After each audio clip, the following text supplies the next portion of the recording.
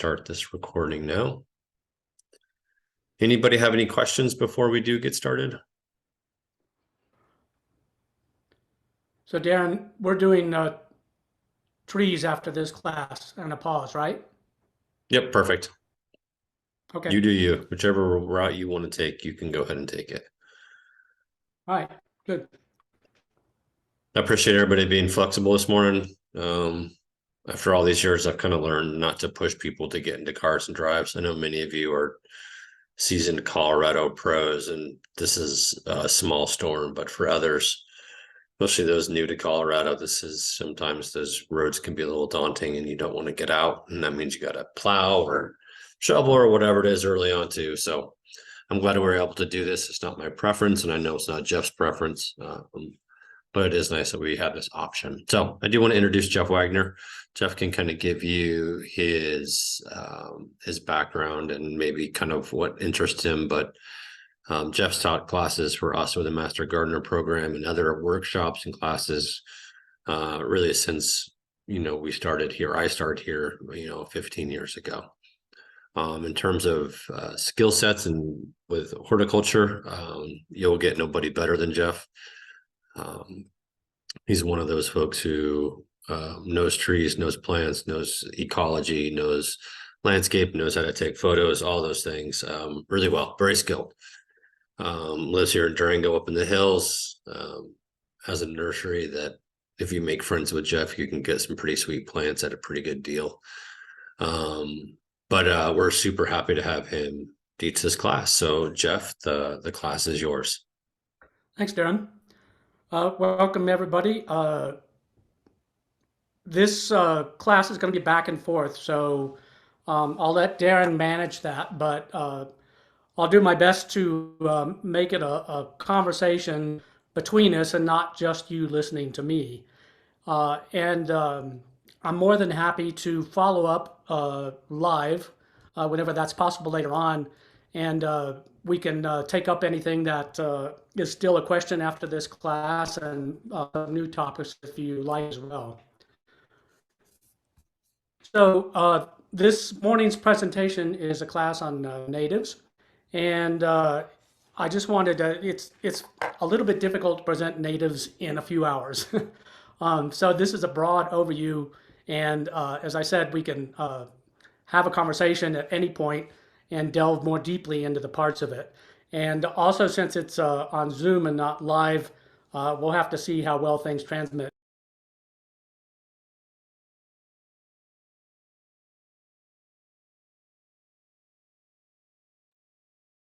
And just like that, Jeff popped off.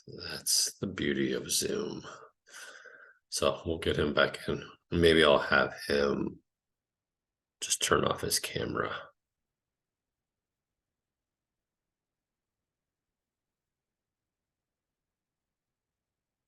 Oh, Jeff, you're muted.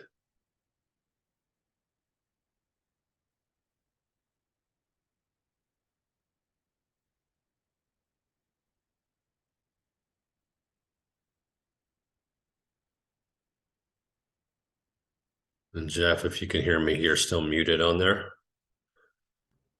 How about now? Perfect. And do we still have the presentation on the screen? We do.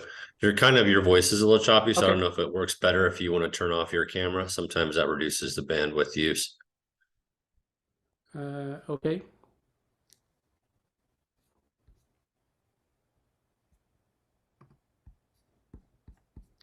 All right, we'll try that.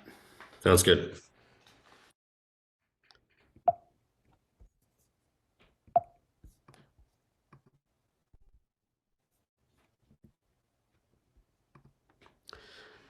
So in this class, I'd like to have you consider what is your relationship to trees and what interest you might have yourself in, hold on,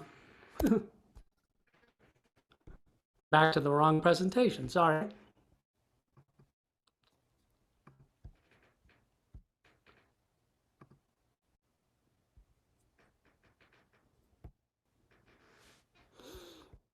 Okay, Darren, I'm gonna have to take a second here. No worries.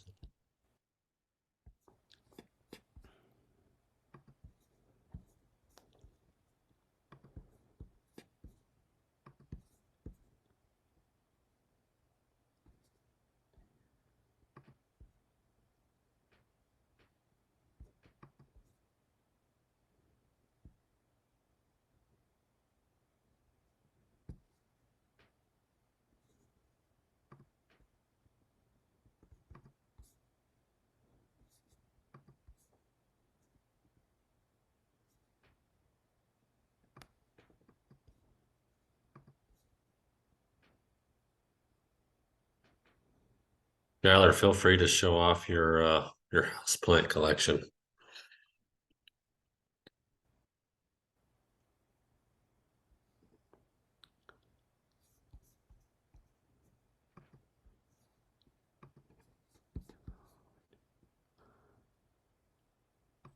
Nice. It's kind of dark, but there's a ton of plants there. Holy cow.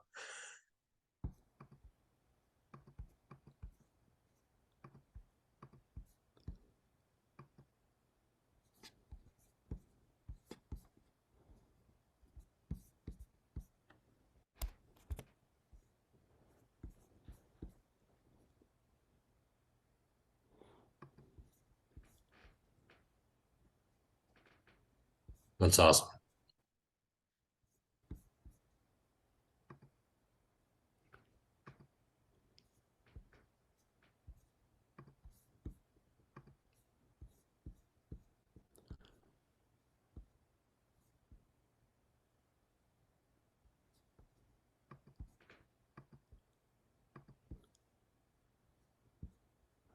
Okay, Darren, are we back up?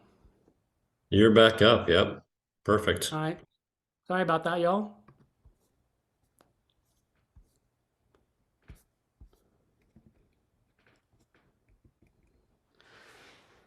Okay, so now we're back at the right presentation. So, some things to consider about native plants. A lot of people have strong opinions about them, and also they have confused ideas about what is or what is not a native. But just basically, natives have evolved to are adapted to grow in our climate, and they don't take much extra care if you just use the proper way to use and plant them and grow them. And that's one of the reasons why they're immediately better suited to a lot of our horticulture than most of the plants that people consider when they're doing gardening work. Of course, another very important factor is that uh, natives uh, are what our fauna depend on, and the more that we provide insects and birds and everything else to live and eat on, the better. So just consider too that natives are really threatened, and planet wide they only occupy a very small percentage of what's left of what we're living in. Just one consideration. This is a phlox that was found in Mexico by Panayotis Kalidas at Denver Botanic Gardens and one of his colleagues in the 70s. And not many people knew about it, but the ones that did were certain that it would never be able to grow in North America, which he proved wrong. It did turn out to be quite hardy, and it's in the bloodline of a lot of very ornamental and xeric phloxes now. And they went back to this location a few years later, and that's what it looked like. On the left, you see when they originally collected, and on the right, it's just paved wall to wall, and there's no sign of those plants at all. So not only are we exploring and discovering and finding native plants in nature, but we're also saving them from extinction. And there's plant material available to reintroduce into nature. A lot of people have a love-hate relationship with oaks, especially Gamble oak, but one of the prime concerns there is that they're so important, a keystone species for so many animals, and the more that you can adapt and use our native oaks, the better. And I'm going to show you too that not only Denver Botanic Gardens and Plant Select, but a lot of individuals have really done a lot of work over the last 20 years to introduce a wider selection of native oaks into horticulture.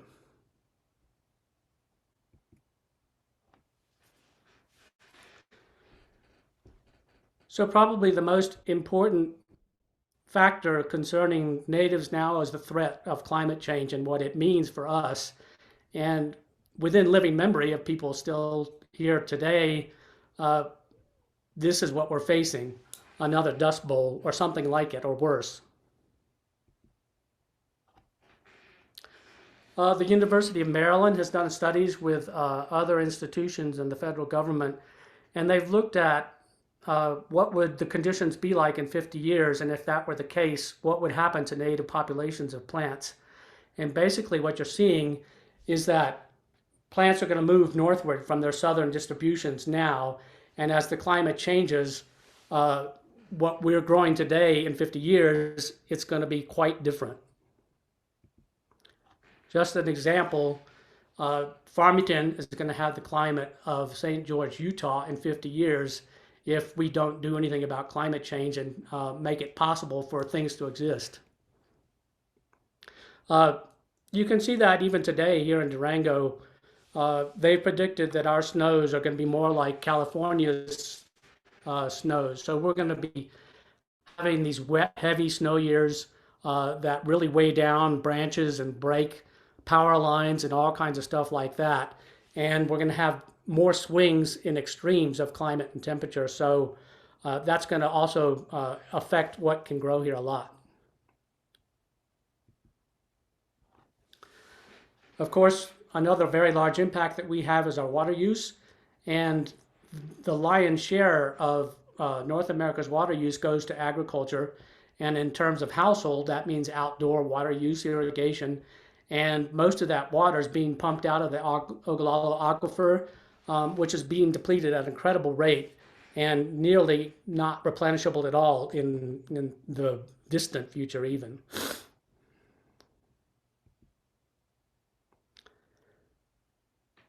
So I happen to be on the board of Lake Durango here in the dry side, and people are surprised by water use, especially people that move here from out of state and have never experienced our climate.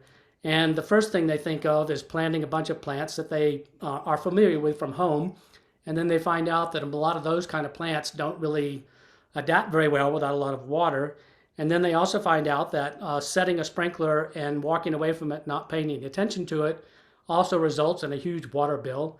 And leaks are a huge problem because they occur in irrigation systems underground and when people are out of town.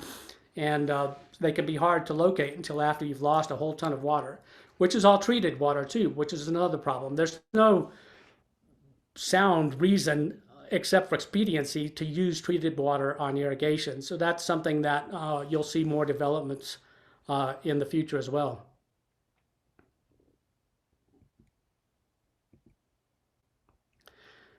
So let's consider, what is a native?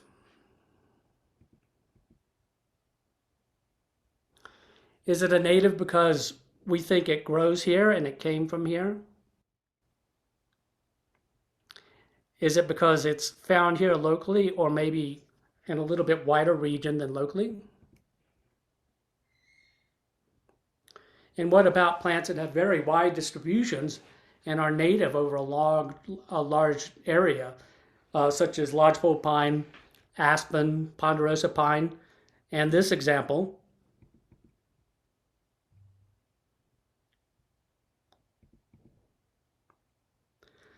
so box elder, a lot of people consider it a weed, not very useful in horticulture, but it's found in every one of the lower 48 states, naturally occurring.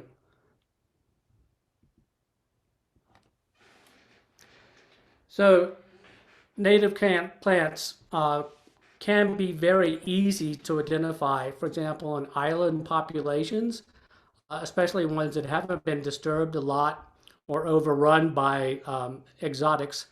And all of those plants originally that were found, for example, in Hawaii or on other islands, are obviously natives. So that would be what we know as endemic, which means that they grow there and nowhere else. And then indigenous natives are ones that also grow over a larger area, such as the examples I named before. And then native also is a plant that only resulted from natural processes and not anything that man did.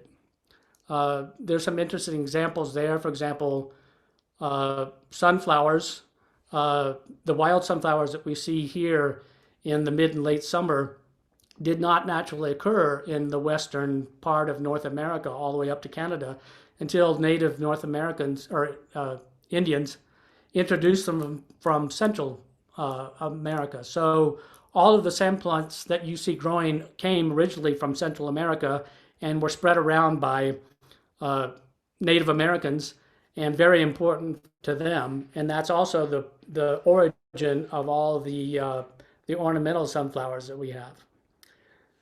And so plants can also be naturalized, so not naturally native, but introduced, and then they become a part of the native flora. And we see that all over the place. One example would be Siberian elm here in Durango.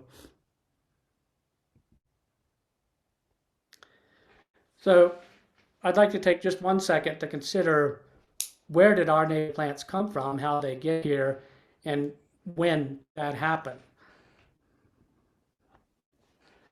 So if we take a really broad look and see what grew here in the past, I just want to use this example. So nothing living today is related to these plants, but these were in the Eocene millions of years ago. And the reason I bring it up is because Florissant in Colorado is one of the best fossil sites there are from that period. And also it has the best preserved fossils of almost anywhere in North America. The detail of the fossils is really incredible, also 3D in many cases, and it reveals a lot. So back then, millions of years ago, there were giant redwoods growing where Florissant is today, and they were all buried in a giant volcanic eruption. And they were growing together not only native plants that we would be familiar with today, but also tropical plants. So the climate was very different than it is today. And it supported a really wide diversity of all kinds of plants. But there were growing plants that we would recognize, like ginkgo and sequoia and Chamaecyparis, abies, a lot of interesting mountain species. So I mentioned about the detail of these fossils. They've even found the insect predators that were living on these plants and identified them, and you can see the damage that they were doing to the leaves when they got buried by volcanic ash. So between then and now, the biggest occurrence that rearranged everything and brought us the native flora that we have today were the ice ages. And so what we see in the Rocky Mountains is that we're really a combination of all the different areas that surround us. And there's a certain percentage or portion of all these plants that are our natives today that came from somewhere else. And they have adapted and found the niches where they can exist. And they have a little bit different requirements according to where they originally came from. But all of these different surrounding floral provinces contributed to our native flora. So it's pretty obvious here in the Four Corners, especially where we really stand at the edge of the San Juan Mountains and the southwestern desert and the high plateaus, that we have a great cohort of plants that came from the southwest and the west, and another great cohort that came from the north. And then a lot of what you see from the east on the plains are a result of the ice ages too. So the ice sheet destroyed all that diversity that was extended all across North America. And what we have left now are these relic populations of plants that have contributed still to our native flora, and where we have found some really incredibly hardy and valuable plant material.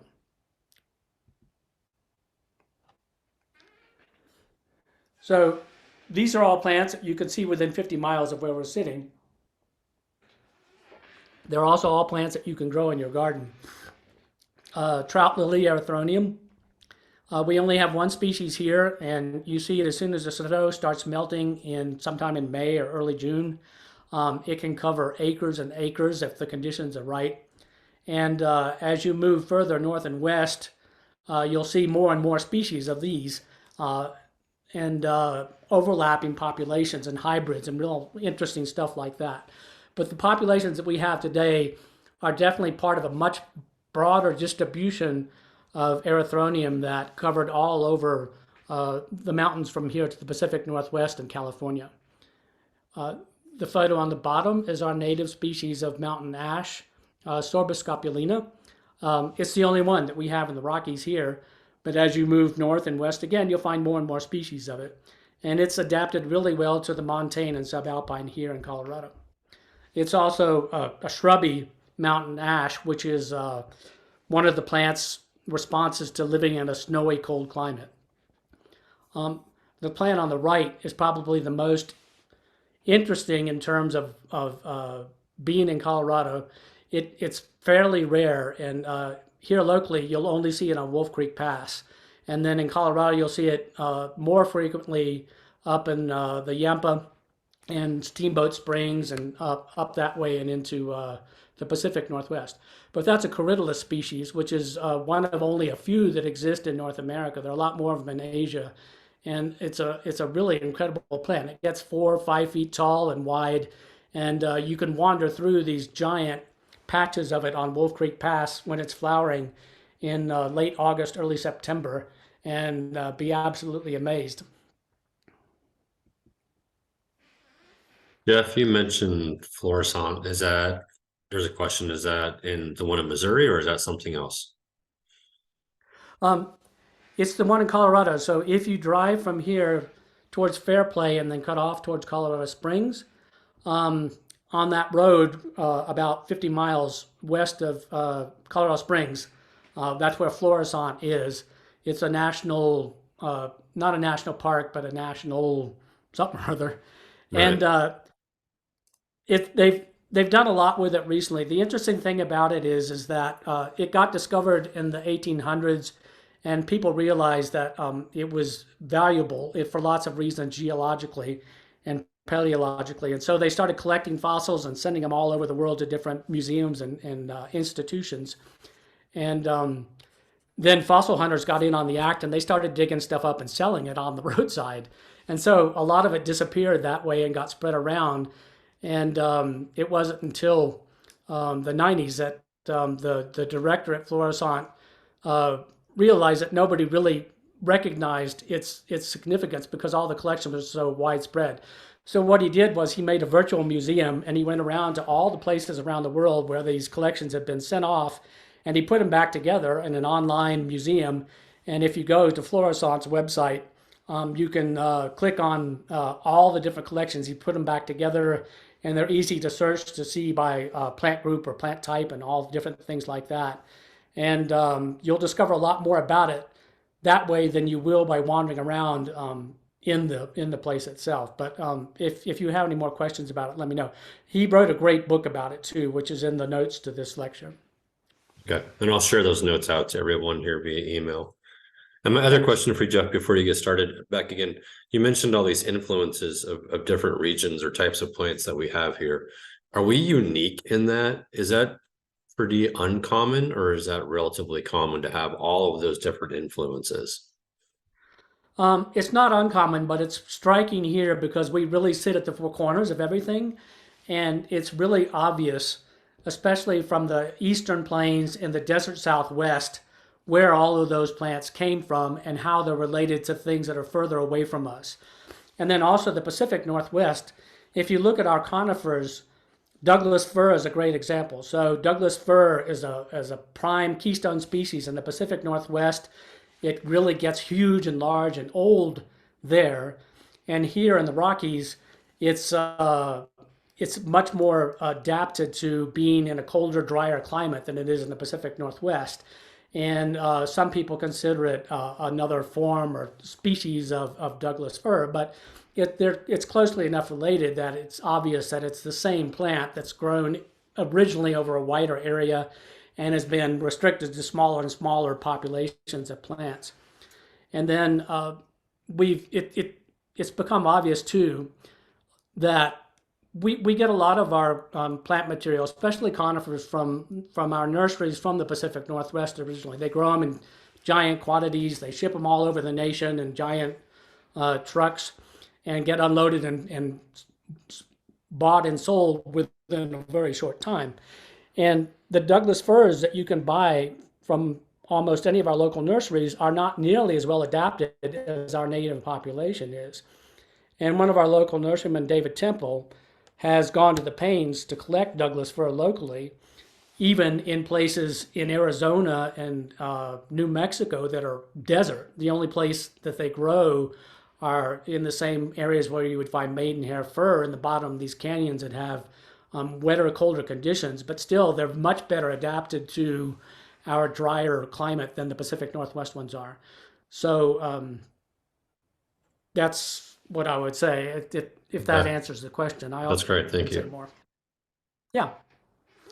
Um, so the desert Southwest plants, the yuccas that we have, we're on the edge of agaves, but agaves will grow here perfectly well. Um, our Menzelia is the one on the lower right. It's a fascinating plant that blooms at night. It's pollinated by moths, and then some of our tree species. Uh, they're really on the edge here, and they've lived through a bottleneck and survived and existed and are here today because of that. And so they're they're actually more closely related to plants that grow much further east or west from here. So oak species that we find on the edges of Colorado are much more closely related to oaks that you find in Midwestern United States or Eastern United States. And a lot of the desert plants that grow here are related to plants that are much more easily found further away from us.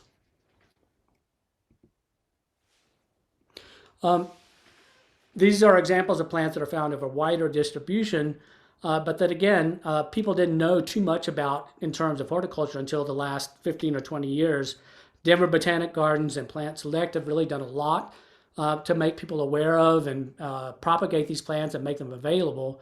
And if you go to Plant Select's website, it's a great resource for learning about native plants. And they also have all kinds of information about how to design gardens using native plants and how to combine them with other plants and how to grow and propagate them.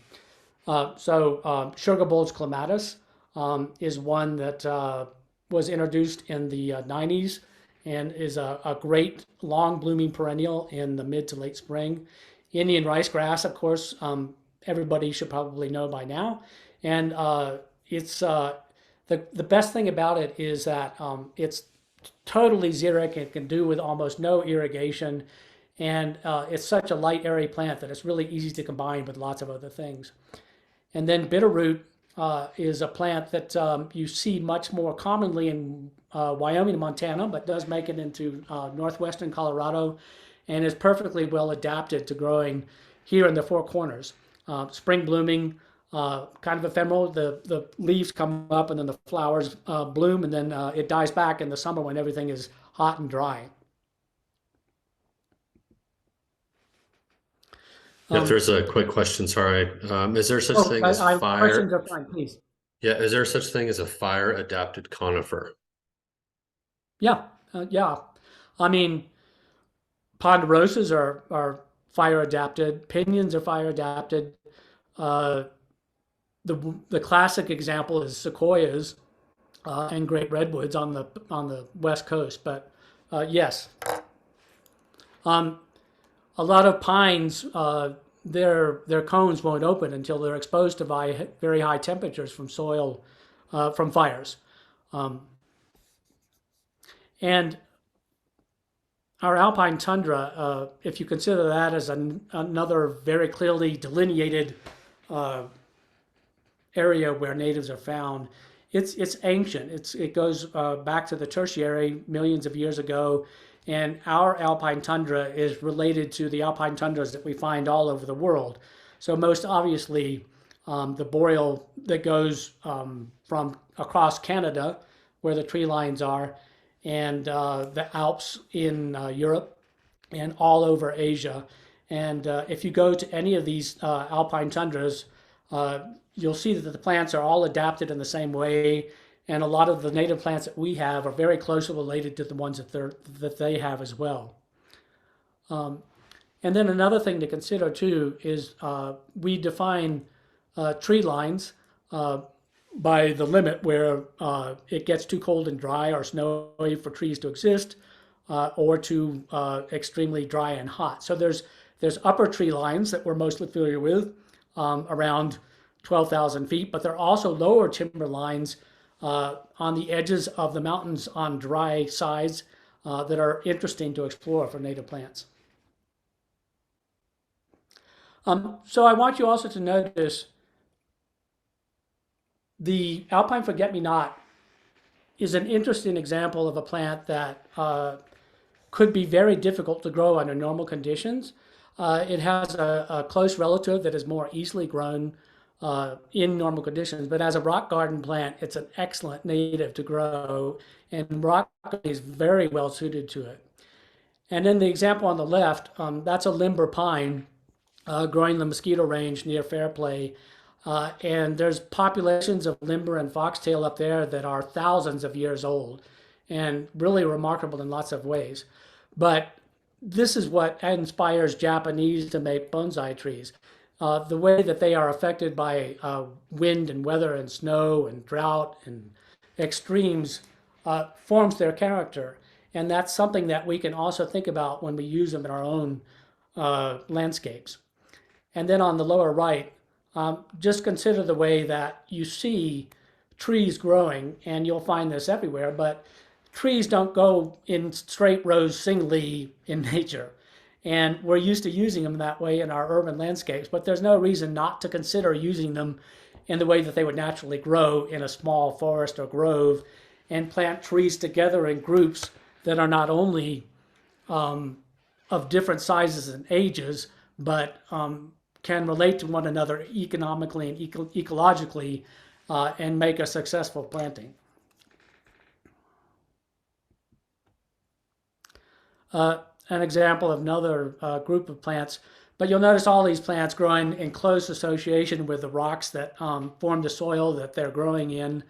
And if you have never been to Denver Botanic Gardens to see the Alpine Rock Garden there, I encourage you to go. It's also, you can look online and see what it looks like when it's at its height in May and June, but really all during the season. It's a great garden to visit, and rock garden is a perfect way to grow a huge palette of alpines, both perennial and native woody plants. And the reason is because you can adapt the soil that they're growing in. The rocks provide a cool root run and protection from extremes of heat and sun, and you can build it so that you provide shade or moisture in places and adapt plants that way.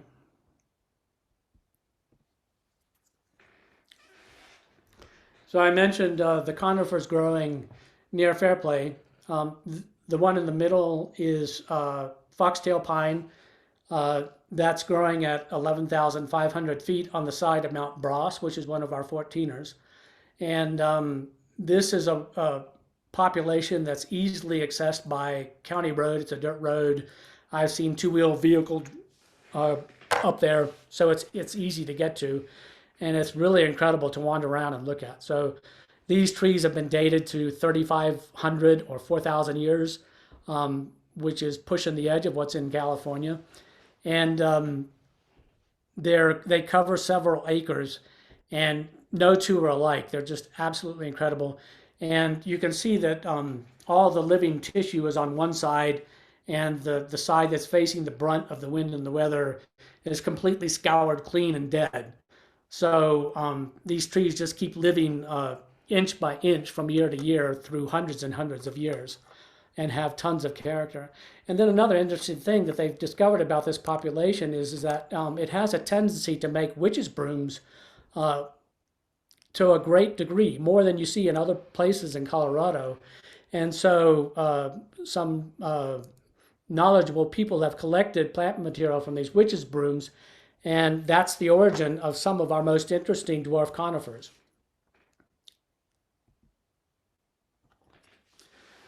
So not only the Bristlecone pines, but the Engelmann spruce are also adapted to these conditions, and they make what are called flag trees that obviously indicate what direction the wind is blowing. Again, just consider this as an example in horticulture. Why would you not be able to do something similar to that in your own backyard or in a client's garden if it's something that they're interested in? For example, as a rock garden, and a location here locally that I think is really underdeveloped, horticulturally speaking, is Purgatory. If you compare Purgatory to Aspen or Vail or Steamboat Springs, they all have really wonderful large collections of gardens all over their towns. That's really lacking here.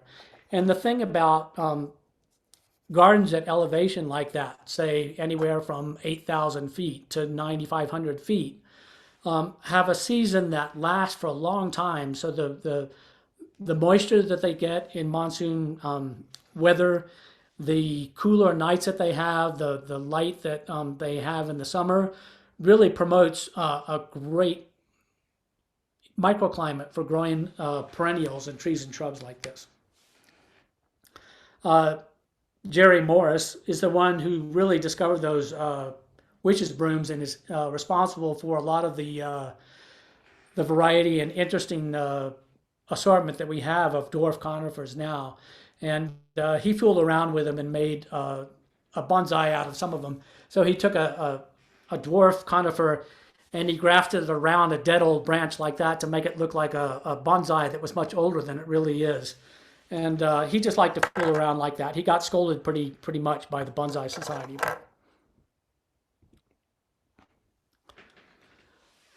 Again, these are all plants that we figured out how to propagate and cultivate and grow and use in horticulture. So there's no reason not to be using them in our gardens. Paintbrushes, spring anemones that bloom again when the snow disappears, alpine phloxes, alpine forget-me-not.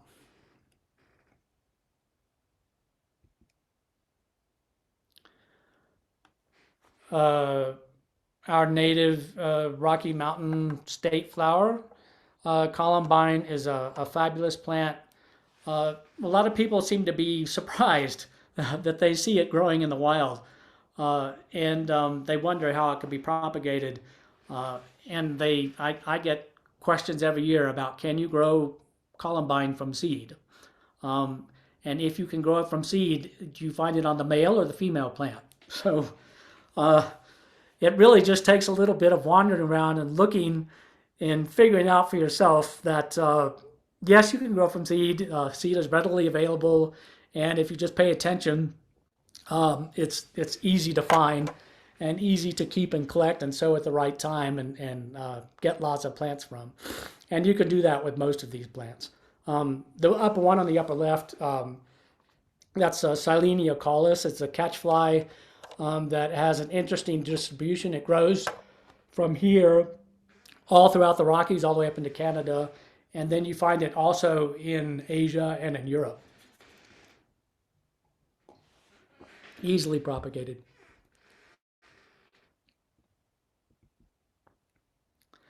Darren, you want a short 2-3 minute break? Only if you do, Jeff. If not, if anybody have any questions, it's kind of like the power surges are constantly dropping people off and pulling people back on. Anybody have any questions for Jeff before we kind of move into his next topic?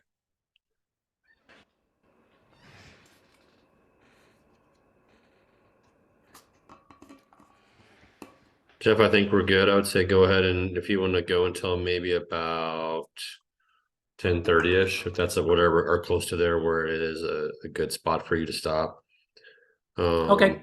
There is a question there. I don't know if you can see the questions or something about paintbrush. Do you see that? I don't. Okay. Let me pull up. I assume that the end in paintbrush in Colorado needs a symbiotic host. What plants to grow with them in our rock gardens? That's a good question, and you can use a symbiotic host, and that'll make it easier. So if you find where the paintbrushes are growing and what plants they're growing with, and collect that seed at the same time as you collect the paintbrush, and sow them together and let them grow together in the same pot, and then plant them in the same as one plant. That's one way to do it.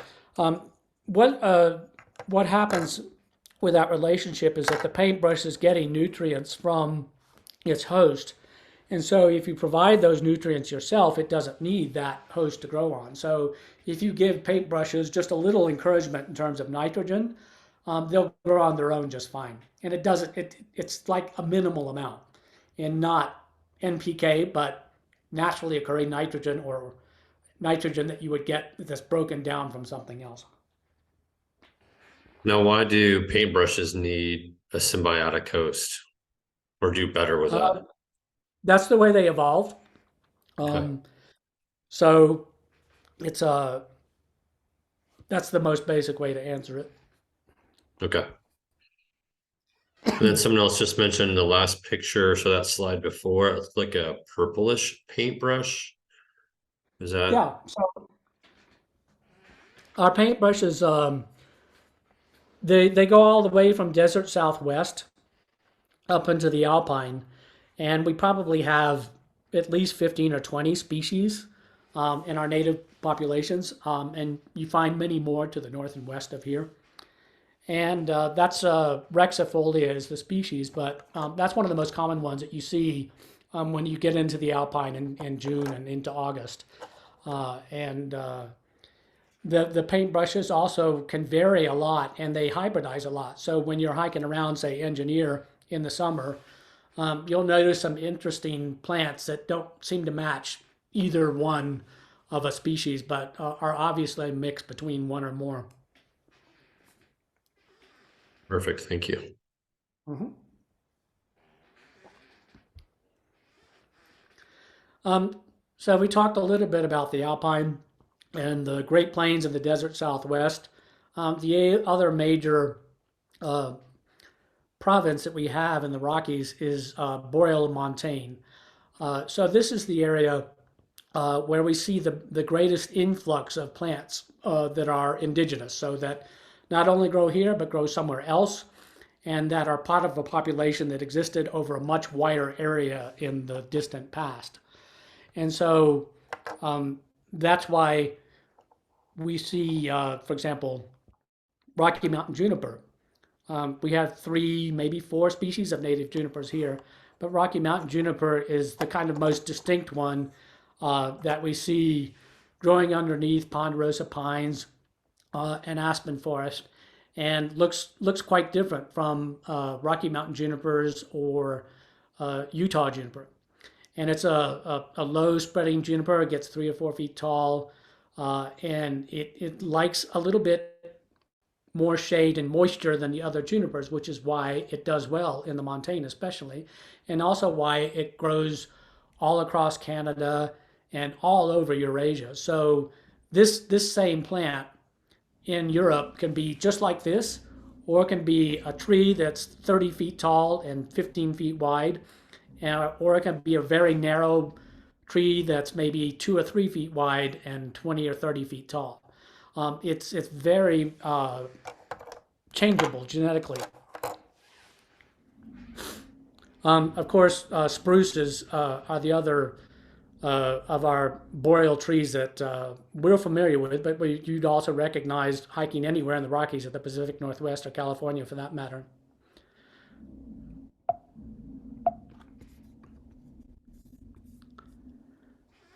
If you go to Lime Creek in the summer, especially when you see the red fruits of this one, it's a great plant. And if you bring it down to lower elevations, you just need to give it a little bit more humus in the soil, so organic matter, shade from a lot of sun, and a little extra water, and it'll do just great.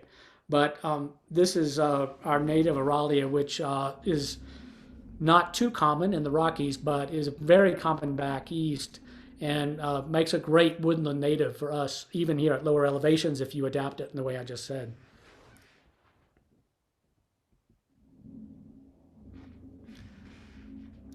The thing that stands out the most in the desert Southwest plants are, of course, cacti. And a lot of people aren't too familiar with our native hard cactus, and there's a lot of them. There's at least 25 or 30 of these that you can find in nurseries, especially on the Front Range. Um, and they're all worth trying to grow and do well, even like here in our yard, we live at 7,300 feet. We let the snow just completely cover them, and they're fine in the spring and summer when they come back. The one that we're most familiar with here is this one, hedgehog cactus, which is a fabulous plant in many respects. And the ones that you see in Montezuma County and maybe somewhere around here that get to be maybe 2, 3, 4 feet in diameter are old. They grow slowly, and those plants are probably 50, 60, 70 years old. So you can buy dug cactus from nurseries. It's a practice that I would encourage you not to do, or encourage others to. You can grow cactus from seed if you're patient, and you can also get cactus from specialist nurseries and protect our native populations that are really threatened.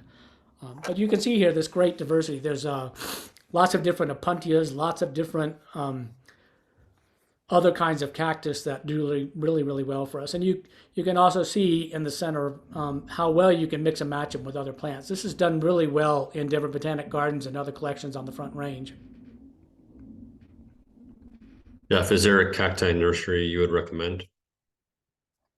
Look up on the web Cold Hardy Cactus. That's owned by Kelly Grummins, who's the man who's most singly responsible for making all these cacti available. He's hybridized a bunch of them. He's very generous with his knowledge in plants. And the best thing about cactus is that it only takes one pad or a small clump of cactus to get it established in your garden and easily grown and spread, and you can propagate it that way. And so that's what he does. If you send him a list of what you want, you'll get a box full of pieces of cacti, and all you do is set them on dry ground and let them grow, and they take off. And he has a huge variety as well. And there's his nursery has gotten smaller from what it was. So you have to visit him yourself to see what he's growing, but he's got remnants of gardens all over Denver with cactus that are really interesting. Denver Botanic Gardens also has an excellent collection. A lot of these are his hybrids and natives.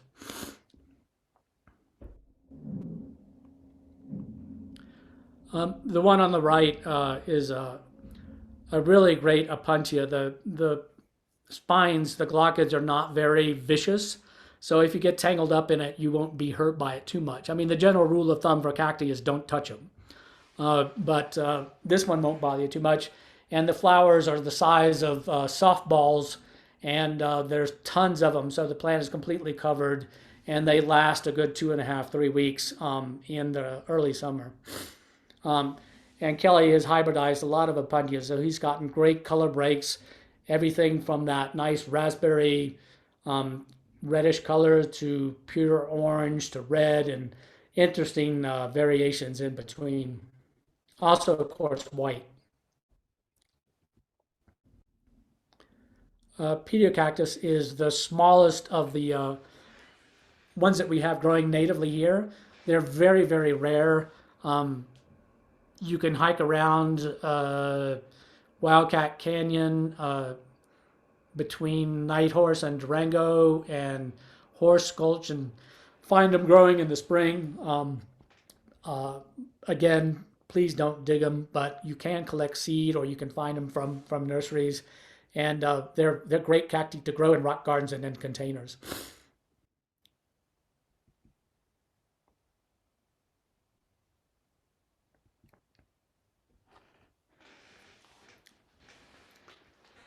So these are becoming more common in local nurseries. They're very easy to find in Plant Select.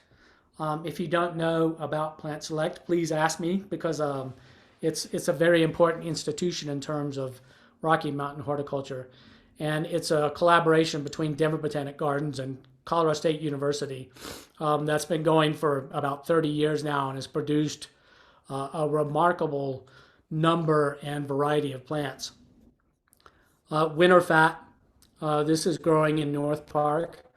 It looks like sage, but it's not related to it. But you can see how it really mixes well with all kinds of grasses and sage and other things, and lights up a landscape like that. A lot of you are familiar with datura, which you start seeing naturally in Montezuma County, and it's almost tropical looking and really impressive from mid all the way through late summer, early fall.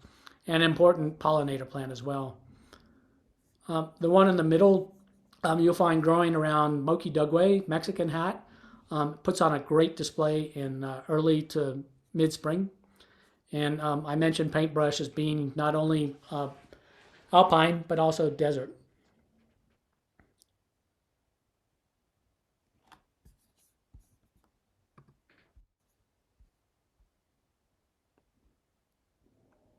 I have heard of that Anasazi cactus. There's another nursery and a couple of men who've written a book about cacti that's really good, and they have a discussion of it in there. I'll find that book in a break and bring it up because it's a great resource in a lot of different ways.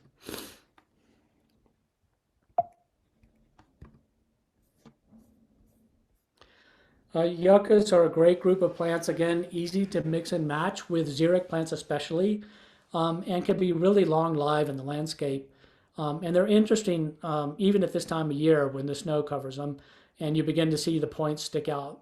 Um, our native banana yucca is a great plant. It can be really huge and a little bit threatening in the garden. This is a smaller, more friendly one, so it's not as prickly, and it's a dwarf yucca. It only gets maybe 18 inches to 2 feet tall and wide. It can live for a long time. You'll find it in Sand Canyon if you're hiking over there. And it looks like a normal yucca in every respect, but just diminutive like that. And you can see it in the picture on the right growing with Angelina sedum, which is a great weedy ground cover that's easy to control, and our native manzanita, which I'll have more to say about.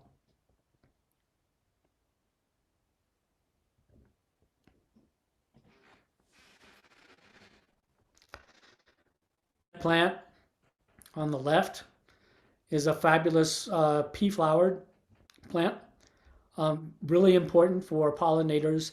Uh, Again, a plant that has a structure and a texture that makes it easy to use in lots of different combinations with other plants. And it starts flowering during the summer when a lot of other stuff is kind of giving up the ghost, and really lights up a late, hot, dry summer like few other natives do, especially shrubby ones like that.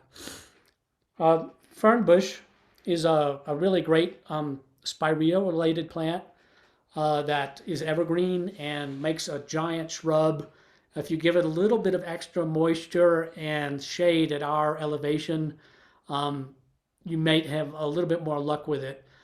You want to grow it as compactly as possible because if we get these heavy wet snows, it can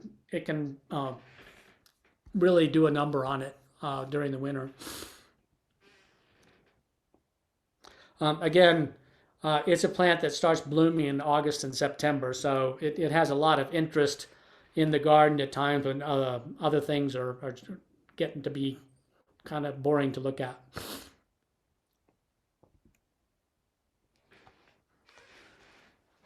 Rabbit brushes are really fascinating and again easy to combine with other plants. They're very easy to create from seed.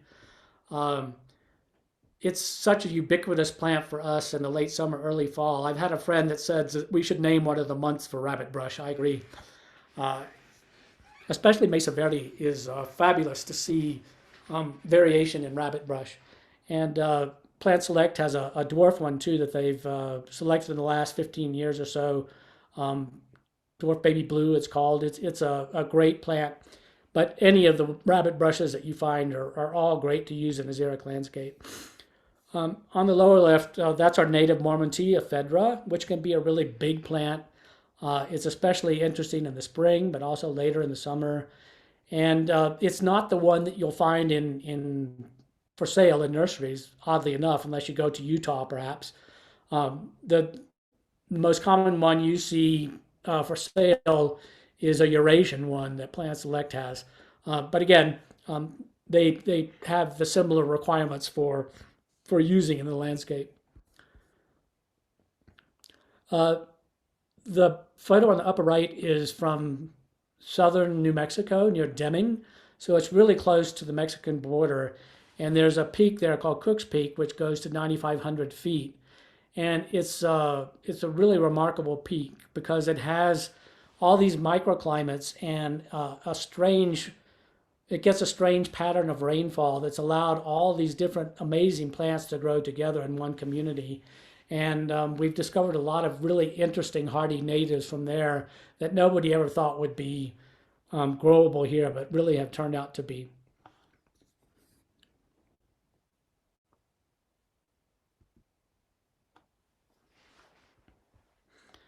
Kawaniana or Persia is the desert cliff rose. So again, that's in the rose family.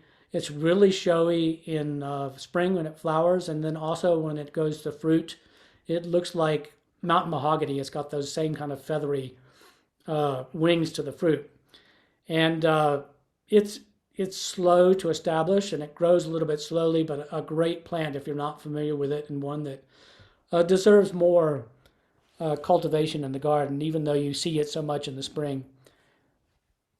Easter daisies, that's the upper left, Townsendia. There's a good handful of those that are native here and also further north in the Rockies and to the west of us. Make a real show in the spring. They are easy to grow from seed. They produce a lot of seed, and they make great rock garden plants as well. Oxytropis, that's this one on the left. Loco weed occurs in a few different species and is a great plant as well. Heterotheca, that's the lower left. Wallflower, you'll find those growing in the alpine, and the snow lily again.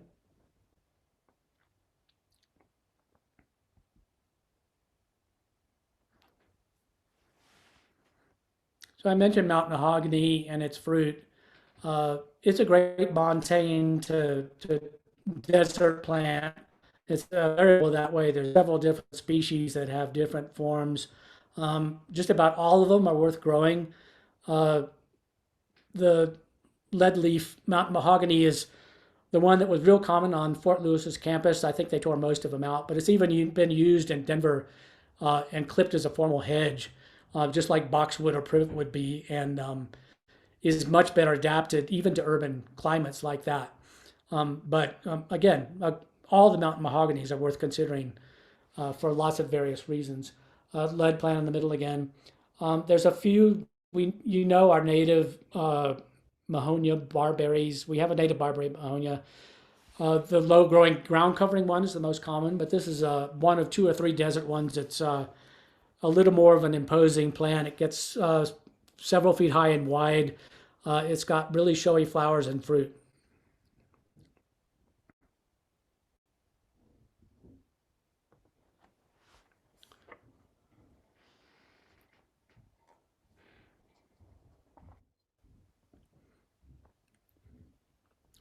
Um, our native buckwheats are a large and really showy group of plants that are um, make great selections. Plant Select has several of them.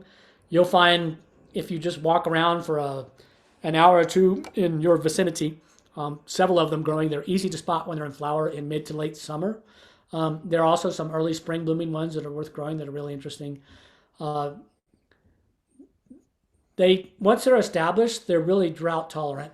But if we have a really extreme dry year, they do benefit from some supplemental irrigation during those times. It doesn't take much, once a week or so. We'll pull them through a dry period. Uh, but they they're not difficult to grow, and they have a really good display of flowers that last for a long time. And of all the different ones that we have, each one is different enough that they're interesting in their own right, and they're pretty easily grown as a group or mixed with other plants. And even as they begin to ripen in the fall, they're still showy and interesting to grow. Um, so the one on the right is from Utah. Just makes it into western Colorado. Again, it's a buckwheat that is perfectly amenable to our conditions. That's also in the lower right. It's a spring blooming one. Makes a great rock garden plant. On the lower left is a dwarf form of our common Eriogonum undulatum. And the one on the upper right is a desert native from the west that gets maybe 3, 4 feet tall and 5 feet wide. A great airy buckwheat for our location.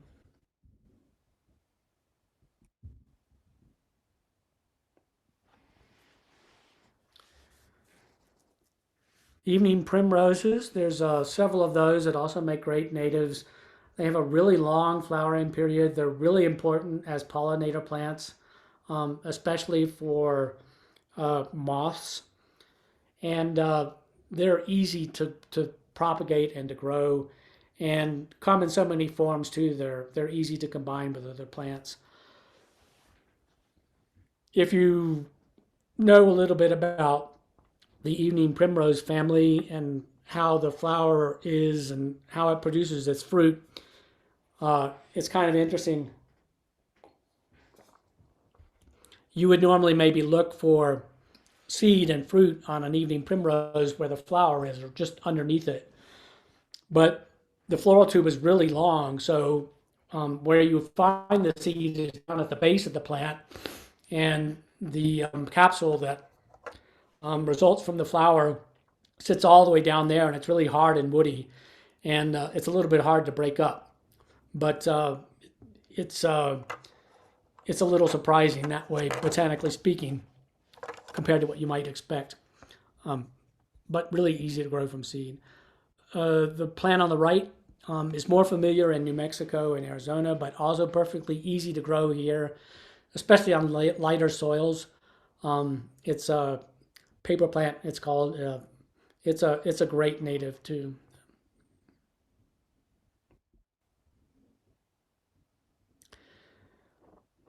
I have a few examples illustrated, but there's a very large group of penstemons that are native that we can grow. Also, not only from our immediate location, but from the surrounding areas of Utah and Arizona, New Mexico. It's one of the best, showiest plants. Penstemons are North American natives. They don't exist naturally on any other continent. There's a bunch of them that grow in Mexico as well. They have a long blooming time. There's a whole suite of related species, for example, of the tall red ones that start growing in early spring and keep flowering all the way into late fall, and that butterflies and hummingbirds absolutely go wild for. And penstemons are used to flowering a lot, so they take advantage of the spring moisture. They make a lot of vegetative growth that supports a huge display of flowers. And the best way to cultivate them is to let them reserve energy for next year. So you don't need much seed. And all you need, for example, would be maybe 1 or 2 stalks of a whole plant like that. And then just deadhead all the rest. And that'll help the plant get through the winter and establish for next year and give you another new show like that. The same with the more deserty penstemon utahensis on the left. There's penstemons coming out of our ears now from Plant Select, and they're all definitely worth growing.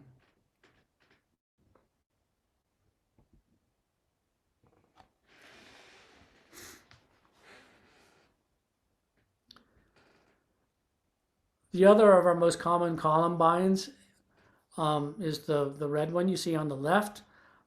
It likes to be close to moisture, so that's where you'll see it growing if you hike around in May, early June. Uh, Again, it's a plant that's easily grown at lower um, elevations and also easy to propagate from seed. And all the columbines are pretty promiscuous and hybridize easily, so you get some really interesting color forms over the years if you keep them in your garden. Rocky Mountain iris um, are easy to find when they're in flower in June. And a lot of them seem to have that really pale blue, almost white color. But if you look at them over a larger area, you'll see some really interesting deep colored forms and also some pure white forms. And they love it if they get good snow cover over a winter or a series of winters, and really start exuberating in that moisture and put on a huge display in the early summer. Sneezeweed, that's the upper right, another great composite uh, that you'll find easily in the montane in June and August. Great native plant to grow. That's another penstemon on the bottom. Uh, it's an evergreen from the Pacific Northwest that also we can grow and does really well for us here. You'll see it and a lot of its relatives growing in the library garden uh, in the summer. Any questions, Darren? Anybody have any questions? I'm not seeing any in the chat, but if anybody has any questions on some of these plants, I guess Jeff, so you're mentioning a lot of plants here, and for folks who either don't want or don't trust their skill set in collecting seed, I we seem to be kind of lean on nurseries down here. Is a place you recommend folks to go? Do they have to travel up to Denver? Is there someone here, if it's Durango Nursery or Cliff Rose or somebody that has these some of these options? Um, the local nurseries will sell perennials and native alpines in the spring, especially if you let them know that you're interested now. They'll make a bigger effort to make them available in the spring. If you do go to the Front Range, Denver Botanic has a huge plant sale in the spring, and also later Vale Alpine Gardens has a plant sale. Steamboat has a plant sale. Uh, Durango Botanical Gardens has plant sales, and you'll find plants there as well. But if you're interested in growing plants from seed, then join the North American Rock Garden Society. Not only will you learn a lot about rock gardening and growing and propagating plants, but they have the largest seed collection of anybody in North America or the world for that matter, of all kinds of plants, but especially alpines. And a huge portion of those are from our native Rocky Mountains. And they they have all the seed ready for sale now. So they've just sent out their seed list for 2000 for next year, and you can order and get up to 50 packets of seed. If you order now, it will be delivered in June or January, and the winter is the best time to sow most of it. So you want to be able to have potting soil and pots available, and sow the seeds and just leave them outside under the snow, and they'll germinate in the spring. And it's a great way to bulk up on your own and get plants. But I would also encourage you to collect your own seed. You have to be aware of areas where you're not allowed to collect, and where you can and what you need in terms of permission. But we have enough areas where we can easily collect seed. And the reason that I suggest that you do that is it's a great way to get to learn plants intimately. So you learn not only where and how they grow, but how they look and what the flowers are like and what the fruit looks like that you need to recognize, and when the best time to collect the seed would be, and what the seed looks like, because that's the only way you'll really learn about the plant and growing it from seed. And then you also learn by experience the best way to collect, store, and grow seed. So we've had classes here in the past about doing that, and we can easily have classes anytime in the future if people are interested. I have seed available too if people are interested. Okay, that's all awesome. just, and again, not going too far down this rabbit hole, but if folks are collecting seed and you mentioned potting soil, do you recommend a mixture or a recipe for more of the montane or alpine plants compared to some of those that we would be potentially getting from, high plateau or desert plants? Uh, yes. So uh, the more xeric and desert ones want better drainage than you'll get from most potting mixes. A huge range of the alpines and perennials do perfectly well with normal potting soil that you can get in the nurseries. In the recent few years, that potting soil has become really expensive and kind of hard to find. So you can also use peat moss. And the most important way to use peat moss is to recognize that it takes a lot of moisture before it's suitable as a potting mix. So if you break open a bale of peat moss, you want to spread it out over a large area in a wheelbarrow or on the ground on a tarp and start watering it with a fine mist from a sprinkling can or a hose and get it evenly moist. And then you can combine it with perlite and vermiculite in half and half or three-quarters perlite to one-quarter peat moss.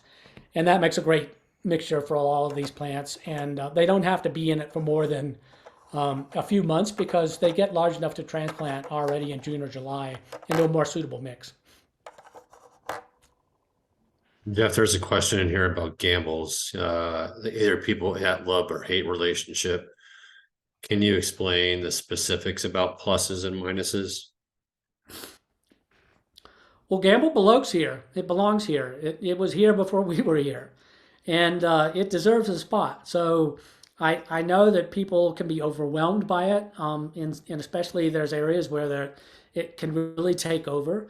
Um, it's a fire adapted plant. So Gamble oak, a lot of the ones that you see growing in clumps where you find trunks that are maybe as thick as your arm or your leg, those trees are 90, 100, 120 years old easily.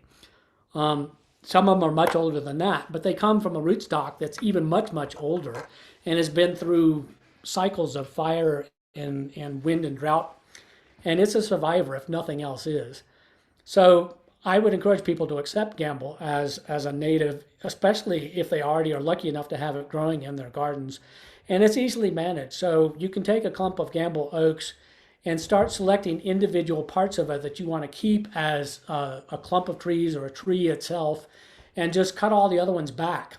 And if you do that for 1, 2, or 3 or 4 years, you won't get all those huge colonies of sprouts, and the ones that are left will develop into a more tree-like oak that turns into a beautiful clump of trees or individual tree. And then the other thing about Gamble is we've discovered tree forms of Gamble that are single trunked, beautiful trees that get to be 40 feet tall and look like what most people recognize as an oak. And those are coming on the market and are great alternatives to select if you don't want a shrubby oak. And then Gambles are really, really important for wildlife, so that's another reason to keep them in your gardens. And they're not that difficult to garden around, I found myself, because I have a lot of them here. Most people's concern is in terms of fire. And you'll hear from fire wise people and fire mitigation people that you've got to get rid of it. And that's an extreme position to take, I think. And yes, you can get rid of it in places and keep it in places, and it won't pose much of a fire threat. So that's what I would say about it. Okay. I mean, I guess the downside is primarily just that it can be relatively aggressive in a landscape and it can push on the edges for a lot of folks. Yeah. We do have one more question here: how to propagate pinyon pine? Seed is the easiest, and it's hit or miss because pinyon pines go through cycles where they build up energy over several years, and then they put on these huge seed crops, and then they'll go years without producing much seed at all. So you have to travel around and find populations of pinyons that are producing seed and get there quick because the jays want it too, and the squirrels and everything else. So you got to be first. And you can either sow it immediately and protect it from squirrels and birds. Or you can keep it in a paper bag or a burlap sack, and then sow it later in the winter when those animals aren't such a threat, and you can produce it on its own. The thing about growing pinyon from seed is it's slow, so it's a tree that if you start from seed, you won't recognize as a garden plant for several years. You can also graft almost any evergreens, and that's a great way to learn how to propagate plants. And if you're interested in learning about grafting, uh, let Darren or me know, and we'll teach you or put you in touch with people that can teach you how to do that. And it's a much quicker way to get plants because the root system is already established, and you get a garden worthy plant in a much shorter period of time.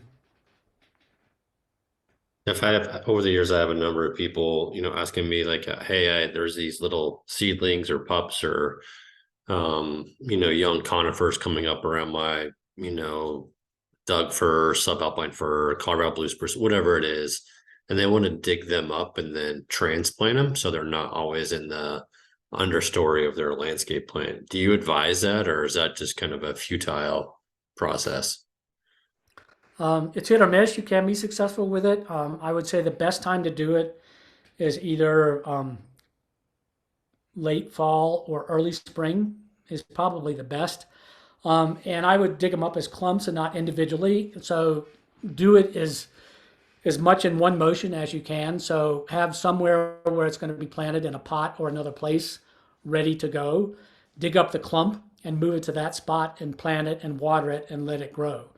And then as they get bigger, you can separate that clump into smaller individuals. The thing about, for example, ponderosa pines is that they're quick to produce a taproot that is huge compared to what you see above ground. And so once they do that, you can't move them very successfully.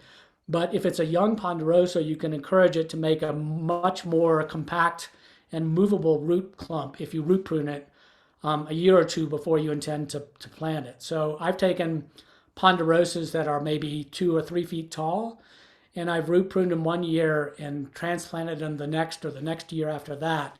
And you'd be much more successful doing that than if you just pull it out of the ground and try and plant it. And the same goes for juniper and a lot of other conifers. There's another question here about the gambles.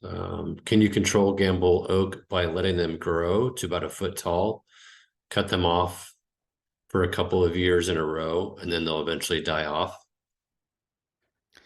Yeah, but you'll that's about pruning gram or pruning gamble that way is they have a really strong response to being pruned because it's the same as if they're burned by fire. So if you cut a gamble off, you're going to see a lot of root sprouts. And if you don't stay on top of them, they're quick to get big. So yes, you can do it, but you have to pay attention. We see that with some of the It's really poplar weird species because as well. yes, yeah, absolutely. It's interesting because gamble reproduces vegetatively just as much as it does by acorns, but they're very hard to root as a cutting.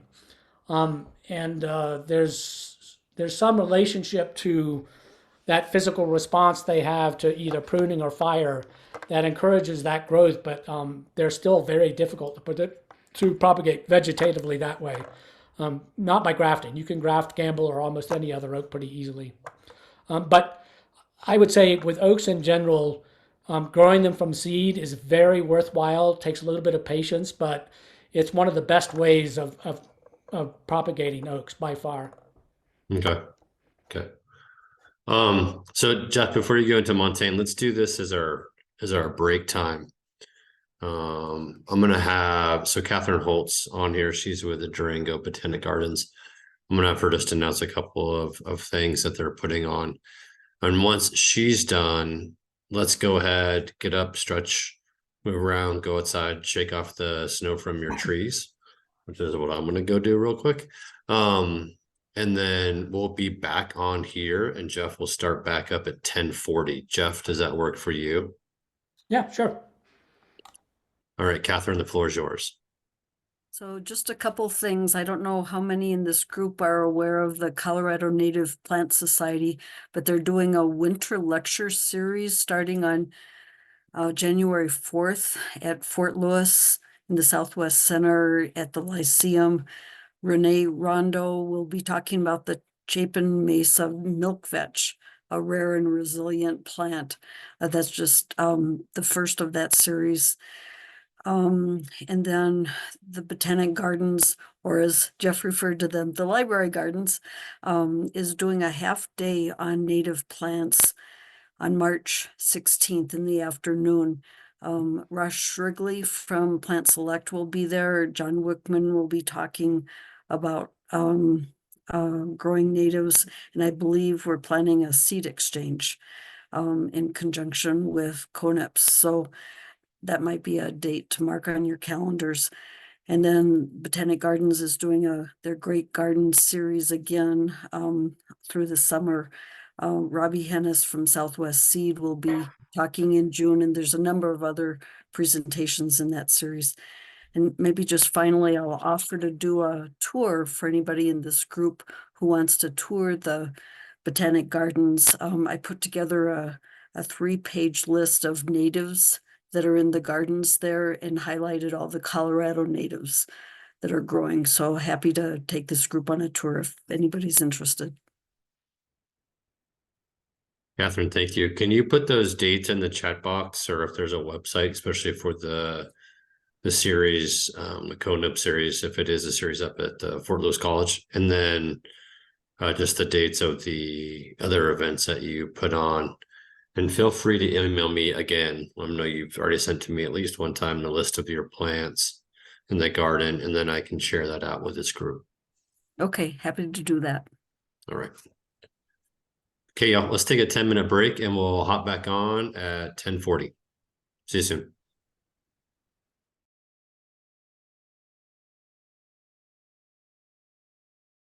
Oop.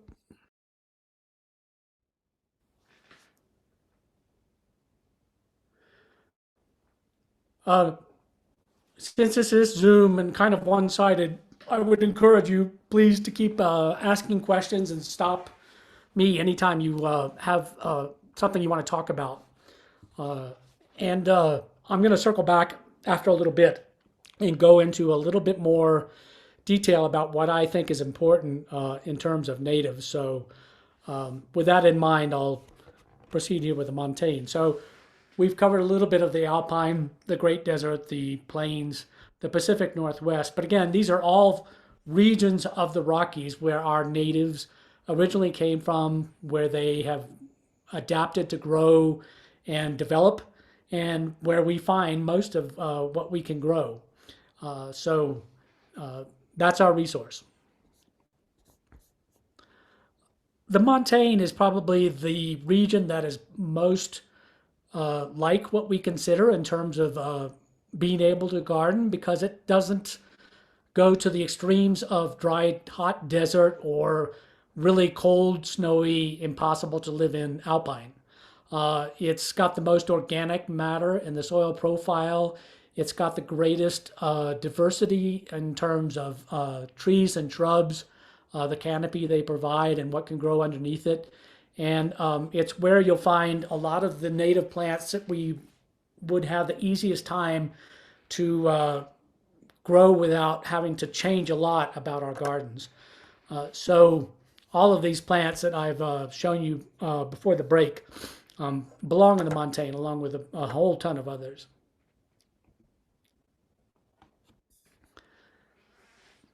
As an example of two plants that come some from the montane, but also from lower elevations, these are groups of plants that have only recently been introduced into horticulture. So this is a remarkable deciduous tree. I'll entertain any guesses as to what it is, and then I'll show you. So please give me a couple of bids here. Which one do you want them to look at? Stuff that's turning color? Yes. This is in the Disappointment Valley, by the way. And if you've driven through the disappointment, 99% of it doesn't look like this, but there's a corner that does.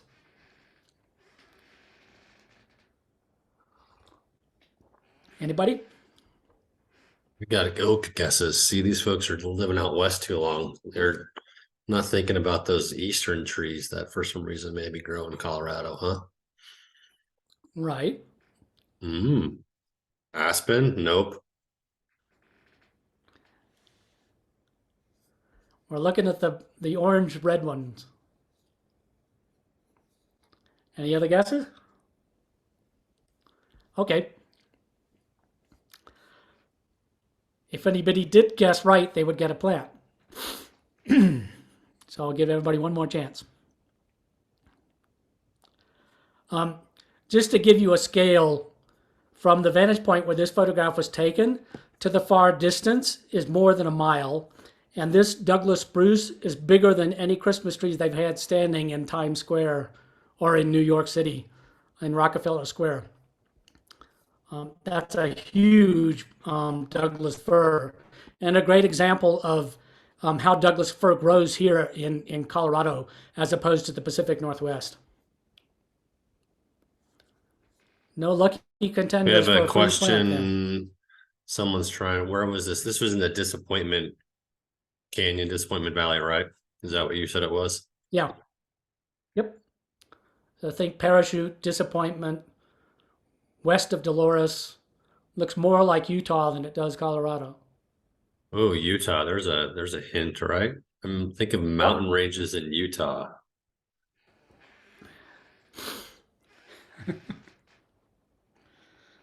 The big, oh, someone's closer. Someone said native maple, but they had a question mark after it. So I don't know how confident she is. Think of the big bad wolf. He had very big blank, better to eat you with.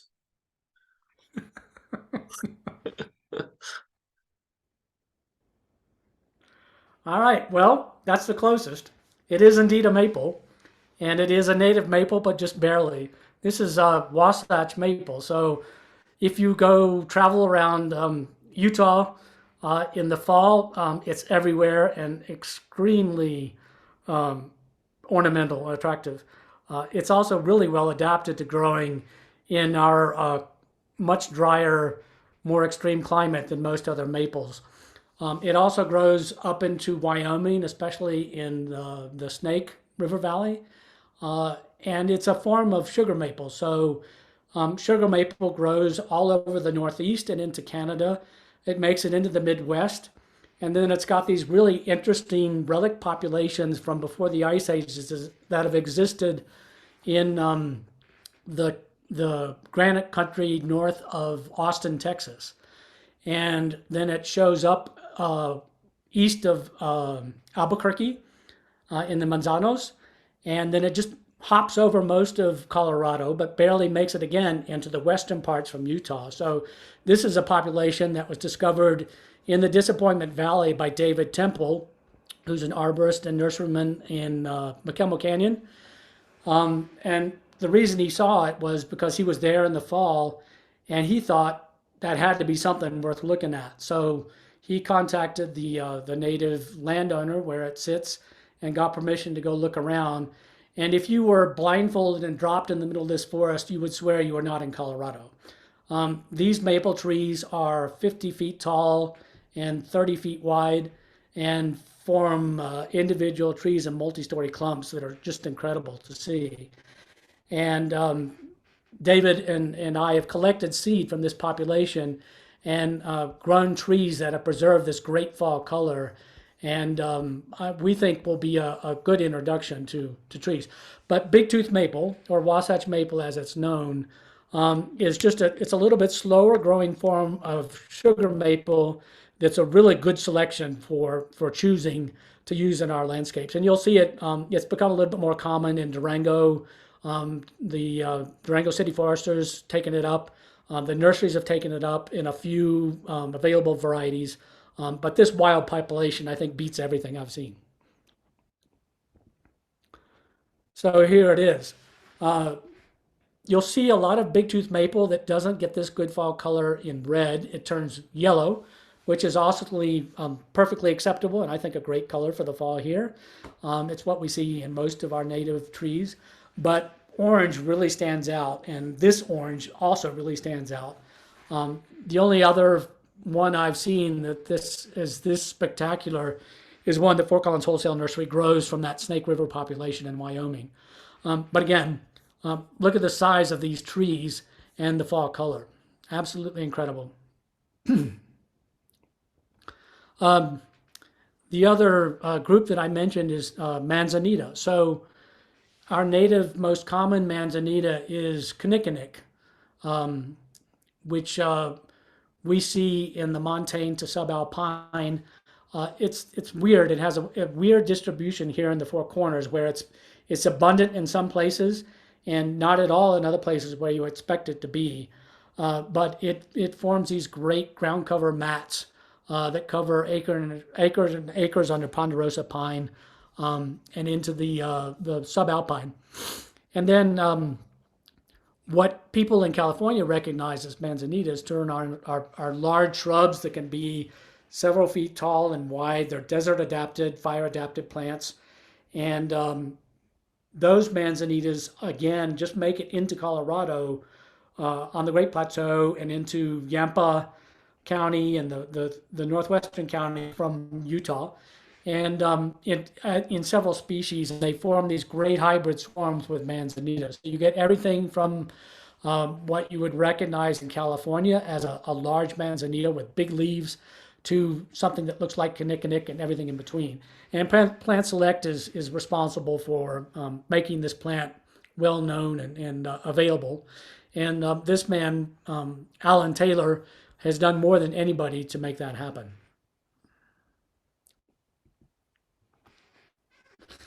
So here you see the variation. So on the upper left, that's kinnikinick, which we all know.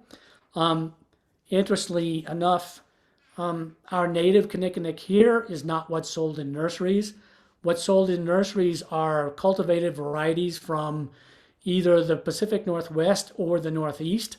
And we haven't done hardly any of the necessary work to explore our native populations of kinnikinick and propagate from them, because I think that we'd find that they're easier to grow than the ones that are available in the nursery trade. Cuttings are the best way to try and propagate them. You can do seed, but the seed is fire adapted and it has to go through being exposed to smoke and a higher temperature before it'll germinate, or very much patience.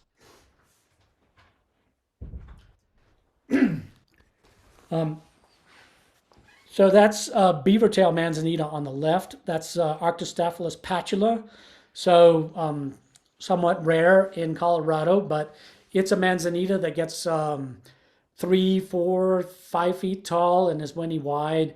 And it makes these giant trunks of really beautiful cinnamon colored smooth bark as it grows older. And the leaves are the size of aspens almost. And the flowers are like you see in the upper right there in the spring. And again, it gets fruit like kinnikinick, which is a little bit bigger and not as red.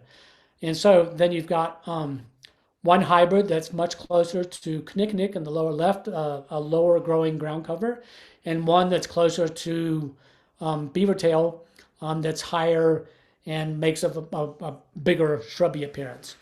And so there's probably 8 or 10 of these different kinds of manzanitas that are available in the trade now, most of them from Plant Select, and all worth growing. Some people say they have a lot of trouble with deer and browsing, and some people, like I've never had deer bother mine at all. So it's something to keep in mind, but not to keep you at all from growing them. There's ways around deer that are easily done.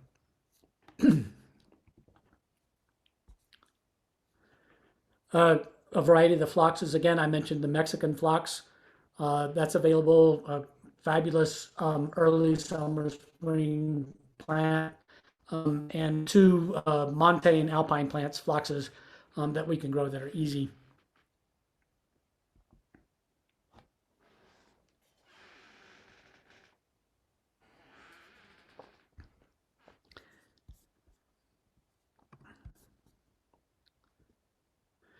So I'm seeing in the comments the guess is there. So if you said sugar maple, which is saccharum, that would be correct. And if you said big tooth maple, that would also be correct. Sugar maple. So if you want to find out where to see a particular tree in town, I'll show you a website that both the county and the city have, and it's a part of their GIS mapping. And what they've done is they've inventoried the whole city forest by each individual tree on every block within their area, and they've put those on the map. And so you can go into the GIS map and then filter out your search criteria to trees or a specific kind of tree or a location, and you can see exactly where to find those trees in town. And that's a great way to look for trees that you want to see examples of in town.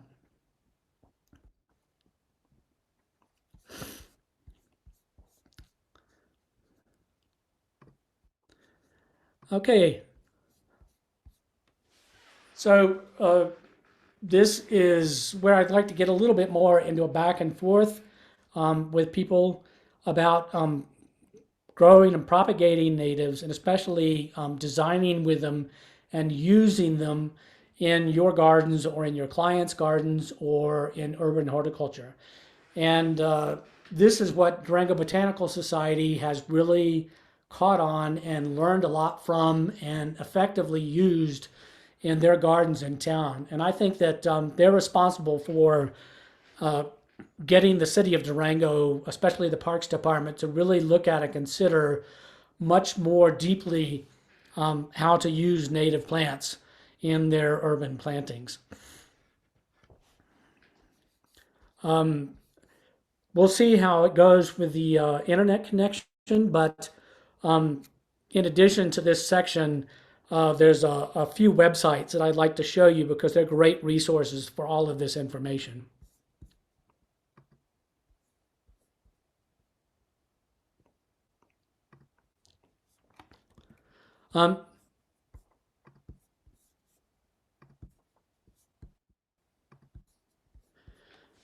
So the garden that you see illustrated in the image there is the native garden in Denver Botanic Gardens. So this is in the middle of one of the busiest neighborhoods in Denver. And it's absolutely incredible that Denver Botanic Gardens has produced these amazing gardens, some of them really large, like this one. And this is Dan Johnson, the curator, who's the genius behind so much of the plant propagation and cultivation of these plants. And he's one of the best designers, especially with native plants in North America. And this is a garden that's been in Denver Botanic Gardens now for well over a decade, probably closer to 2 decades. And it changes from week to week. And it's worth seeing in person. So if you're not a member of Denver Botanic Gardens, I would say you should be. And if you've not been to Denver Botanic Gardens or Chatfield, then you definitely need to go. And it doesn't matter what time of year. If you definitely want to study the plants, then I'd start going in March and April and all the way through October and November, because it's impossible not to learn and be inspired by and meet a whole cadre of interesting people there. Hey Jeff, just out of curiosity, it looks like we're on the propagation, growing, and design with natives slide. Is that the photo you were wanting people to see? I can't tell. Yes. Okay.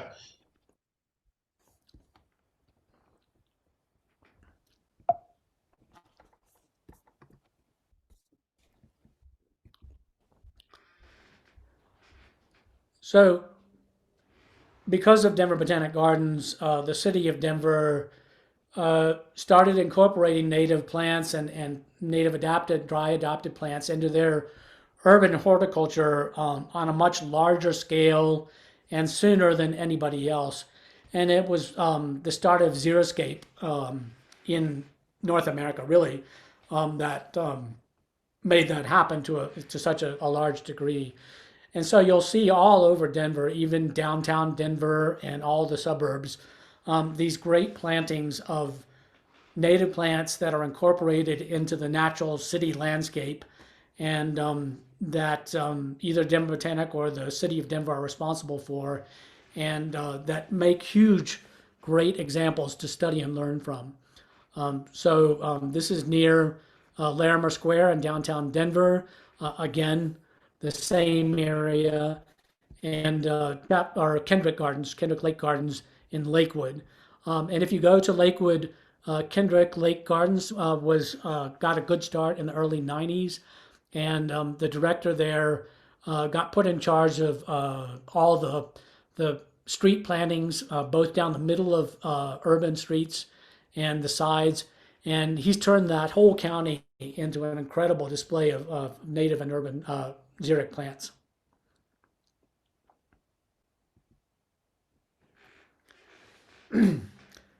So these are examples from Kendrick Lake.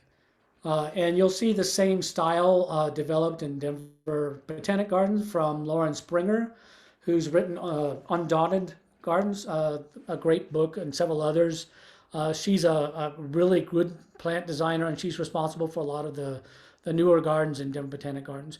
But just have a look at the texture and size and rhythm that you see in these plantings.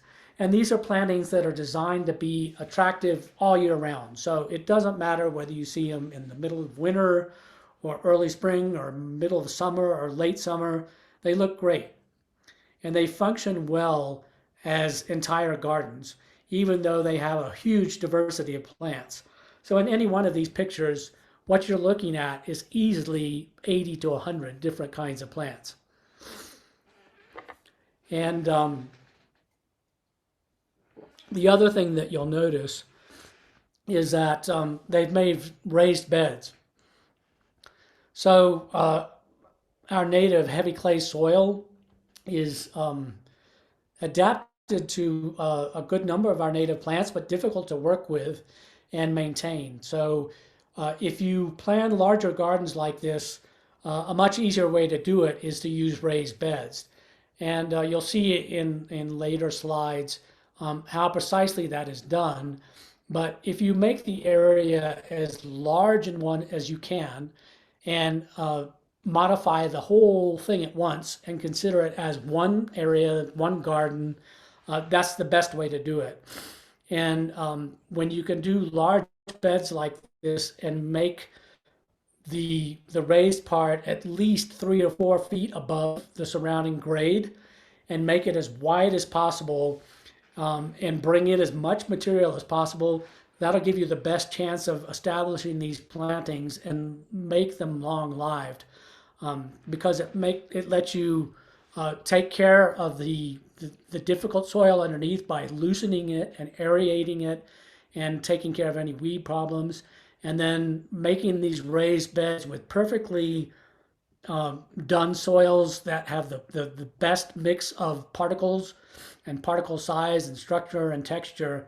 And then it gives all of these plants the best ability to get established and thrive as a community of plants instead of individually trying to dig one plant hole for one plant or one little group of plants in next to nothing possibly cultivatable soil that we have. Any questions about what I said so far? Kendrick Lake has gone through some rough patches. The director had to quit because of health problems.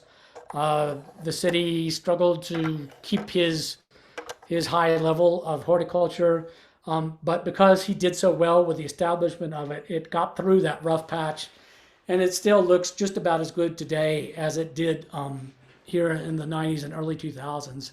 And it's a really great garden to go visit. As I said, is Denver Botanic Gardens too. So it's something that you definitely need to go see for yourself.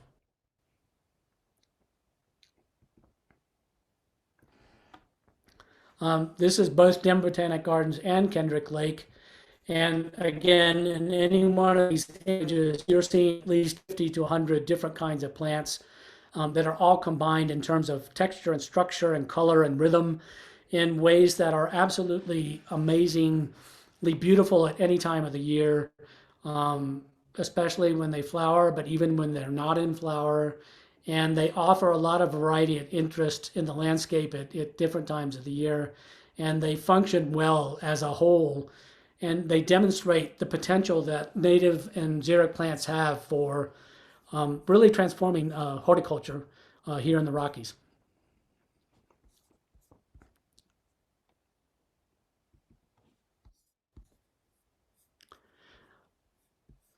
Again, an illustration of some of our local natives that do really well in a horticultural setting when you just provide the conditions for them. Globe mallow is a really important pollinator plant, one that blooms over a long period of time, is easy to propagate from seed and cuttings, and easy to combine in plantings with other different kinds of plants.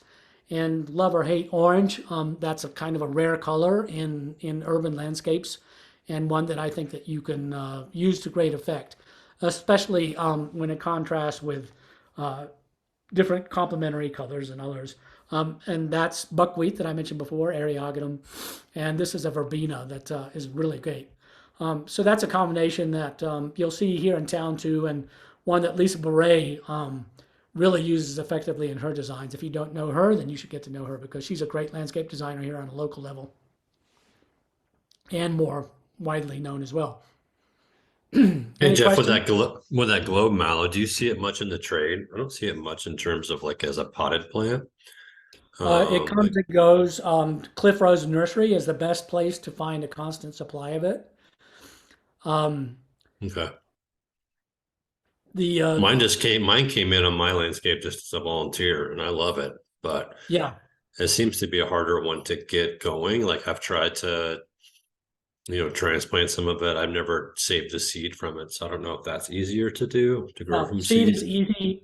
It's also a plant that prefers lighter soils, so it's easier to grow in a sandier soil than it is in hard clay. So, which is another reason why raised beds are really Okay. easy for it to grow in.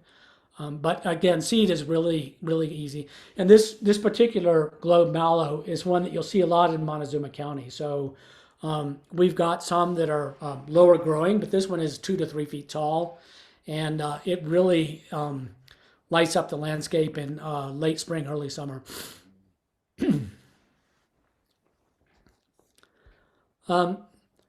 The slide on the right is an illustration of a particular form of rock gardening that's really caught on in the last 10 years or so. And it's championed by Denver Botanic and especially a group of young designers and gardeners that have really excelled at building with rocks in making these rock gardens where uh, they make ensembles that are a whole. So it's a whole large garden that is designed as one piece, and they generally use one kind of rock, and they're put in the landscape in a particular different way. So it's called crevice gardening. And we have great examples here in Durango. There's one that the Durango Botanical Society was the first to get going here in Durango in the library garden by Kenton Seth, who's one of the people that I mentioned, and another on Fort Lewis, the campus there that Ryan Keating, another of those young gardeners, built. And the idea behind them is that crevices are the way that a lot of rock outcroppings occur in nature, especially in the mountains. And it's a natural way for rocks to look in a garden. And if you make crevices like this and position rocks like this, not only does it look good, but it works really, really well with the plants to give them the conditions that they want to grow in naturally. And if you develop this soil mix that most crevice gardens use, and that's really easily adapted from region to region, if you might be able to find the individual components of a certain one. But the idea is that it's a mix that gives especially good drainage to the plants and that is not too rich in nutrients, which a lot of these native and native plants want. So it lets you plant small plants that are seedlings that are not even a year or two old and bare root them completely from the potting soil mix that they come in from the nursery and plant them directly into these gardens and get growing right away. And they've had huge success with establishing these really impressive rock gardens called crevice gardens all over Colorado and North America. The Durango Botanical Society can tell you a lot about it because they've had the most experience with anybody here in town. And actually, Darren, our representative that spoke up before, does she have anything she wants to say now about him? That was Catherine. And actually, like there's other crevice garden is up at the fort, as you know, but Fort Lewis, which has got to be one of the smallest ones. I'm sorry, one of the largest ones in the state. It's absolutely ginormous. But yeah, I don't know if Catherine wants to talk about the one that's at the DBG here in town. I just put Kent and Seth's book into the chat so people could access that if they want. One of the challenges we've had at DBG is that the signage that people really like elsewhere in the garden is difficult to maintain with the crevice garden. So if you're there and are wondering about some of the smaller plants that are thriving in the crevices, you can talk to one of the docents who are there on Saturday mornings. And since this is a CMD class, I'd encourage some of you to consider becoming docents. I think our new class is going to start in maybe January. Yeah, one of the questions here too was, can you recommend a soil mix? Obviously, the mix in this may be different than what you would see in a typical bed, but is there a mix that someone like Kenton or Kinchin or you would recommend? Yeah, actually, on Kenton's website, on the North American Rock Gardens website, there's individual recipes for these, but the idea behind it is to provide really good drainage and a lean mix. So you can start with native soil, but in a small proportion. And the largest components of it are a good quality sand. And by that, I mean a sand with a particle size that's bigger than masonry sand, which is not hard to find. And then expanded shale, which is something that people know more about now than they did 5 or 10 years ago, but it's easily available. And expanded shale is shale that's been heated to a hot degree, and it makes it more friable and immediately desirable for plants to grow in. And it also releases some of the important micronutrients that plants want to grow in. And so you combine that with a good degree of a gravel that's kind of like road based, but not road based because that turns into a really hard, impenetrable soil mix. But it has a lot of gravel in it, and it has sand in it, and it has expanded shale and a little bit of topsoil. And it's generally, when you build a garden like this, you're looking at quantities of cubic yards and not bags full. And so you just have to do a little bit of research to source where you can find either those materials or suitably available materials locally that will answer the same purpose, and figure out what the proportions are. And then once you get all that together, it's easy to use a small skid steer or a lot of people to mix it in large quantities and start. You actually need it from the beginning because it's what supports the rock structure in the garden as well. So once you start building the garden, you start using this soil mix to stabilize the rocks and then establish the soil that the plants will grow in. And if you visit the Durango Nursery Supply, they've got, I think, 7 or 10 different buckets of options of different sand and shale mixtures. And so you can actually see and feel some of the different consistencies. I found when we were planning the Fort Lewis garden, my biggest learning was the value of the bare root planting and getting rid of all the potting soil that was stuck to the roots from the wherever they had come from and getting them into the local soil. Yeah, that's one thing that seems contradictory for people. So most people think of the soil mix that nurseries use as the ideal growing mix for whatever they're selling. And for their own purposes, it is, because they only need to keep a plant looking good and healthy until it gets out the door. And then it's not their problem anymore. And I'm not saying that it's a dishonest practice, but it's what's practical for the nurseries. And so that's why we've had all of this long history of peat moss and potting mix and perlite and all this foreign material that doesn't belong in our gardens naturally, and that also doesn't make a soil mix that especially native plants can thrive in for very long at all. And so native plants, except for the ones that are montane, that are used to a lot of organic matter in the soil, they want a soil mix that is mineral and not organic. And so that's why sand and gravel and expanded shale are the largest components of any of these soil mixes that native plants are best grown in. And the reason that you can even go to the extreme of bare rooting a plant completely of all that nursery mix and planting it into a crevice garden is because a crevice garden is a really genius way of growing these plants, and it works really, really well.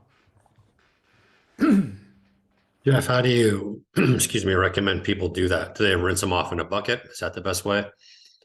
Durango Botanical Society has great experience because they are the ones that have planted these crevice gardens in town.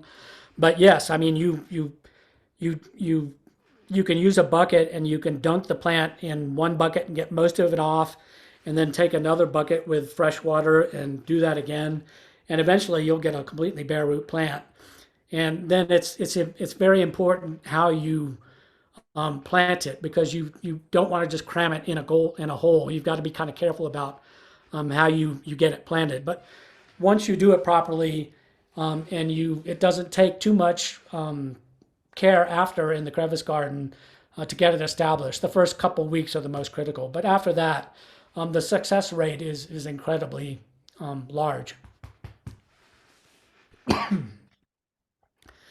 And I'd also say we'll talk about this in trees a little bit later, but in comparing balled and burlap trees to container grown trees to bare root trees, if you've had any experience with it at all, you'll have noticed that unless you get unlucky with the conditions under which you're planting bare root trees, they're much quicker to plant and to get established, and they have much better growth rate and success than a bare root or a container grown tree, which generally sits around for a year or two before it even thinks about taking off and growing.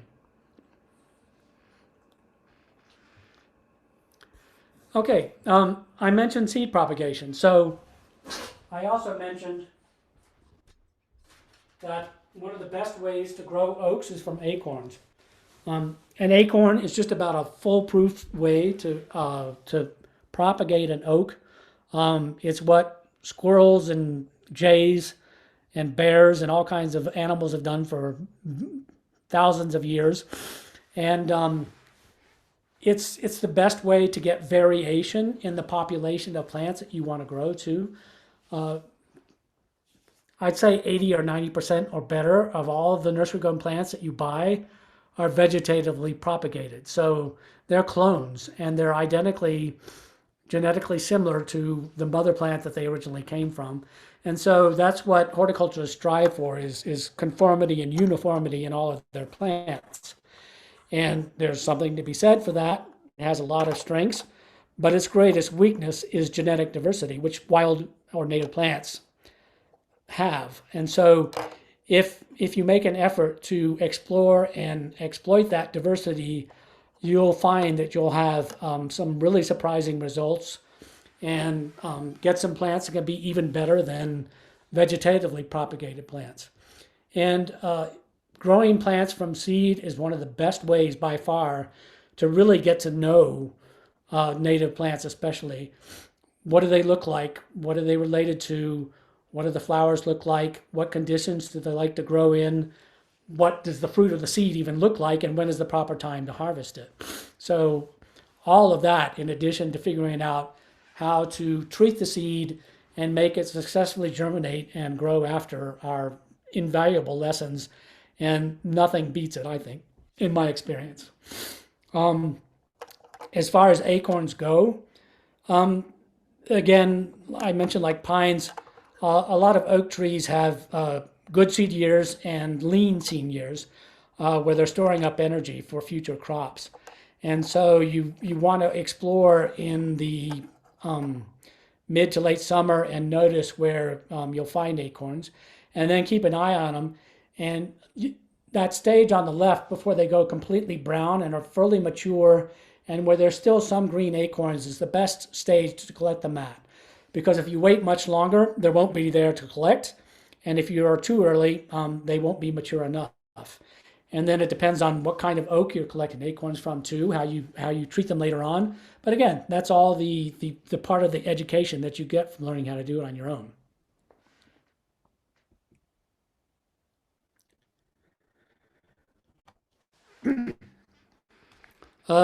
I think one of the most interesting groups of plants for me has been the native ashes, mountain ash. That's the genus Sorbus. So it's related to crab apples and to hawthorns and pears and other trees like that. And if you're familiar with the native one, it forms a shrubby tree usually, and it gets these really beautiful bright red clumps of fruits in the fall that the birds and the bears really love. And it can get great fall color, and seed is by far the easiest and the best way to propagate it.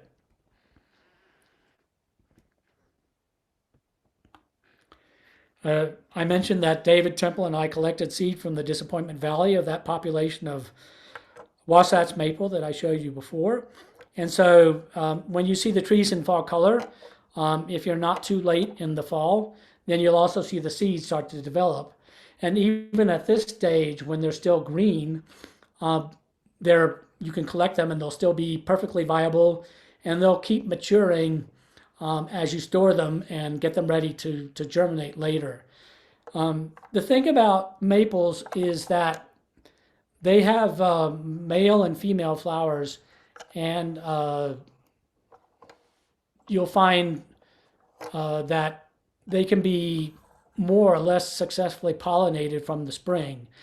And what you should do when you collect seed is see how many seeds in a representative quantity are actually viable. So if you cut those seeds open in cross section with a pair of pruners, you'll see that some of them are completely empty and there's nothing there. And some of them do have developing embryos. And if you get only a small number or percentage of those, then you'll know that you have to collect more of the seed than you intend to germinate in order to get a successful crop. And at that point, it's really easy. All you do is harvest handfuls of seed like this, put them in a paper bag, put the paper bag in a cool, airy place, and then let it ripen, keep ripening that way. And then before the seed gets completely dry and hard, you break off the wings with your hands, put it in a Ziploc bag with some moist peat moss and vermiculite, and store it for 60 days or a little more at 45 degrees temperature. And then you'll start seeing it grow like gangbusters, and you can sow it out in pots and get a really good crop of seed from maples this way.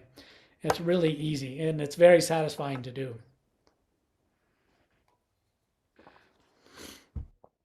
Alan Taylor, I mentioned before about manzanitas. He's also been extremely interested in oaks, especially our native oaks, and he's very responsible for making them available in greater quantity and variety than we've ever had before. And he's been interested in finding native populations of dependably red oaks, especially Gamble's. And he's gotten them into propagation. And now we have these really great, brightly colored fall coloring oaks that were never on the market before. And what he does in that case is he collects both seed and signwood for grafting, and he propagates these oaks in both ways to see what happens and what he can work with in the future after.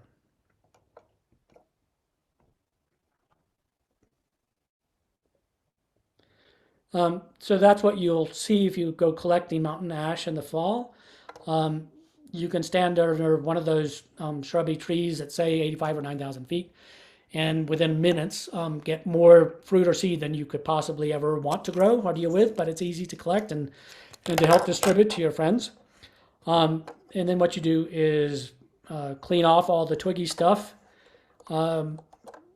cover the fruits with water and macerate the fruit until you separate the pulp from the seed. And that's really easy to do, and to get completely clean seed that way in not very much time. And then you can either dry it slightly or store it and sow it over the winter, and you'll get germinating seed easily in the spring and great plants that way. Yeah, were there any questions? Anybody have questions? I don't see any in the chat. I think you're good. Okay. On the right, that's elderberry. We have two native elderberries here. There's a third native one in New Mexico that has blue fruit that's really cool and interesting to grow. We don't see these much at all in any gardens or urban landscapes here. It's a great plant to grow for a lot of reasons, especially in more traditionally irrigated landscapes that have a little bit of shade. It's a great resource of food for birds. Bears like it too, so that's a consideration. It's If you're growing the correct one too, it's edible and it's a good source of vitamin C, and is decorative in its own right. It just needs room to grow because it's a large shrub. This particular one too has yellow or golden fruited varieties that you'll see especially around Telluride for some reason, and they come true from seed, so you can get yellow fruited ones that way.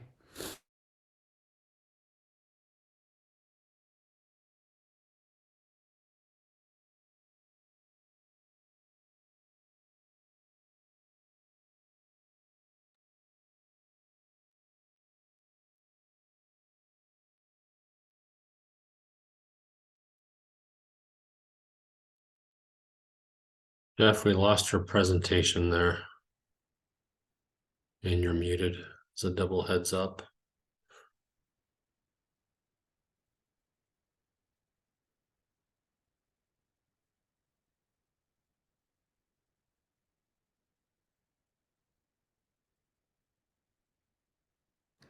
Are we back up?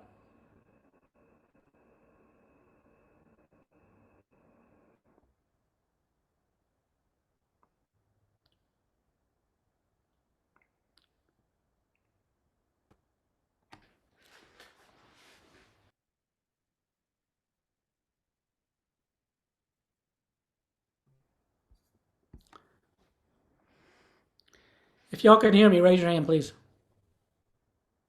Thank you.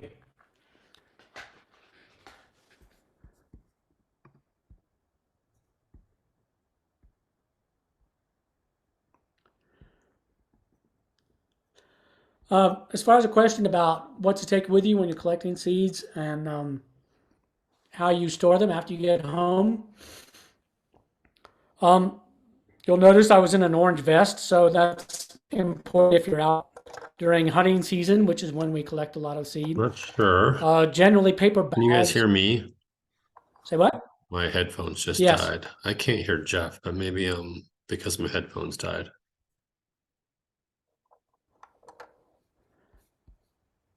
Anyway, paper bags are great, so you can get larger, small ones. Burlap is good. So, in a lot of cases, if you're using a plastic bag or Ziploc bag, they're fine to collect in, but they're not fine to store in. So that's why you need to provide seeds with some air and not moisture while they're ripening, because they generate their own heat and moisture. So that's why paper or burlap is better. So once you collect it, you also want to label it. Useful information too is where you're collecting the seed from, and what time of year it is, so the date. And then you can store it in paper burlap. Sometimes in a refrigerator is good, but generally just at ambient temperature in a garage, say, or a shed. Protect it from predators. Let it keep ripening a little bit, and then it'll be ready to clean and to sow. I think I need to text Darren, so hold on.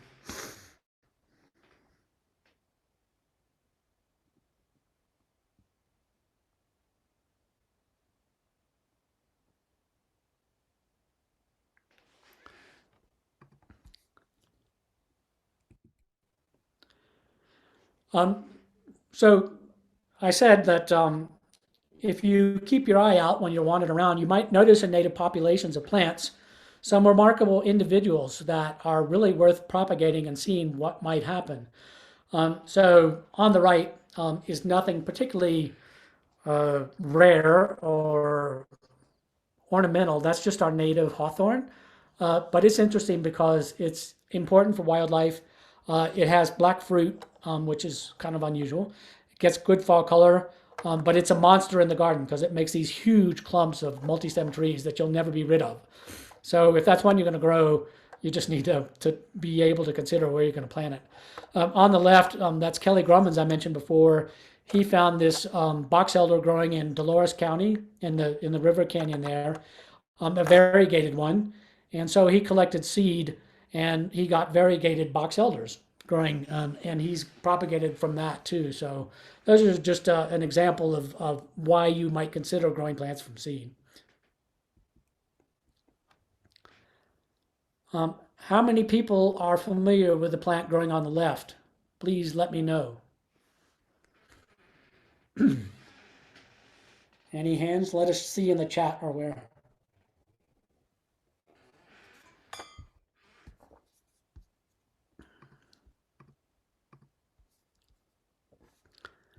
Yeah, lupin. Which lupin? I need more information than just lupin. Don't know what silver lupin is. So, common names are great, but they don't give you too much information unless you know what the common name means. So if you're bridling at the fact that I happen to like and use scientific nomenclature, that's exactly why, but I'll accept the answer anyway. So this is Lupinus pruniphyllus. It's called Rocky Mountain bluebonnet. You'll see it growing around May Day in La Plata Canyon by the acre, the billions. And it usually starts growing around Memorial Day, sometimes before. And it's a fabulous lupin because it's really perennial. It makes these giant colonies and clumps, and it has some interesting variations. So it can go from pure white to pale purple to deep purple. And because it's a lupin and it has different colored banners and standards, those can be different as well. It's also really important for wildlife, and it's easily propagated. So the thing to do is to wander around and see the ones that you're really interested in and mark them, and so you can find them later when they're not in flower, and then go back and collect seed before it all disappears in August or late July. Collect the seed, put it in a paper bag, let all the seeds explode in there, and it's pretty straightforward from that point on, either to directly sow it in your garden or to store it and sow it later over the winter. And that's what you'll get is seedling lupins, and they're easy to plant out later and keep growing on. Great native plant.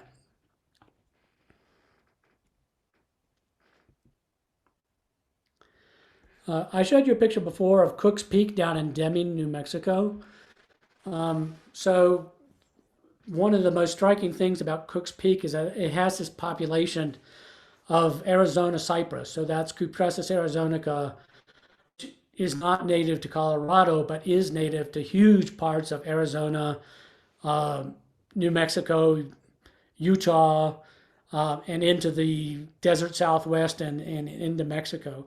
So the true cypresses, the genus Cupressus, they're related to junipers, to arborvitae, to other plants that you know. But people never thought that it would be hardy and worth trying to grow in Colorado until Alan Taylor found this population growing at the very summit of Cook's Peak. And this was about 25 or 30 years ago. He collected seed. He started growing it on its own. He introduced it to Denver Botanic Gardens and Plant Select. And now it's available in the nursery trade pretty easily and is a great plant worth growing. So it looks like a juniper as a young plant. It grows pretty upright and then it gets broader and taller. And it turns into this beautiful 40 to 50 foot wide, 30 foot tall and wide tree that is absolutely gorgeous. And it naturally is variable from seed. It can be pure green and into really blue color forms that hold their color really well. And because of climate change, there was a group of Texas botanists that were up there this spring, and they've seen that native population in Cook's Peak is dying. And those trees that are hundreds of years old will be completely dead probably within the next decade. And this tree will never have been known at all in commerce, except for the fact that Alan Taylor collected it and grew it and introduced it into the trade. What's the genus and species of that again, Jeff? The genus is Cupressus, so that's Cuppressus, and the species is Arizonica, or it can also be glabra. It depends on what you're considering, but Okay. Cupressus glabra or Arizonica. And Cook's Peak it's now got a variety name associated with it, but that's the one to look for. If it comes from Plant Select or Fort Collins Wholesale Nursery, then that's the bona fide one. I mentioned the tree on the right because it's a really striking example of a relictual species that exists in Colorado only because this one small population made it through the ice ages and managed to survive and keep growing in Boulder, Colorado. And so if you go up into the foothills above Boulder into one little area, it's just tiny valley growing in one of the mountain peaks there, you'll find this population of paperbark birch.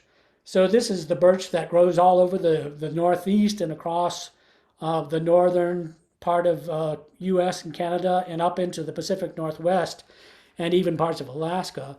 Paperbark birch that is native to Colorado. And so people started noticing it and collecting it. So this one little valley has a population of paperbark birch that are pure paperbark birch and that are also hybridized with our native western river birch, which is the coppery colored one that you may be familiar with. And so you get this, if you collect seed and grow it, you get everything from pure paperbark to pure western river bark and everything in between. And it's just amazing the variation that you can get. And David Temple has found that growing these trees from seed has given some birch trees that are also hardier in terms of climate and soils and resistant to birch borer. So this is the birch of the future for urban horticulture if paperbark birch is what you're after. Again, birch grown from seed is dead easy. Very straightforward. So in summary about propagation and cultivation, native plants are used to native soils. They don't want a lot of organic material added to the soil.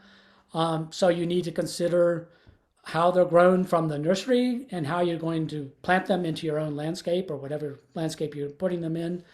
And they want mineral matter versus organic matter for the most part, except for that group of plants that are used to the montane that can deal with organic matter much easier. They want porosity and oxygen in the soil.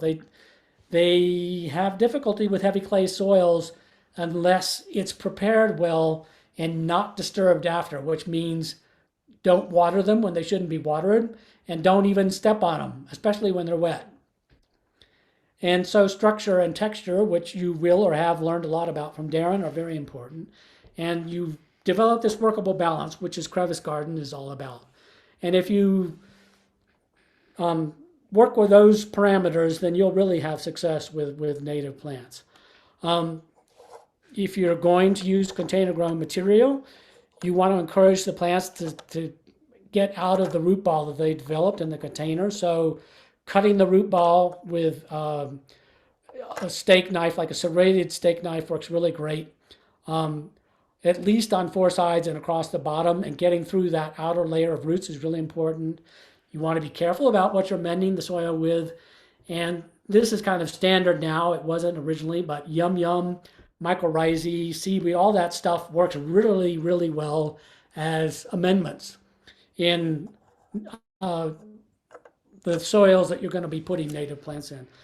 Super Thrive is a really weird example. It's sold as a vitamin, plant vitamin in the nursery industry. For some reason, it really works, but it was developed as a vitamin supplement for people fighting in World War II in Europe. And so they thought that if they could get a teaspoon of Super Thrive every day, they'd be super fighters and it would help them win the war. And some CSU guy or some guy in an agricultural college discovered that plants actually like it too. So that's why it's on the market still. Again, this is something I'll talk about this afternoon, but plants don't grow by themselves as individuals. They don't grow in straight rows. So if you're going to be planting trees, think of planting groups of trees and not just individual trees. That's really important and it works.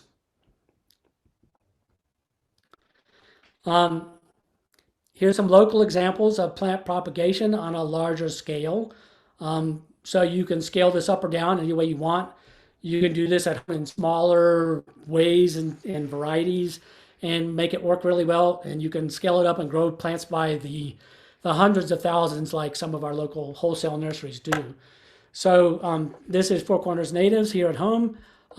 Just making a raised bed like this, making a surface that absorbs moisture really well, gives you a little bit of protection from the elements, demarks the area for wildlife, makes it easy for plants to be treated as one whole thing in terms of irrigation, fertilizing, protection from deer and predators, all that kind of thing.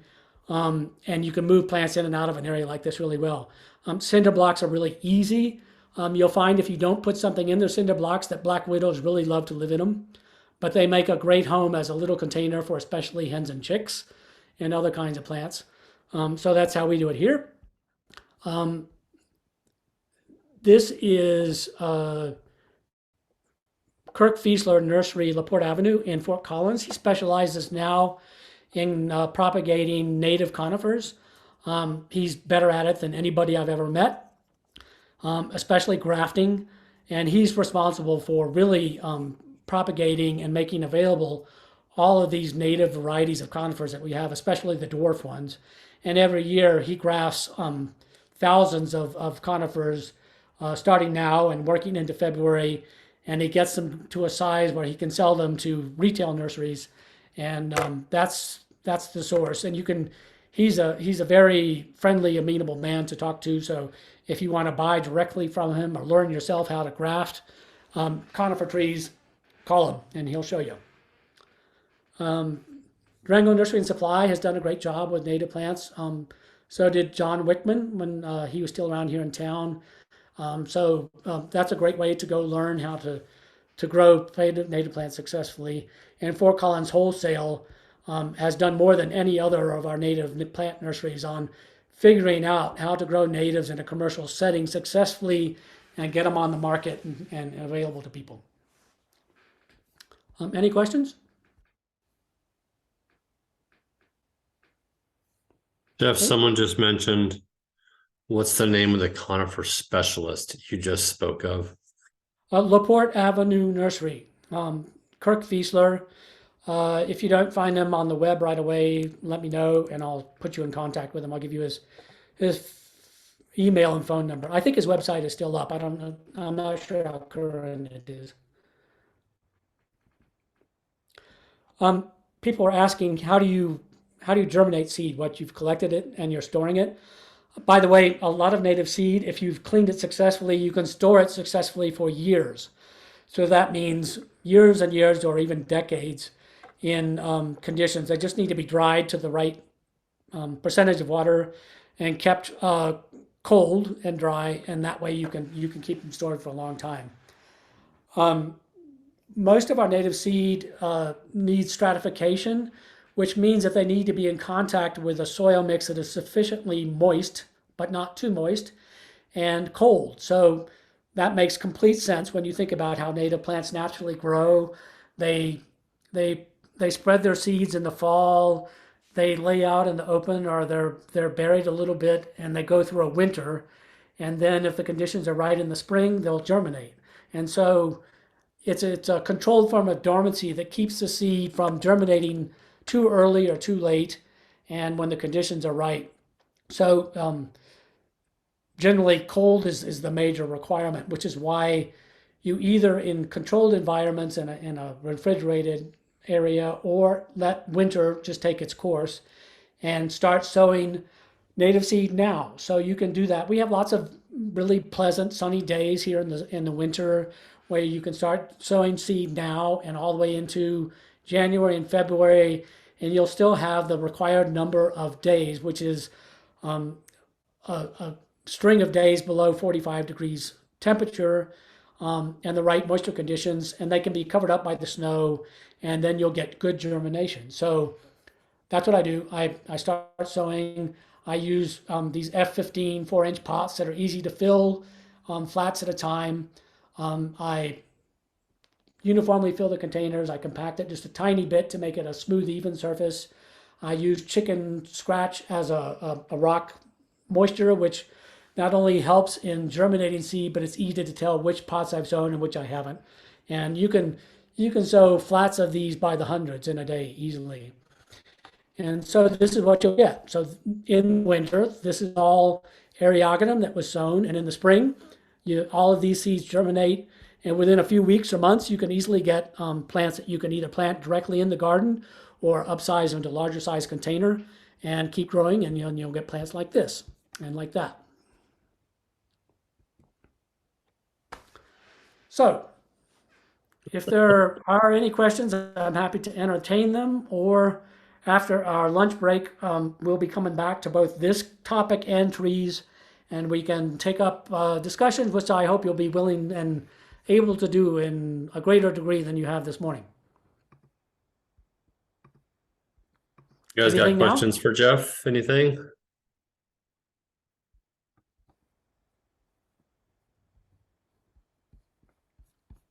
Awesome. Cool. Jeff, you're killing it. So, it's 11:45. Does 12:30 work for everybody to come back? Is that enough time for you all? 45-minute lunch. Jeff, does that work for you? It does. Okay. So let's just say 12:30, and then we'll get back and we'll start hitting the trees, and then again, whatever else you guys want to talk about. I'm assuming most of you are now realizing that Jeff's quite the expert on this, and open to any topic. So let's go ahead and take a break. Over the break, I'll send you some web links and book lists for people to have too. Okay, awesome. Perfect. Great. Thank you. Still time Thank for you. Christmas presents. Okay, see y'all in 45 minutes.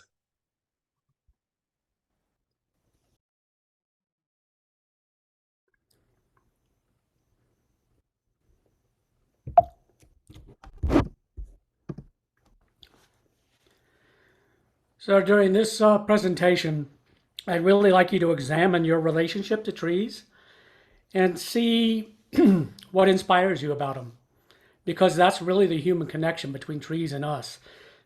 Take note of how they grow in nature. As I've said, they don't grow in single lines.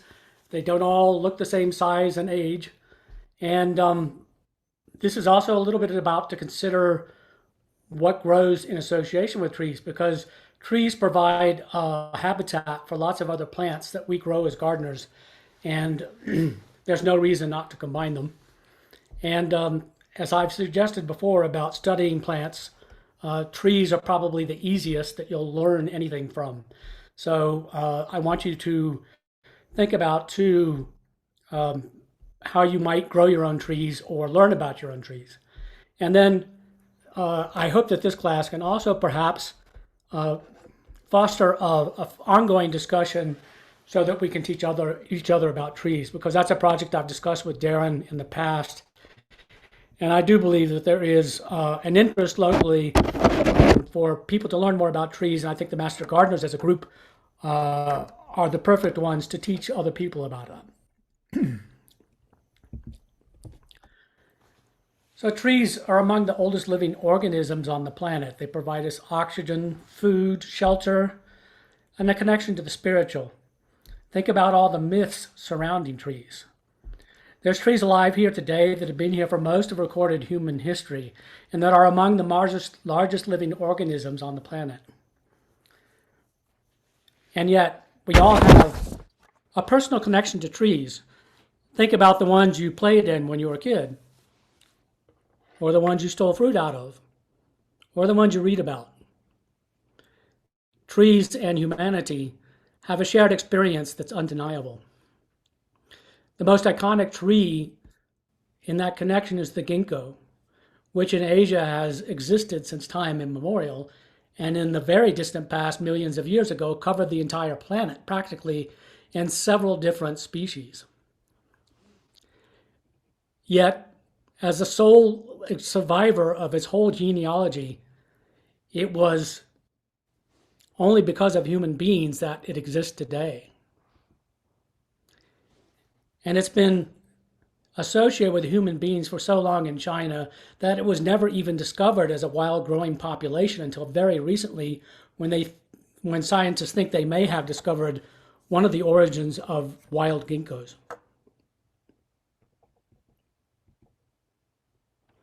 There are many cultures around the planet that revere trees not only in their literature and history, but on a daily basis. And practically every state, every country, every group of people has one particular tree or maybe a group of trees that they particularly associate with their existence. I've seen this all over Asia where practicing Buddhists turn the national Buddhist tree, the international Buddhist tree, the Ficus religiana, into a daily shrine. So they stop every day. They say hello, they say goodbye, they say a prayer for a person, they leave a note for somebody. That's a very moving experience as a Westerner, and I think that we could celebrate trees on that level here ourselves. Just think about it.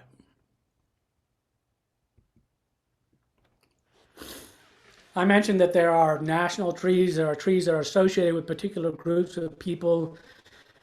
There are often trees that dominate the landscape in some way. So in terms of us here living in the West, it's probably the aspen in the mountainous Rockies that appeals to so many people in the way that European larch does to Swiss and Austrians in the Alps. It's a tree that dominates the landscape, especially in the spring or fall, and it has an undeniable presence unlike any other tree. Here's a different species of the same genus growing at 17,000 feet in China.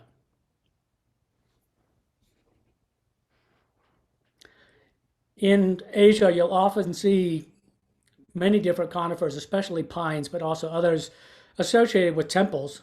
And if you visit any of these temples, you'll see that they have trees that are 1,000 years old or older than the temple itself. Larch is one of those.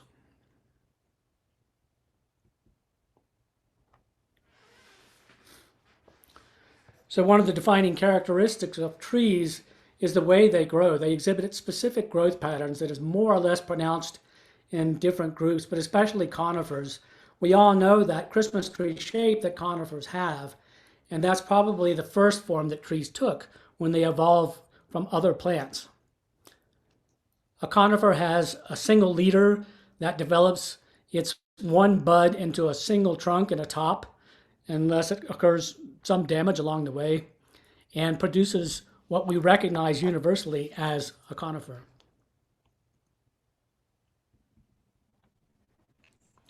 There's another pattern of growth that's very strongly obvious in the tropics and less so in temperate regions, but you see this same kind of growth pattern, for example, in cottonwoods, and it's called reiteration. So if you look at the pattern of this tree and take any smaller part of it, you see that it represents or reproduces the same growth pattern as the entire tree does or any larger part of it does. And in the tropics, it's especially important because that's the way that they maximize their real estate in the tree canopy and get to dominate the biggest area and absorb the most light as possible.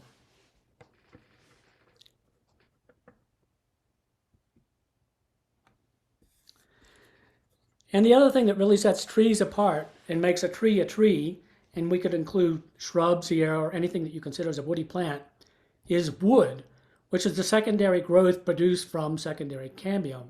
So a tree produces tissues on the inside and the outside of the cambium layer, and part of it becomes wood, and part of it becomes new tree and bark. And that's how a tree grows throughout its entire life. And it's why trees can remain in one place and still be hundreds or thousands of years old. It's a remarkable group of tissues within the living kingdom of beings on the planet. And it's also the reason why we can grow and prune and shape trees in the way that we do. It's also the whole basis for arboriculture and the responsible pruning of trees. So, especially with trees in the temperate regions, you'll see that a tree bud contains all the growth for the tree that's going to happen in the following season. So if you walked outside now and took a branch off any tree and took a cross section of any bud, and I would suggest, for example, horse chestnut is a really good example because they're large buds and it's easy to see all of these different parts. But the whole growth that will happen next year is already within that bud. And the scales on the outside protect all that delicate tissue from the elements during the winter. But as soon as the conditions are right, which could be temperature or water or daylight or a combination of all of those, then a tree wastes no time in breaking bud and growing and either producing one new branch for the season or a whole series of new branches and shoot growth and flowers and fruit.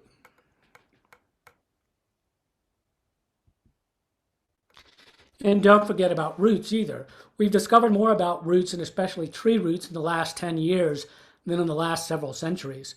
There's been some really revolutionary and phenomenal work carried out by scientists, especially in the Pacific Northwest and Europe, that's uncovered all kinds of information about what goes on in the whole community of plants and animals in the ground that we've never known anything about, and how incredibly important it is to the health of not only a tree, but an entire forest.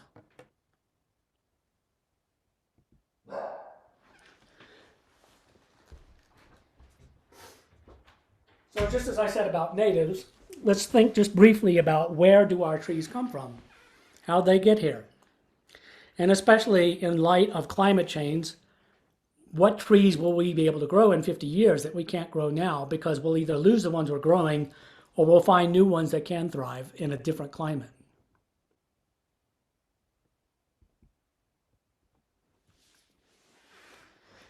So this is really well-established science by now with continental plates and drift and the way that the world's climate used to be.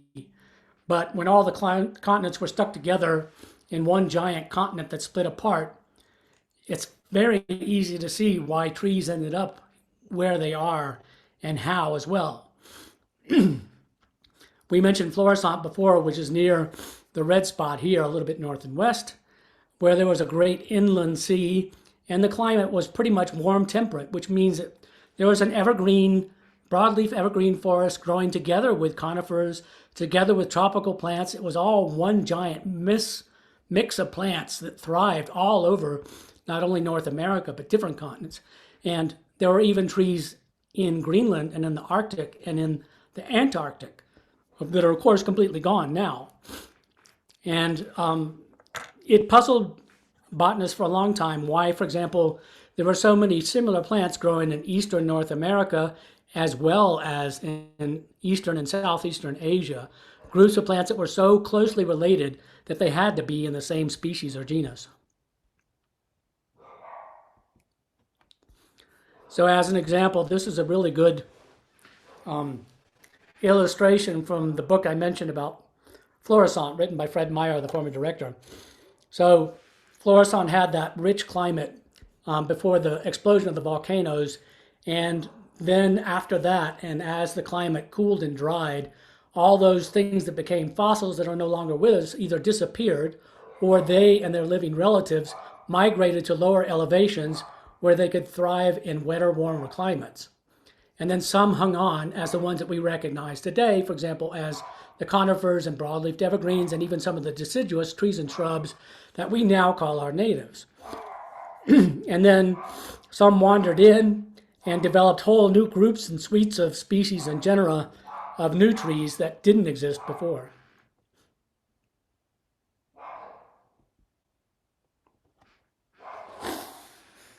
So just as an illustration of how trees exist on a worldwide basis and what we can learn from studying them on a worldwide basis, I'll just use the family of trees known as the oak family or the beech family. And we know that in North America, there's a huge amount of different kinds, especially Mexico. Mexico has more oaks than all the rest of North America combined, which is incredible when you think about it. Mexico also has a really weird area where all kinds of plants that existed not only in southeastern North America, like almost subtropical, together with hardwood deciduous species and evergreens, ones that we also know from the Pacific Northwest, they all live in this little rainforest in the highlands of northern Mexico, just across the border from Texas. And it's a window into the past of what the forest looked like before the ice ages. It's really incredibly interesting. But there are also a number of oaks in Asia. And so we know that probably somewhere, either in southeastern Central Asia or in North America, that's where oaks established their own kingdom and grew into an incredible number of different kinds and diversified and became the oaks that we know today. And also related, not only oaks, but chestnuts are closely related to oaks as well as beech. So those are trees that we are less familiar with here, but I'm sure that you've run into in some shape, way, or form in another garden somewhere or in the grocery store. And then there's a whole nother group of evergreen ones that we have in the Pacific Northwest, but that are especially prevalent in Japan and China and Indonesia that are interesting to study. So how do we go about doing that? I'll also just mention, look here, oaks in South America.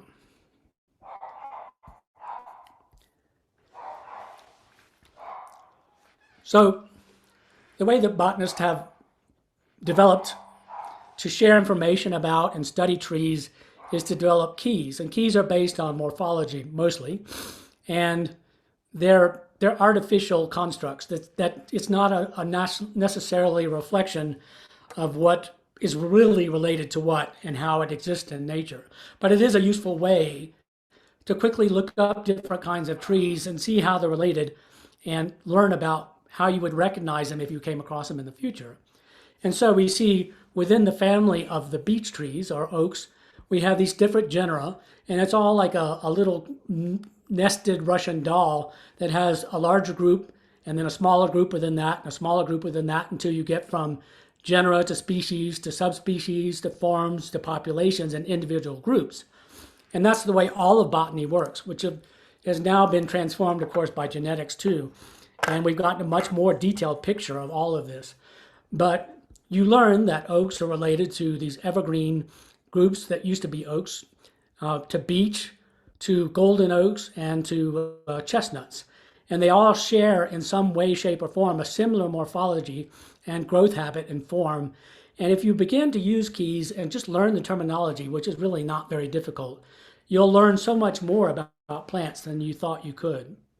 I promise you it's not difficult. So if we happen to be looking in a key and we think we found this oak, then we can begin to study it and see that is the definition of an oak.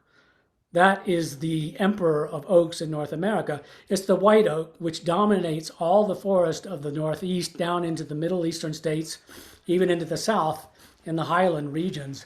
And is responsible for rebuilding the navies and much of the architecture of Europe after they'd felled all of their old growth forest and discovered oaks in North America. Oaks are so incredibly important, not only ecologically, but also in relationship to people.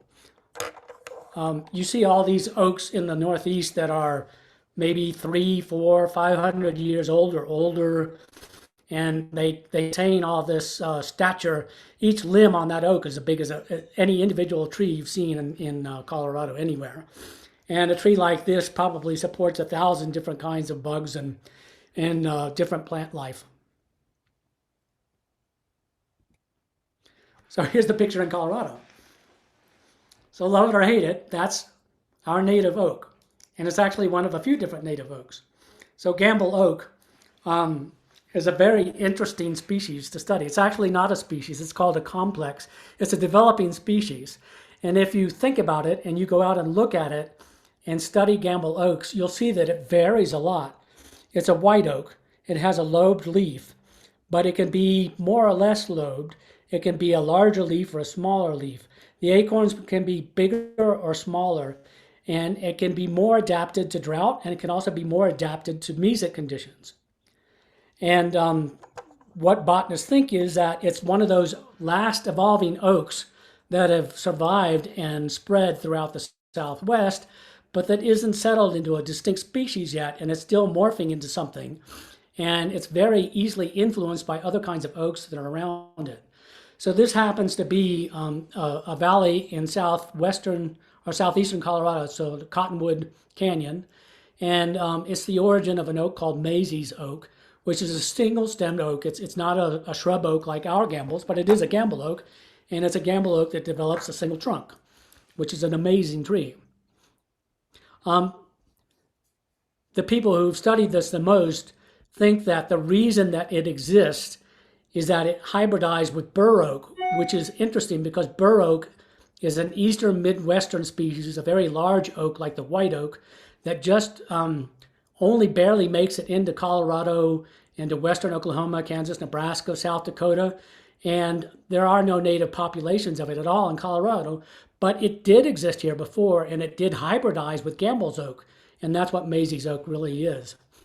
It's a hybrid between bur oak and Gamble oak, and so it shares characteristics of both, but it has the stature of bur oak and some of the other characteristics, but the toughness of Gamble's oak. That's a Gamble's oak, but it's a big one.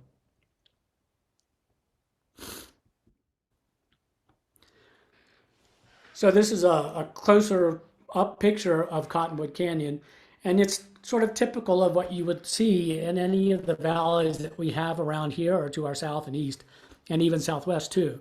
And so we have all these riparian species, cottonwood, willow, and associated.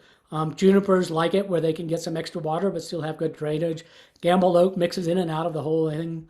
And then you get into more drier, adapted things further up the slope. Any questions so far?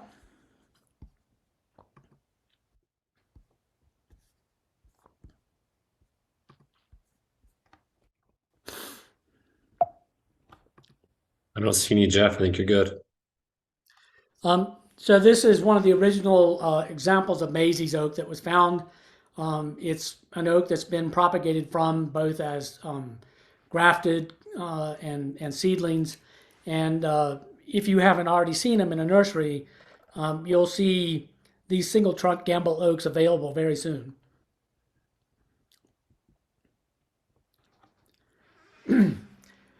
I won't go into detail here, but again, using a key, you become quickly familiar with all the different genera that make up the cypress family.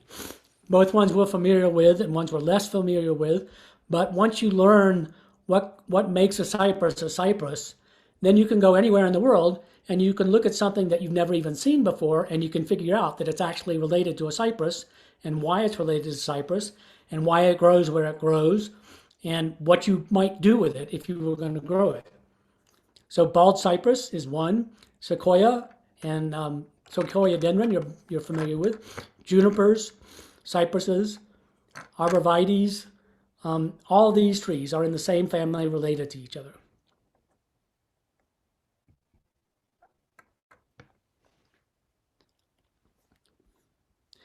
This is North America's largest juniper. It's the Sierra juniper. It loves California and places north.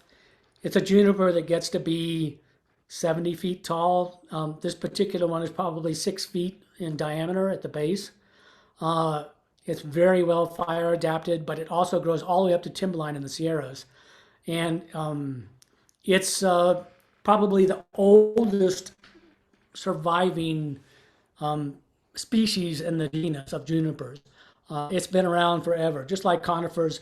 We know conifers are the oldest group of trees for several reasons. Not only have we found examples of them in the fossil record from a long, long time ago before there were flowering plants, but we recognize now that conifers on the whole as a group are a declining group of trees. There are fewer kinds of conifers than any other kinds of plants on the planet. They've been restricted to environments where they can outcompete other plants, but they're environments that are very tough in many different ways. And when you look at and study conifers and the different groups of trees that make up conifers, you see that there's only a few species in every genus, really, compared to flowering plants. And they're on the whole a declining group that gets smaller and smaller. On the other hand, Pinus ponderosa is the most ubiquitous tree in western North America. And speaking of humanity and trees, I can't do anything better than quote Donald Culber's Petey, who's really a great naturalist who's written about trees. So take a second and look and read how he characterizes a ponderosa pine.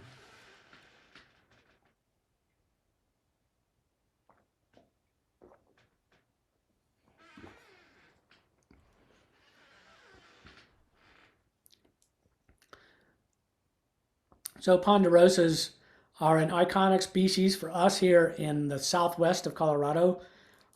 There's another form that's a little bit different that takes over in northern Colorado.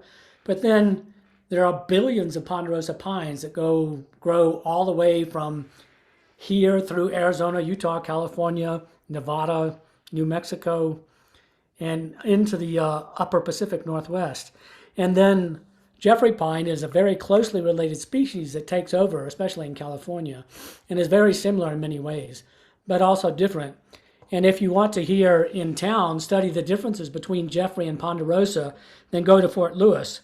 If you look just east or west of the Student Union building, some really smart person planted a bunch of Jeffrey pines there, along with Austrians and Ponderosas, and it's really easy to pick them out and see the differences.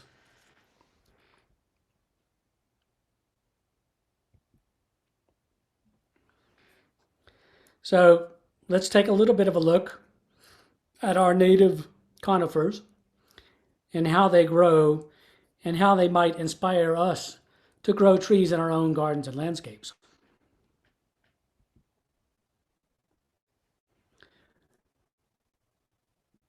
I mentioned bristlecone pine this morning, and the oldest group of them that we found in the Rocky Mountains on Mount Bross near Fairplay. That's a group of trees that you could study for years and years and years and still learn a lot about and learn from.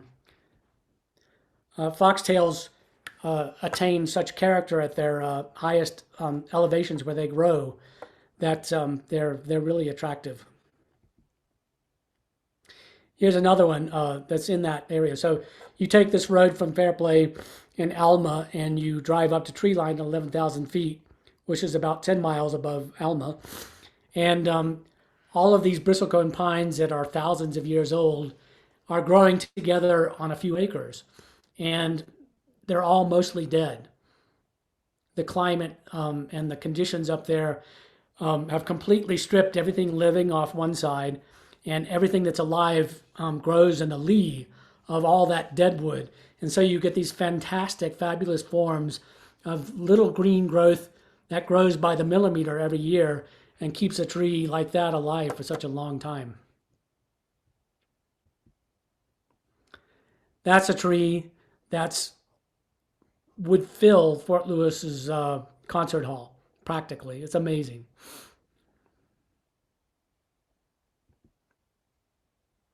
Again, a tree that is existing on the edge, literally on the edge of being able to exist, and all in the lee of that dead wood. There's no doubt at all about where the weather comes at 11,000 feet. Notice too the cones. These trees are still very much alive, and they produce very luxuriant growth every year and have success producing cones all the time.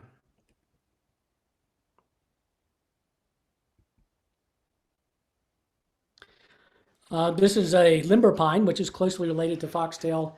Another of those five-leaf pines that can take extreme conditions, both at higher and lower tree line elevations. And it has been around forever.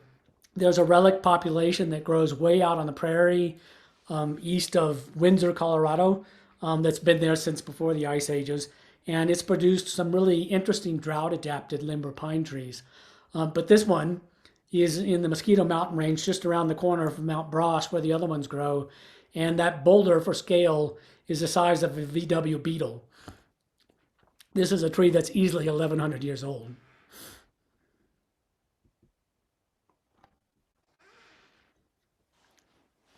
We have two spruce that grow in our neck of the Rockies. Engelmann is the most widespread, I think, too, the most attractive. It's better adapted than blue spruce, and all the spruces will be very severely threatened by climate change in the future. They can't take extended periods of hot, dry weather, drought, lack of snowfall. They become weak and more susceptible to pests and diseases. So in 50 years, there will be no spruce alive around here probably, unless we're lucky. But it's such a fabulous, iconic tree, and while we can, we should enjoy it as much as possible and do more to grow it. Of course, a spruce is a big tree, so it's not one for a small yard in the city like it's been used here in Durango especially.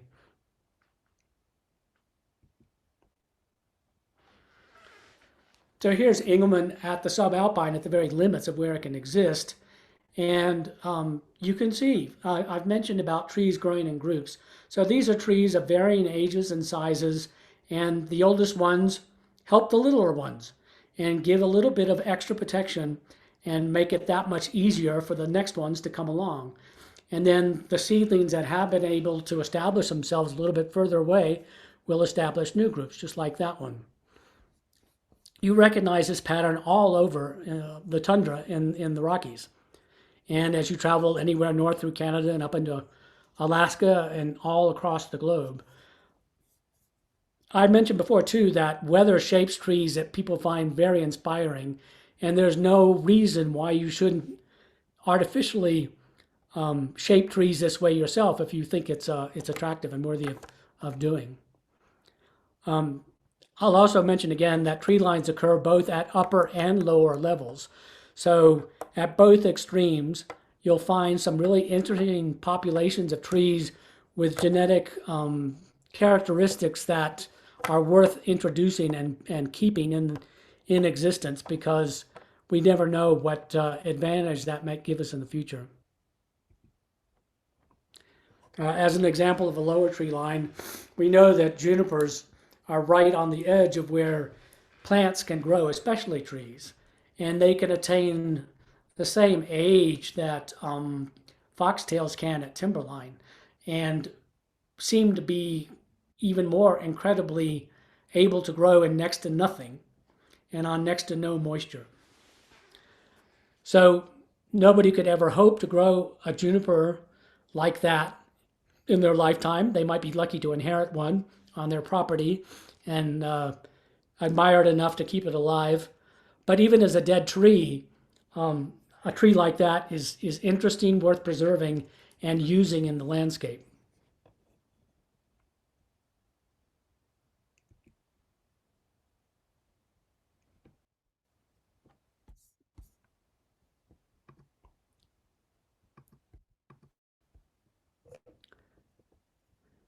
Anybody still with me here?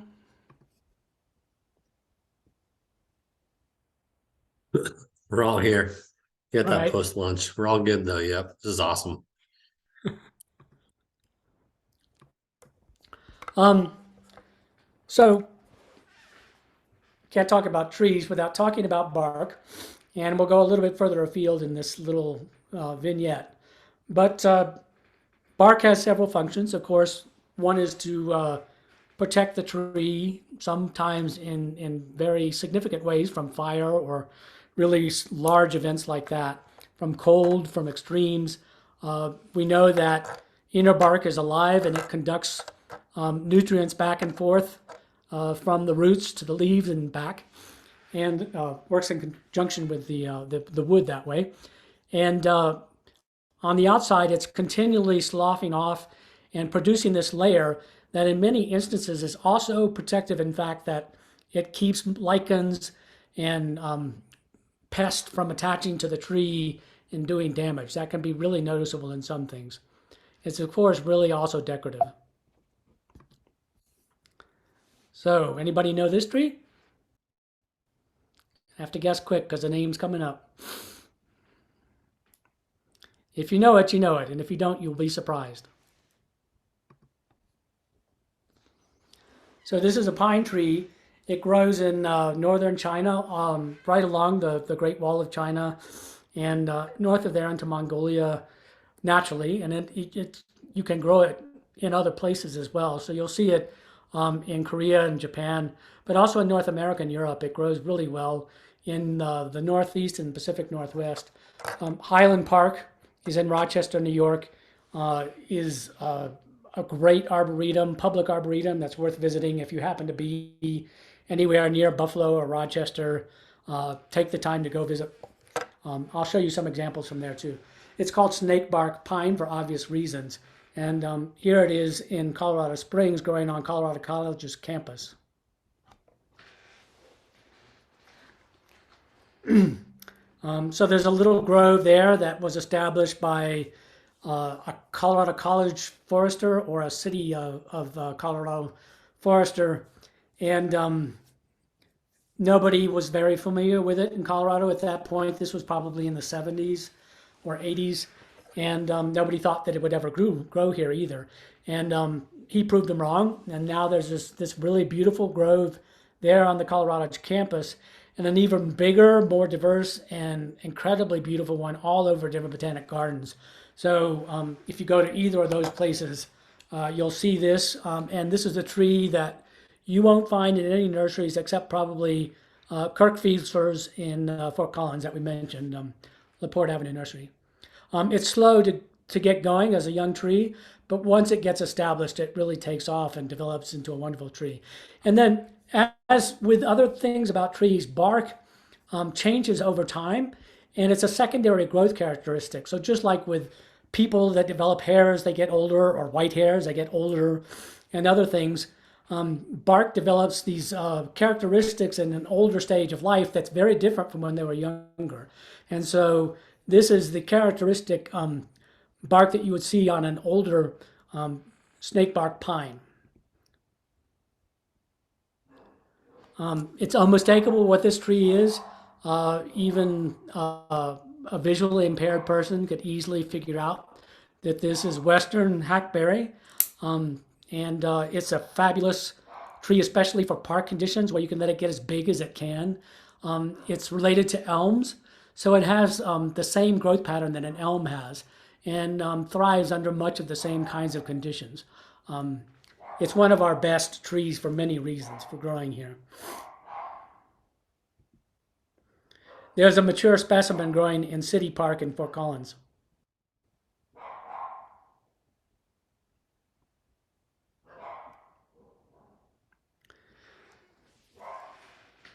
So the thick, very rough textured, beautiful cinnamon red bark that we see in ponderosas is of course also something that develops with age.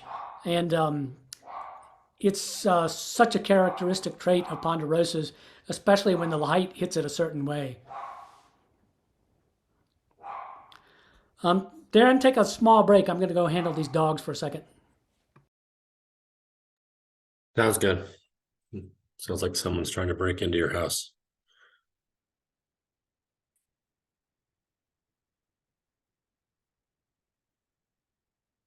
As a reminder, I'll set up um, a website or a shared folder where I'll have this document. So both presentations of Jeff's, and then he's going to give me a list of books, websites. So I'll have that all in a shared drive that I can share with all of you. So hopefully that can be helpful further down the road. And Jeff is also really quick to answer email. So again, I'll share his email address with you, and it's on the last email I sent out about the weather.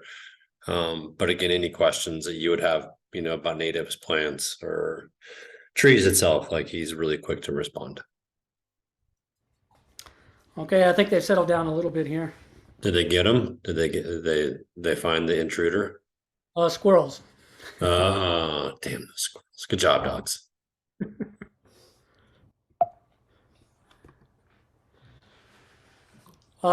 This is Scots pine, Pinus sylvestris.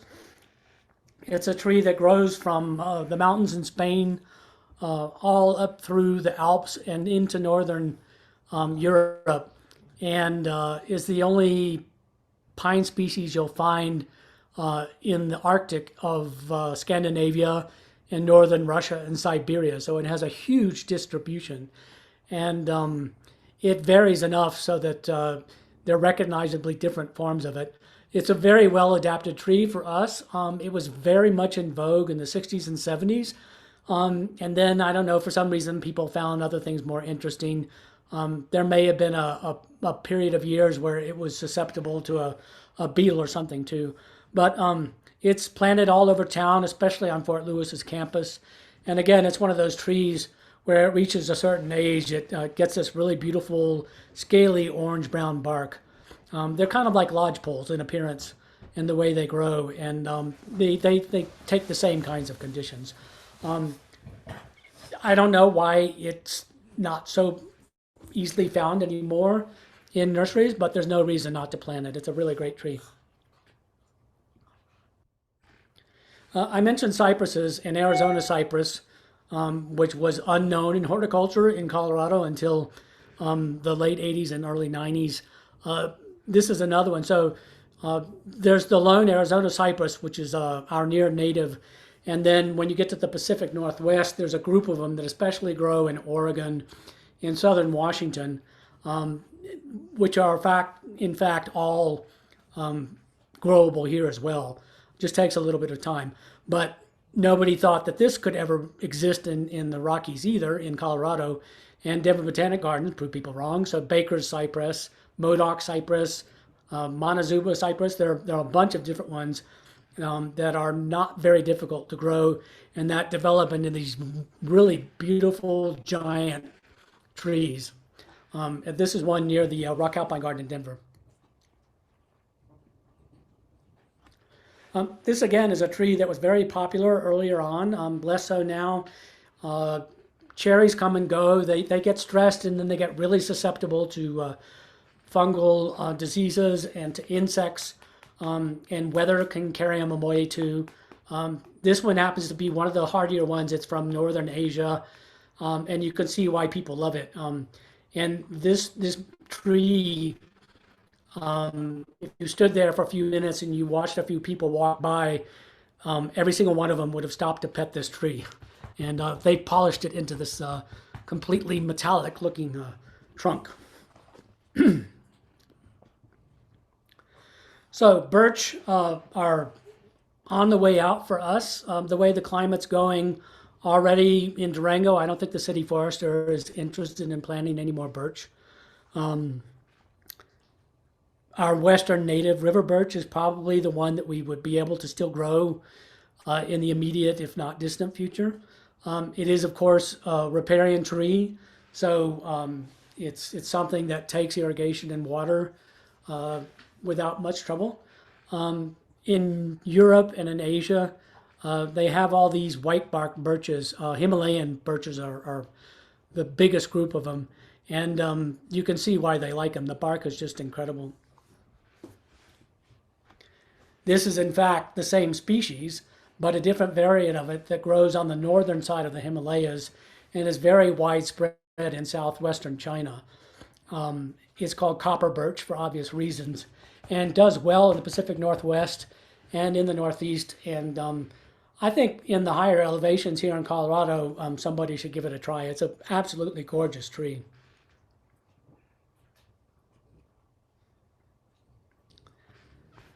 Okay, I'm not saying anything until I get 5 guesses about this one.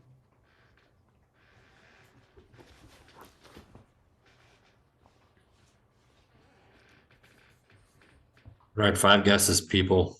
Doesn't have to be anywhere close. Just throw a tree out there.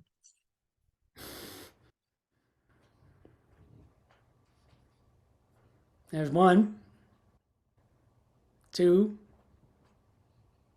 3. Are there only 3 people listening?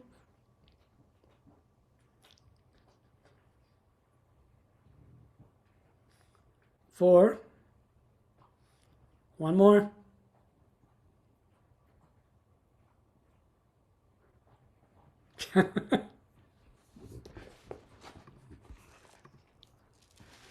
This is paperbark maple. This is a tree that grows in central China and southwestern China. It can be 45, 55 feet tall, 20, 35 feet wide. It's a tree that pandas used to hang off of and live in when they were still wild in China. And nobody in the West knew anything about it until the late 1800s, early 20th century, when all those rabid plant hunters ravaged China for all kinds of plants. It took off in the Western Europe and North America. So paperbark maple is one of the most extremely ornamental trees on the planet, and it grows well here in Colorado. Durango Nursery and Supply has a great one that's right on the edge of the drive when you go through the gate, and look to your right by that across from the little pond, and you'll see it growing there. It's just slow to establish. Again, it's a tree that you should plant in groups and not as an individual. They'll do much better that way, and in time you'll get this absolutely gorgeous trunk.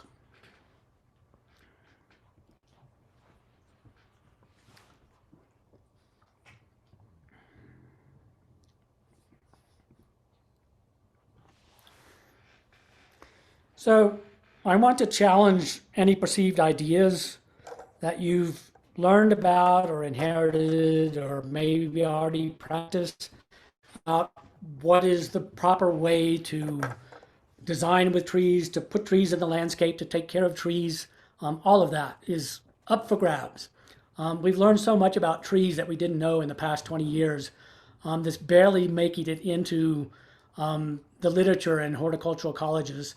And really, arborists, the arborist profession has been transformed by much of what we've learned most recently about the way trees grow and what the best way to take care of them is. But in terms of design too, I just want you to notice as examples from nature what's characteristic about a particular tree and the way it grows, and how much of that we don't even pay any attention to when we use trees in our own landscape. Even dead trees make a statement that is worth considering and using in the landscape. There's a whole new branch of horticultural called stump gardening that the Germans were really rabid about, and have developed to a large degree. There's an example at the Betty Ford Alpine Gardens in Vail, too.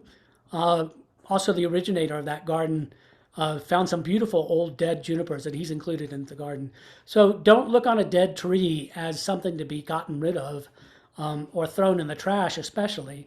A dead tree is a valuable thing for lots of different plants and organisms to live on and to thrive in, and it has its own aesthetic beauty.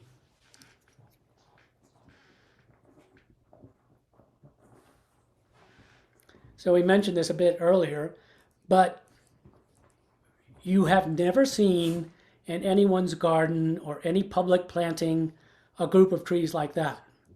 And my question is, why not? Trees don't grow in single rows. They're not all the same size and age. They grow in groups naturally. They take care of each other both underground and above ground, and they develop into a community of plants that is in its own right rich and diverse on many levels. So if you have the space and you're considering planting, say, just Engelmann spruce, why not plant a whole bunch of Engelmann spruce and make a whole grove of Engelmann spruce and mix up the size and the ages and the spacing and turn it into something that's really dynamic and interesting and much more viable than one spruce planted in one hole in the middle of a yard somewhere or a few spruce on the edge of something.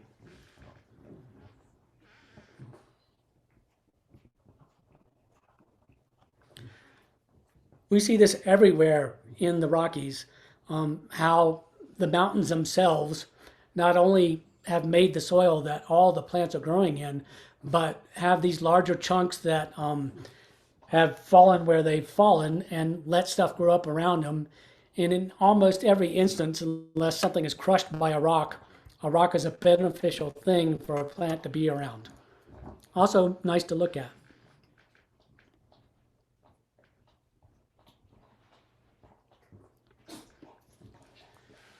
I don't think you can buy subalpine fir in the nursery, especially not as a seedling. There's no reason for it. It's a great conifer, especially at higher elevations. There is a desert adapted one from Arizona that you could plant and should, because it's not planted very often at lower elevations. But it does really well, and especially in the La Salle Mountains, you'll see huge examples of it. And it's one of those conifers too that once had a much bigger distribution than it does now. So it's an iconic species for us here in this part of the Rockies and in central Colorado, and then it goes all the way up through the Rockies and into western Canada and up into Alaska. And it's a gorgeous tree. Firs are amazing trees to get to know and learn and study. And then just notice how this one has leaned just out of vertical, and how appealing that is compared to if it were a strictly upright tree. It really gives something to its existence that is worth noticing.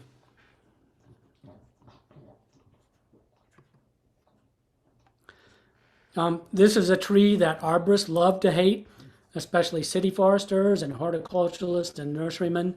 It was grown in large quantities in the 30s after the Dust Bowl as a means to control wind erosion and soil erosion.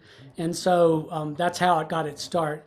And people liked the look of it. And so that's why they started planting it into towns too. And there was a huge little grove of it growing where the trailer park used to be between Home Depot and Walmart. That's gone now, probably not for good. There's some still in Riverside Park. But really, it gets into its own where you can just let it be and get to be as big and old as it can, and you'll see what it can do. So this is a group that was planted as a shelter belt for this farm, probably sometime in the 40s or 50s, and it's not very effective as a shelter belt, but it's a really attractive group of poplars.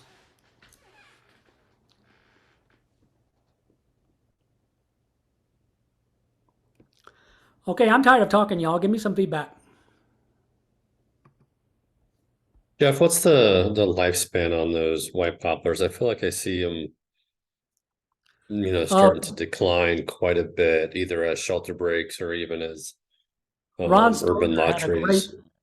Ron Stoner had a great expression for that group of trees, and it's live fast and die young. So Yeah. that's pretty much what a poplar, a willow, a cottonwood, although they can get to be 100 years old as a tree, especially in a little forest by itself. But those are trees that are pioneer species, and that's what they're adapted to do.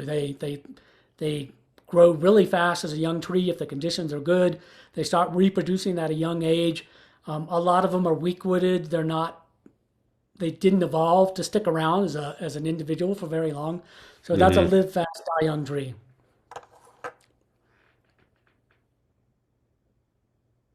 You make a mixed age grove. So you go to the nursery, or even better yet, you grow your own trees, and you deliberately choose plants that are not all the same. So yes, it's fine to get a few, I think, or as many as you want, of the balled and burlapped or container cultivated varieties, or now they're not that anymore. They're all like patented this or that, and use those. But either grow your own trees or pick trees from the nursery that are not all the same size and age. And there's still a good number of trees in nurseries that are seedling grown for lots of different reasons. Partly because it's cheaper and they can be used for different purposes.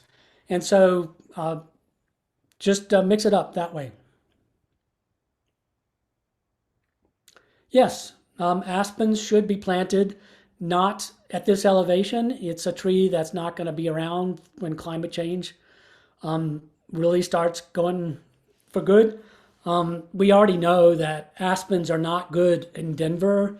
They're not particularly good at lower, hotter elevations. There is a group of aspens that have been developed from some that are wildly growing in South Dakota and Nebraska. They're called prairie aspens, and they are better. But the thing about aspen is that it's a tree that wants water on a general basis, and we're not thinking about using a lot of water in the future here. Are there other trees that you would put in that category, Jeff? Yeah, well, we're going to get hotter, we're going to get wetter, and we're going to have more extremes. So today, when you look at all those trees that are weighed down by heavy snow, that's going to be happening, and we're going to see a lot more breakage happening than has in the past. And so we're going to have to be selective about what types of trees we choose to grow. And you'll see very soon coming on the market, there are botanists and foresters and dendrologists already looking at trees all over the world to see which ones will be better adapted in 25, 50, 100 years than are now. There's already been several big symposia held on that matter in Denver and elsewhere. But the other thing is that we can choose trees that are better adapted to heavy snow and our conditions, and we can also ourselves manage tree growth so that it's not affected by heavy wet snow loads. So those are two things. But yeah, and I'm sure I have more examples coming up as well. Yeah, and I would like pose that question just to have in the back of your head, because I know we as a group, as when we talked years ago, Jeff, about the best trees to plant in terms of climate change, so as you go through your list of trees, if that's part of your presentation, thinking about what trees you feel like will survive, in a different climate 75 years from now. We'll probably be a zone 7A before too long. Maybe not while you and I are alive, but definitely not long after. Yeah. So like, what are some of those trees that, man, you can just tell these folks, this is what I think would be a great trees for a different climate, but you don't have to answer that now. Okay. Yeah. Okay. And I do see there, I go back, there's a question about, what about using cypress as a brake? So here's the thing about brakes. A single row of anything is never going to be an effective brake, especially if it's for wind or as a snow fence. And the best way to plant a shelter belt or a brake is in multiple layers. So not only in 2 dimensions, but also in 3 dimensions. So you plant several rows, you mix up the size and ages, and you vary it by height. And that's much more effective as a brake than a single row of anything. So I know that before it went out of business, the nursery in the tech center worked on some big projects up in the valley on 250, and there are some ways, some properties that have brakes planted that way. Does that answer the question, I hope? Yep, I think so. I think you answered it before too. Like, soldiers in a row is probably not the best idea in terms of a brake. Just more of a scatter plot, maybe the best. Yeah. Let me go down. Best maple for 7,500. Clay soil. Yeah, well, it depends on what maple you're thinking of, because if you say maple, you might be thinking of a big maple like a silver maple or a Norway maple or something like that. might be okay, but why not Rocky Mountain native maple? It doesn't have the same stature. It's not a huge single trunk tree, but it's a really attractive maple, and it'll grow anywhere between 8,000 feet and timberline or close to, and make a great tree. Practically no nursery sells them. They're easy to grow yourself from seed. You don't have to wait for long for them to get to size to be able to plant out. So that would be my first recommendation. And there are others also that we'll get to. Okay. And then I think the last question I see here, oh, there's two more. Discussion in the community about Siberian elms. What exactly? Do you have any opinion? I mean, it just says any discussion in the community about Siberian elms. I'm assuming the majority of us dislike them, but they're pretty Talk to resilient David tree. Yeah. David Temple will tell you that a Siberian elm is a tree that's bound to survive. And it might be one of those trees that in 50 years we really need. So, what you notice about elms as a group generally, and especially about Siberian elm, is they're the first tree to flower even before the snow is gone. And they're very fertile. And so every flower on a Siberian elm gets pollinated, and every pollinated Siberian elm fruit turns into a viable seed. And then all of a sudden in June, when you see this giant pile of what they call manna on Siberian elms piling up and blowing around all over the place, that's why we hate them. But maybe there's an infertile one that might be found that we could use. Maybe we can thin them out so that there's only a few that don't bother us so much. So it's a double-edged sword, that one. Yeah, I think there's a lot to learn from it in terms of, there was an article in the Santa Fe newspaper years ago that had mentioned Siberian elm really kind of being a species we need to look at with climate change, just because it does fine with a lot of water. It does fine with episodic rain events, large episodic rain events. It does fine with drought. It does fine with cold. It does fine with heat. So it's kind of like the ants and the cockroaches, that when we're dead and gone, it's still going to be flourishing. Yeah. Yep. Method for propagation for opinion. That came up before, and I said seed was probably the most direct and straightforward. You just got to get there before the other things that want it. But even if you go to where they're selling pinyon seed in New Mexico or on the side of the road, that's perfectly viable seed to make new pinions from. And if you want to get a pinion faster, bigger, then learn how to graft. Dwarf trees are adaptable, useful in the landscape, but not as a replacement for anything in the climate future that we're facing. And then locust trees are fabulous. They're kind of along the lines of Siberian elm. They can have their problems, but if you give them the right conditions and put them in the right place, they're durable. Also for the future, I think. Okay, thank you all. I really appreciate this. So I'm going to continue, but just keep asking questions. You don't necessarily have to wait, because Darren can give us a pause every once in a while, and we can catch up that way. Does that sound okay? Yeah, and feel free to just, if you think of them, write them in the chat box, and then we'll always come back to them. Great. So yeah, here's the live fast, die young, great white poplar, and I mean, why would you do anything to those trees except help keep them healthy and alive?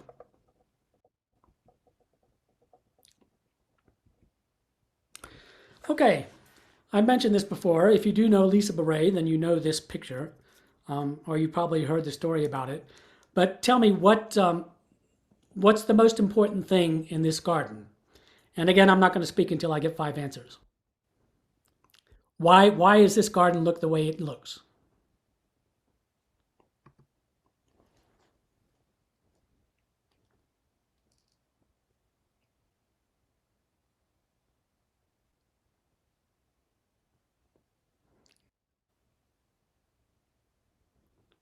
Okay, thank you very much.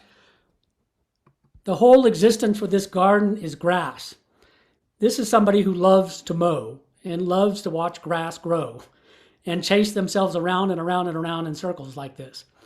And then maybe for some reason, because they were going to sell the house or they saw a blue spruce that they got really excited about, they planted a blue spruce in the exact middle of a green space. So what's wrong with that? Well, for one, a single thing planted in the middle of a big space like that is totally static and dead, aesthetically speaking. It has absolutely no interest at all. Zero. Secondly, a spruce planted in a grass lawn like that with grass growing right up to the trunk is never going to be happy. Grass is the worst competition for any kind of tree, especially a newly planted tree. And then third, blue spruces, especially ones that are going to get big like we know they can, are probably not the best trees to plant anywhere in Durango city limits at all anymore. And so Lisa's story about this tree was that this happened to be the day they closed on selling the house. Lisa and her husband were buying it from the former owners. And she said before the ink was dry, that tree was gone. And she turned it into a fabulous xeric and rock garden, which is absolutely still incredible to see today. And it's a style of design that she's further developed and worked on, and has spread all over town. And her design is absolutely recognizable. It's very, very good.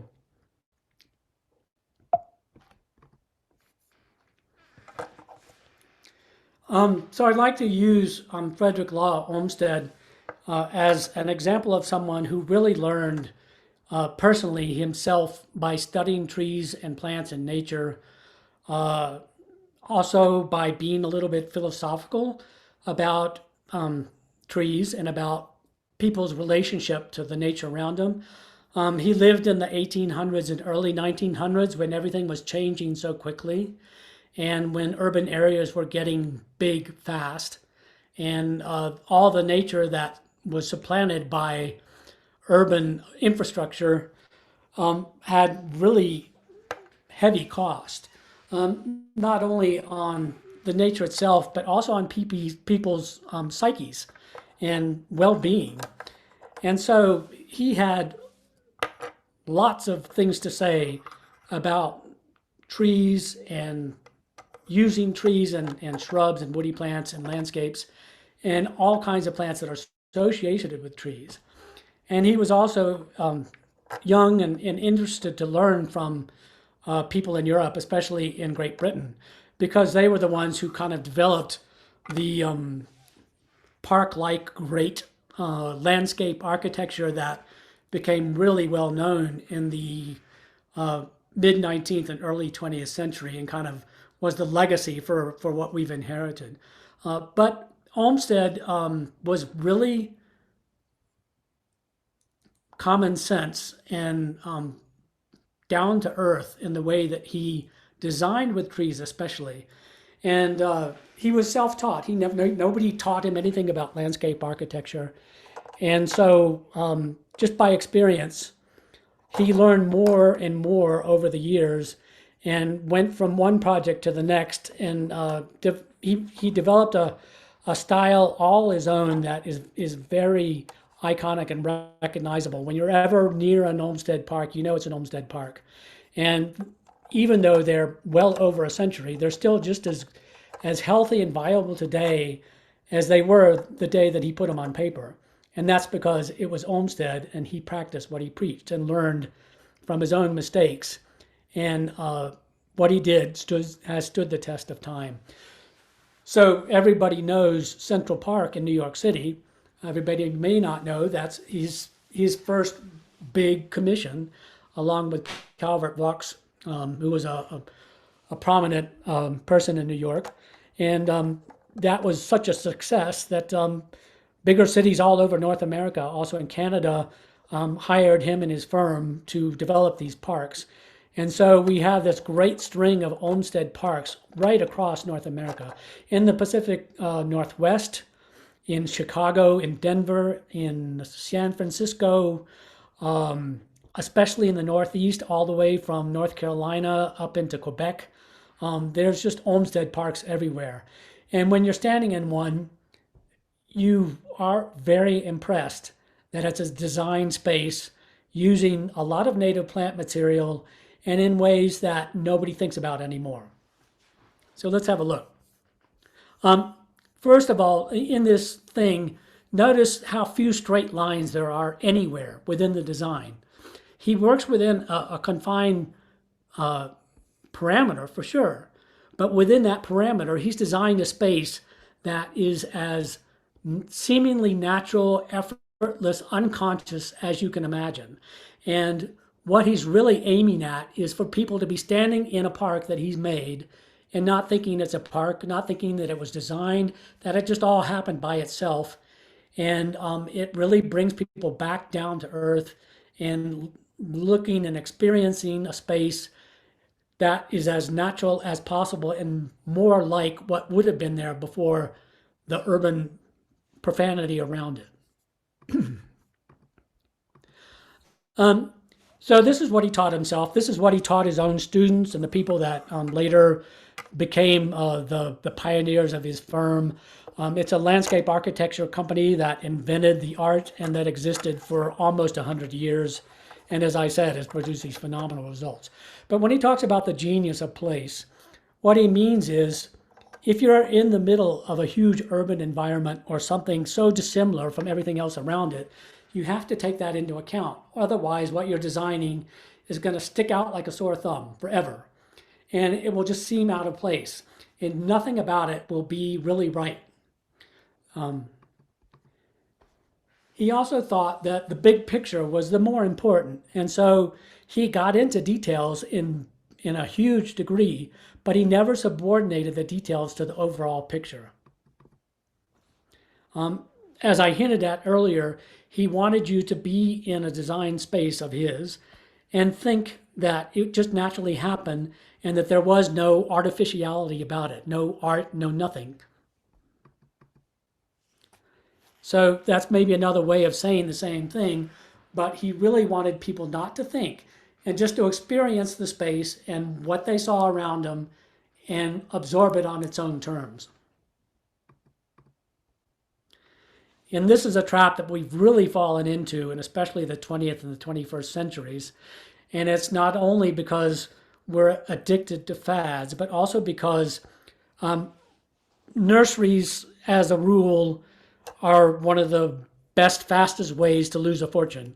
And so nurserymen are very quick to be attracted to something that turns a profit. And so that's why we have this whole onslaught of plants that have the biggest, the showiest, the fastest, the most fruitful, whatever you can think of. You can apply it to any of the plants that are sold typically in nurseries today.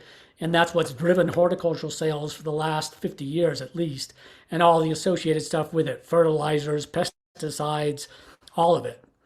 And it's driven horticulture to extremes in terms of vegetative plant propagation. So denying us the variability that we are gifted from nature in terms of propagating plants asexually or sexually instead, and taking advantage of the natural diversity that's all around us.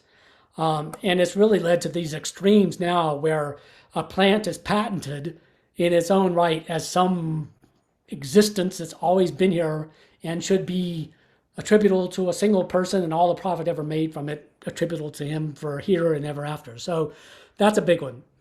Okay, there's 5 more. I think all of these are great. They're just as good now as they were when he thought of them.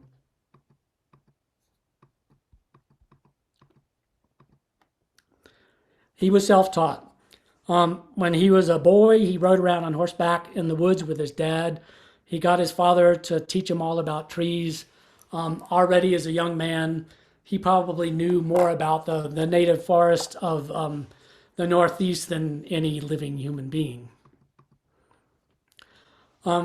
He really thought, especially in terms of being someone who was hired by especially cities and rich people and people that were important, that it was important that whatever he was doing was supported by a philosophy of some kind or an intent. And so it wasn't just a random pretty thing that he was making for the client, but something that really stood for something and that was important. Again, the big picture is the most important. If a park was there for a reason, the last reason of its existence was because it was something pretty. And you'll see examples of this last one in any landscape you go to that he's designed. And it becomes really quickly apparent what he means by that. Any questions here, Darren? I don't see any, Jeff. Okay.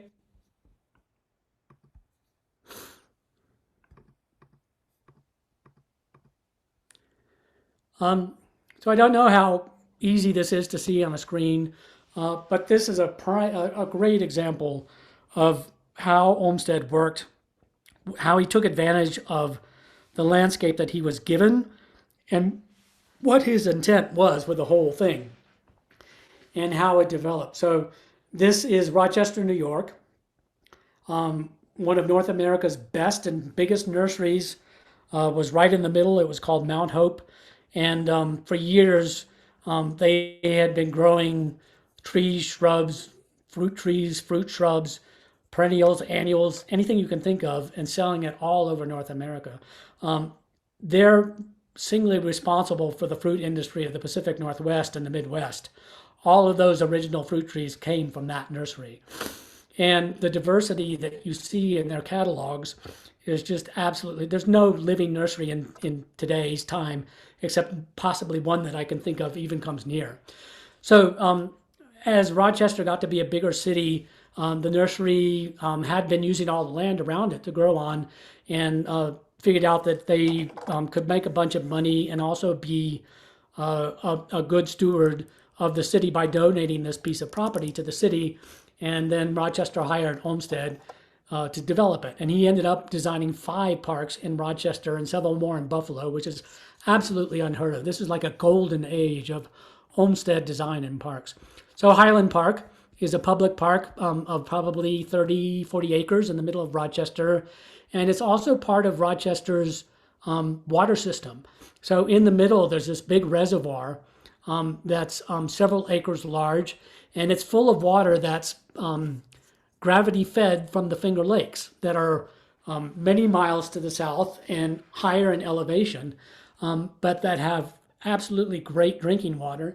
And so that's the municipal city water supply, even new now, still in Rochester. All these reservoirs that happen to be in the middle of these parks are its water, and it's really, really good water. So that was a given when he started. And then it's a hilly place. So there's not very much flat part of it, except in the very bottom part along some suburban streets. And all the rest of it, there was some quarrying for gravel that was going on, and it was already a hilly place. So he really took advantage of that and used the differences in elevation not only to form the circulation patterns of the traffic, as you can see. Again, I talk about very few straight lines. This is how an animal would wander through a landscape or something. And when you go around a turn or a hillside, you find something new. You discover something that you didn't see from where you were. So it's a really fabulous way to use the landscape to your advantage. And he did it really to great effect. Here's a more detailed plan. So one of the best things about Rochester, New York is that it's a city that's very proud of its history, and it's gone to great pains to preserve everything about it. So all the way back to its founding in the 1820s, they have all this amazing archival material, original, that you can walk in and look up and find all kinds of things about. So every bit of this plan, which is dozens of drawings, dozens of plant list of correspondence, everything involved with it is preserved perfectly for people to study today. And you can see the development of this park, not only from his original ideas and his interaction with the city, but how he started and developed over the course of the year that he used to design this park and then begin to plant it, and then what it grew into. And so, again, you still have the same infrastructure in terms of circulation of plants and everything. There's the reservoir. The city thought it'd be a great idea if there was a somewhere on the high point of structure where people could look out on the whole city and enjoy the fresh air. So they built a huge pavilion up here that was 3 or 4 stories tall, that stood for almost 70 years, and is still in the photographs of the park and everything. And then he worked on the hillside and made a valley that's completely planted through here, and groves of different kinds of trees. And the whole thing just began to develop organically on its own, and preserve not only the original tent, but went from one thing to another into this overall extremely successful and exciting design. There's the nursery I mentioned. Look them up online, and you'll discover a whole lot of interesting horticultural things that you never knew before. So this is the valley that he designed. Part of it was what's called a pinetum. So that's a little botanical collection of conifers. And you can see there's a bunch of them here. There's more behind where you can't see. There's more over here. I mentioned this is all archival material. So this is actually an 8x10 glass plate negative print that is still perfectly preserved and shows in great detail everything about this space. So this valley is probably a half a mile long. It's got this great change in elevation. It's got this huge mix of all different kinds of things. Rhododendrons happen to do practically pretty well in this environment. So this was one of the pioneering rhododendron collections in North America of plants from all over Western Europe, and even introduced native plants from Western China. Really fascinating. And so this is in about 1901, and so not even quite 20 years after the when he first put pen to paper and designed this park. So again, you can see that people are enjoying this park. They're taking a break from the hectic part of a day. They're getting fresh air, exercise. That's what Olmsted really wanted. And so, in addition to rhododendrons, lilacs happen to also do really well in that climate. It's such a hardy, adaptable plant, even for us here in Colorado. And they can be really old and really beautiful. And even if you just let them go on their own, they're still perfectly excellent plants to have in the landscape. They did so well, actually, that they turned into a fad in Rochester, as you'll see in a bit. So look at this image and look at all the difference in texture, in rhythm, in space, in height, and you can see the way that Olmsted thought. And he's there's nothing two-dimensional about this. He really was great at visualizing what things would look like down the road after he was done designing and planting and on to the next thing. And you get every one of those 10 principles that he enunciated that I brought up earlier in this one image of this park. It functions really, really, really well, especially for woody plants.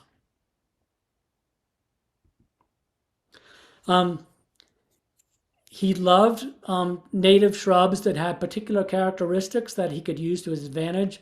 So witch hazel was one. Even this particular one we can grow here in Durango. All you have to do is think about where you're going to plant it and how to take care of it. It's a great plant. Witch hazels, there's a group of them that blooms in the fall. And then there's another group that blooms very late in the winter or early spring. And so it's the first thing that really bursts into flower that's noticeable. And it's appealing on many levels, not only because it's there before anything else, it's also very fragrant. It's a fabulous plant, and it's just so striking to see in nature. And it's a plant with an ancient lineage. Witch hazels were around for a long, long time before lots of other plants. Another one that we grow really well here in Colorado is Cornelian cherry, which is a dogwood. So that's Cornus mass is the name. Again, it's an early spring bloomer. It's tough as nails. It's very adaptable to lots of different conditions, including heavy clay soils. So you can take advantage of its blooming before there's anything else, and you can see right through it under these clouds of yellow flowers, and you can see how easily everything appears underneath it. So it's a great tree for us to plant. Again, not especially as a particularly single specimen, but use it a lot all over the place. And then later it produces these large fruits that are almost the size of cherries and a little bit longer, that have this tooth-breaking pit in the middle, but they're edible and they're really high in vitamin C. And this dogwood comes from the middle of Eastern Europe, and there they grow it as a fruit tree. So they've selected different varieties that have different amounts of vitamin C, and they use it as a very important fruit crop that way.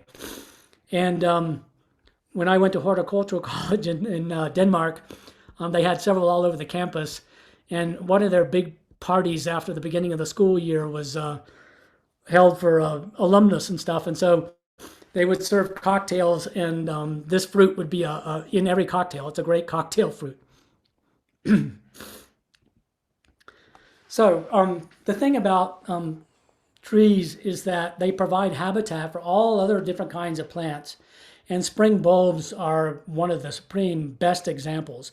So a lot of spring bulbs compete really well with trees. They love the fact that trees provide shade and humus, and when it's available in the spring, moisture.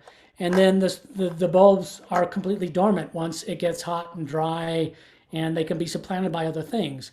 And so you can have this whole progression of spring bulbs from very late winter, early spring, and right into late spring, early summer, and then again later in summer, that are perfectly well suited to mix and match and grow with trees.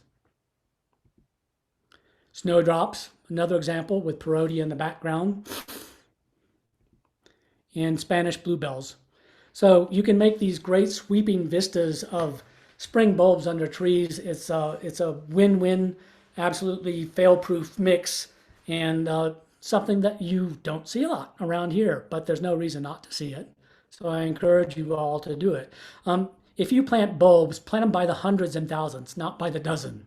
They're so cheap and you get so much bang for the buck, and they're the most easily planted thing of anything. So there's a tip for you. I mentioned that lilacs do really well in Rochester, and so people that were interested in lilacs found that out, and they started sending lilacs to Rochester. Rochester started developing their own, and so almost all of the selected varieties of lilac that we have for sale in our nurseries today came from Rochester. And so all those different ones that bloom at different times of the spring and summer, different colors, different statures, all that is because of the pioneering work of Rochester. But it really turned a part of the park into this gaudy thing that happens every year. And then the city turned it into this big festival that lasts for 2 weeks.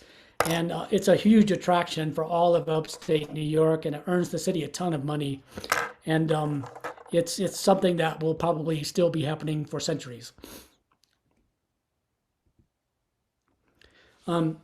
This is Olmsted at his most iconic best. He loved American sycamore platanus. We can grow them here in Durango. David Temple has planted them all over town. There's some large ones that are very beautiful. It's a great tree for a lot of reasons. Also one that will exist in 50 years, I bet. It's a tough tree. When you go to other major urban towns like Denver or in the Northeast or Europe, that's the cross, the London plane tree it's called. It's a hybrid between an Asiatic and a American sycamore. But the thing about sycamores is they grow really well with pollution of all different kinds. They take the urban insult really well, and it's a gorgeous tree. But Olmsted wanted him to get as big as the ones that he knew in nature, and to get to be as beautiful as they could. So he planted a sweeping line of probably 15 or 20 at the highest point of Highland Park, and they kind of circle that reservoir that I mentioned. And so almost anywhere you are in the park in the vicinity of these trees, especially in the afternoon, you can see how the light catches the trunks and the autumn fall color and how it just completely transforms everything around it. And that was totally planned by Olmsted and appears totally unconscious, natural. Brilliant. This happens to be one of my favorite trees, especially of conifers. This is European larch. So it's a deciduous conifer, and spring and fall are, I think, is when it's at its most charming. So in the spring, you get these bursts of bright green, oftentimes before much else is very green. It's very soft, sensual feeling foliage. In the fall, it just lights up in these golden torches like this, and it's iconic in every way, the way it grows and all else. And as I said, this was planned by Olmsted. He didn't put these in a row. He didn't put one somewhere and then one somewhere else. He planted a grove of them, and they were mixed ages and mixed sizes, and this is what they turned into. And even 80 years after they were planted, they're still perfectly healthy, wonderful park trees. So why aren't we doing this ourselves now, even here in Durango?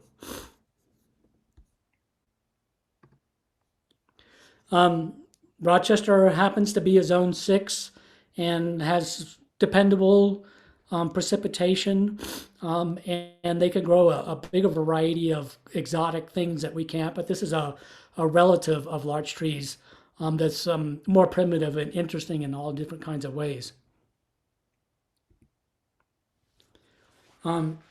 If you do come from the Northeast and the Southeast and Central states, then you'll know American beech.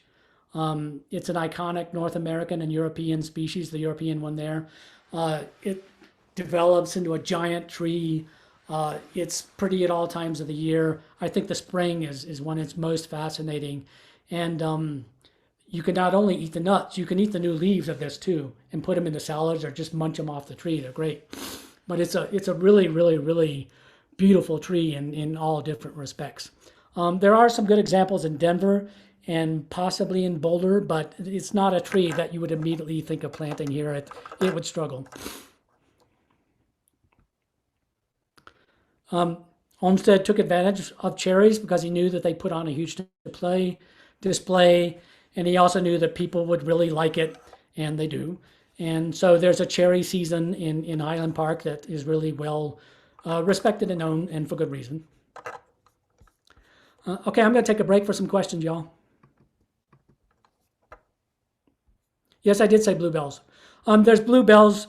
There's a few different bulbs that look like bluebells too, but they all grow the same way. They can be used in the same way. So Chionodoxa is one. Scilla is another. There's about 5 or 6 easily that you can get and plant in the same way. What do you mean by great soil? That really depends. If you're talking about amenable to most trees, then yes, I would agree.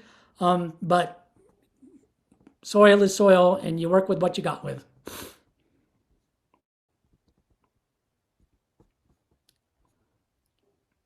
What about Japanese maple? Did somebody ask?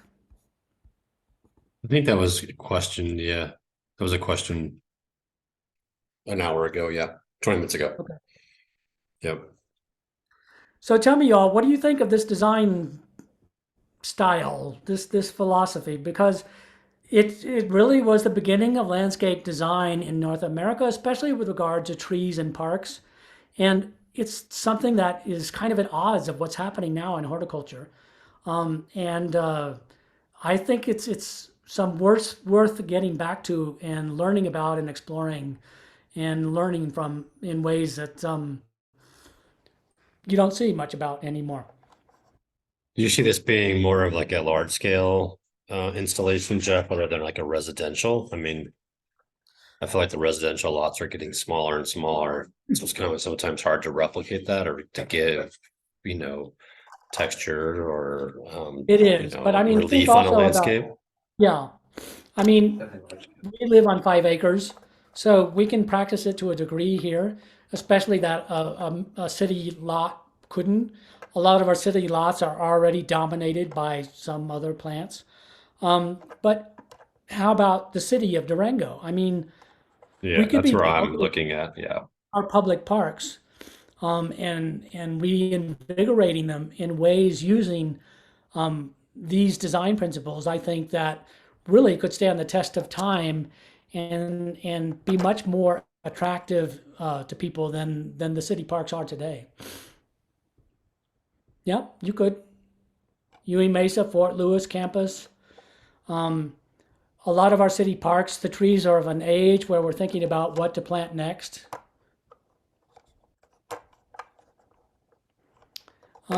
So somebody says trouble sticking to natives over adapted plants. So what is the trouble there exactly, Concetta?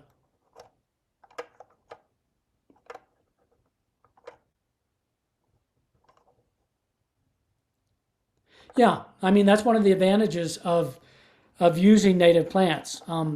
The fauna and flora are already adapted to it, and they know that's where they should be looking for a place to build a nest or get a meal or hide from a predator. And that's one of the best reasons to be growing native plants.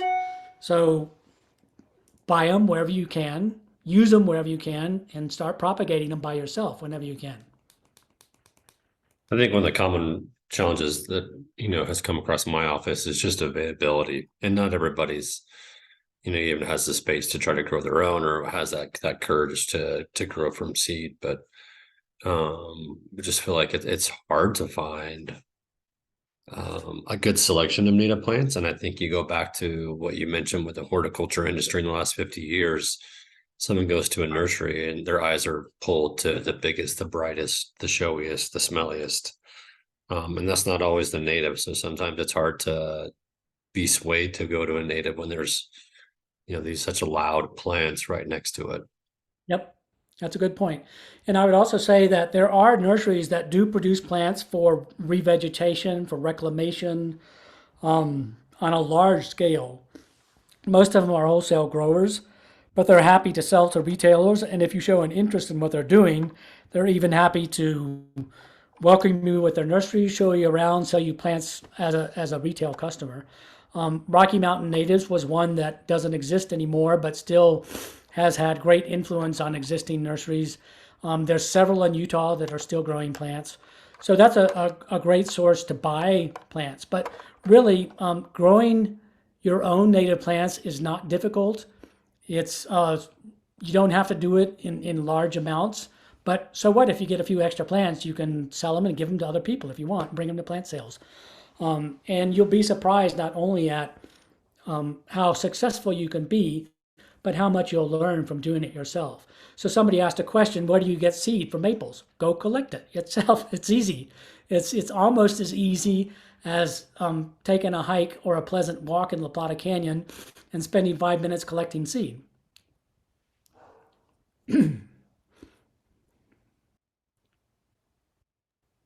Looks like there's Darren, I have maybe a a, question for you about Western pine tip moth. that's for me, or are you asking me separately? Oh, I I'm see it asking you to answer that question. again. All right, let me read through it.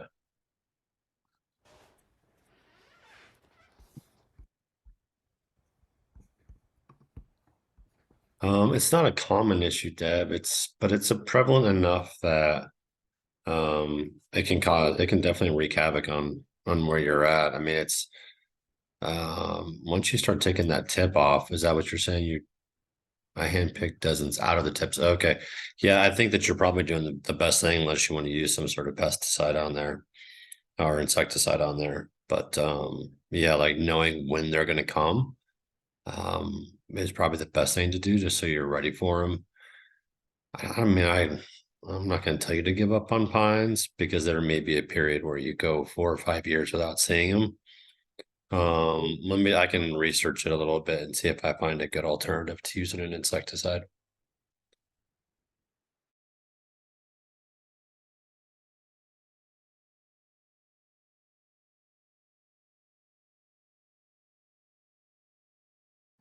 Okay, I'll move on. But again, I really prefer having a back and forth and a conversation with y'all. So if you're at all inclined, please join.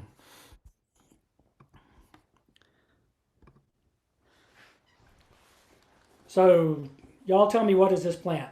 Give me a common name, anything. I'll go on after I get 3 answers.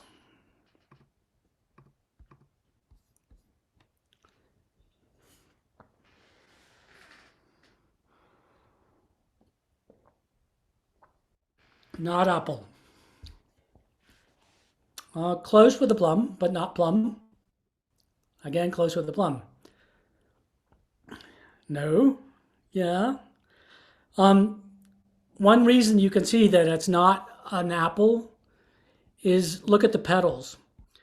They're clawed and they're almost free of the rest of the flower. And that's very characteristic of the genus of cherries and plums and peaches and all of those. That's the same kind of flower that they all have.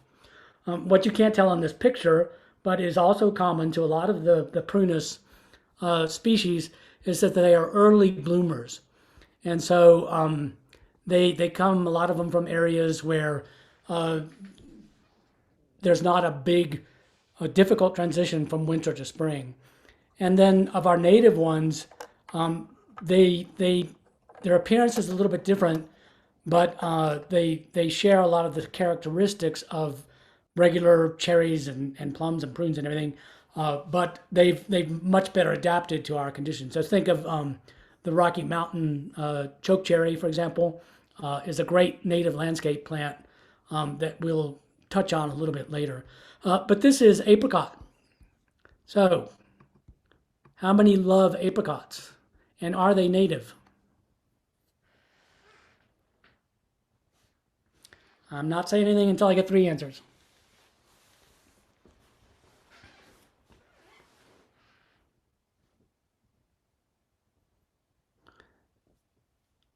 Where do apricots come from?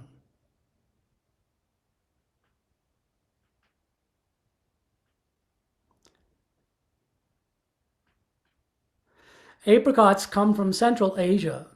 So if you think of Kazakhstan, Uzbekistan, all those places, and into parts of China, that's where apricots originally came from, people think. At least that's where the greatest diversity and number of them are. The Chinese really loved them, so they are the ones that started cultivating them. And the reason that they got to the Mediterranean was because of Marco Polo. He brought back apricots and made them famous. In fact, probably even before him, apricots had showed up in the Mediterranean. And the reason that they got to North America was because of Jesuit priests who introduced them to California and into New Mexico. So all of the wild growing apricots that we see up and down the Animas River Valley and even up into the mesas are descended from the ones that the Jesuit priest introduced into the Southwest many hundreds of years ago. I think that's absolutely remarkable. And it also just goes to show you what a tough plant an apricot can be, and also how beautiful. And as Darren has pointed out in his columns several times, we're just such hit or miss with early fruit crops like this, especially the ones that are the first to bloom in a hard winter. When we get signs of spring and then we get these hard frost nights, they'll completely destroy an apricot, a peach, or a cherry crop. But in good years, they're just loaded and great to have. So that's what I had to say about them. Okay, 3 answers. What is this? Please. It's a woody shrub. It's about 3 feet tall and 4 feet wide.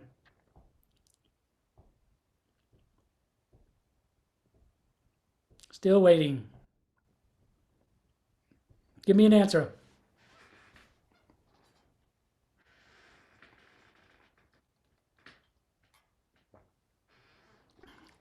No, it's a hardy shrub. A bird of paradise is tropical. It wouldn't grow.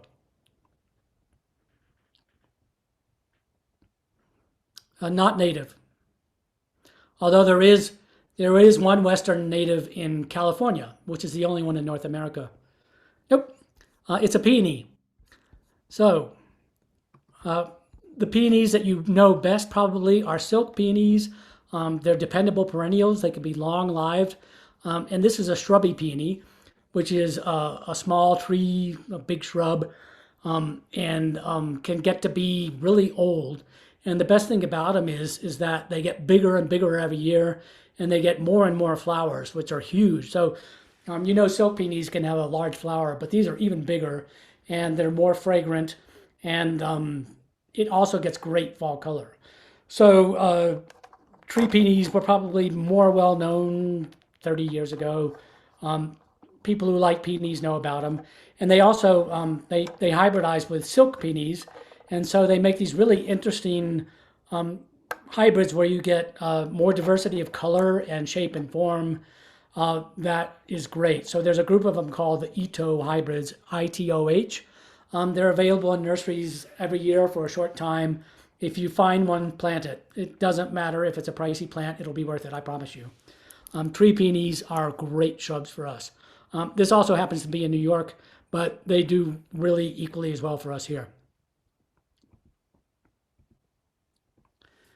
As a group, red oaks prefer more acidic soils, a more dependable climate than we have here. But this is a red oak that was sown from a seed from one in Boulder and happens to be really good, even on crappy soils here. I'm growing it at my house. It's doing perfectly fine. There's a group of maybe 6 or 8 other red oaks that are from southwestern Texas and the Midwest that are even better for here. So Shumard's oak is one, Buckley Eye is another. There's a few others that you should keep an eye out for that are all great for planting here. Get good fall color. Again, just in closing about Olmsted, there's nothing random about this at all. He knew that if he planted the plants that he wanted in the way that he did, that this would be one of the results, that people would be able to stop and admire and appreciate on a fall day. Totally planned.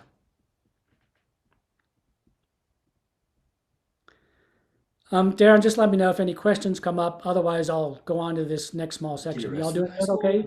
Yeah, keep rolling. You're good. I do have Johnny, you have your hand up. You've had your hand up for a while. I just want to make sure you don't have a question. Oh, she put it down. We're good. All right, go ahead. Sorry. This is a group of small plants we shouldn't ignore. So I said one thing that makes a tree is wood. Wood is a genetic development that has happened over eons more than one time. Plants that are herbaceous can even develop wood and vice versa. Think about sage and rabbit brush. But a lot of these are natives and they're cultivatable. Most of them you can't buy, but you should find and propagate on your own because they're great. So this is a twin flower, Linnea borealis. It's evergreen. It's really charming. It makes these extensive mats of foliage. It grows wild in the forest around Mount Evans here in Colorado. I don't think it makes it into our corner of the state, but you could grow it. Naiad, Dryas is an alpine native. You'll see it here in our part of the Rockies. A challenge to grow, but one that you should do in an alpine trough or a rock garden. You could grow it, perfectly suitable. We have our own mountain laurel growing right here in the Rockies, and it's one of the toughest alpines or subalpines anywhere. It takes 30 below, 40 below easily with snow cover, and it's every bit as ornamental and charming as the mountain laurels that you know from maybe the southeast or the Pacific Northwest. A fabulous plant. This is our native blueberry. So you know it if you've hiked in the high country in the summer and fall. It's weird. It seems to be vegetatively propagating itself all over square mile after square mile. and you never see seedlings anywhere. And it's bizarre that in some places you can get these really big, heavy crops of fruit, and most years you never see a thing. But even with nothing but fall color, look how effective it is in combination with rocks. I love this willow. If you don't know the high alpine, you don't know it. Or if you happen not to study willows, we have two dwarf willows like this. So this is completely mat forming. It's a willow that doesn't get more than an inch tall. And it loves the alpine and subalpine and is really tough. And of course, willows are male and female, so you'll find some with male catkins and some with female catkins. And it's if you go at the right time, it's very easy to take cuttings and to root. And it's a little tricky to grow at lower elevations, but not impossible and worth growing. This is a little dwarf spirea that has a huge distribution all the way from here in the central Rockies up into the Pacific Northwest and the Maritime Pacific Northwest. It's a fabulous plant. So it blooms in August and September, and it makes these really nice mats of blue-green foliage, and is a great plant, especially for rock gardens. Pensimons, I've mentioned before, there's a group of pensimons that are evergreen. They're all Pacific Northwest native plants, perfectly amenable to culture here in places where they get sun from the hot shade and some extra moisture. This is a more drought adapted one. It comes into flower in June, May here. This one is a little bit northern rocky for us, but there's another one that's very closely related, Persimmon crandallii, that takes over for us and is much bluer than this one. You don't see that reddish color. Again, just a very brief section on vines, and then I think Darren, we're ready for a little bit longer break.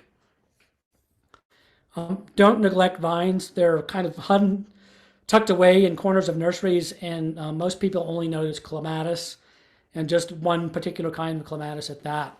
But there's all different kinds of vines that you can use in all different kinds of ways, and I've never seen but a smattering of really good use of vines in horticulture here in the Rockies. Look at this. This is a Tudor style stucco house, half timber, half frame in Rochester, New York. And just, it's easy to see what this house looks like with or without a vine, and how much a vine like this one adds, not only to the building itself, but just to its own existence. And this particular vine happens to be one that doesn't hurt any kind of horticulture or architecture at all. So you can pull it straight off of a building and it won't deteriorate stucco or paint or anything that it's on in any way, shape, or form. And there it is in fall color. It is spectacular and unmistakable. Doesn't even have to have leaves for it to be attractive.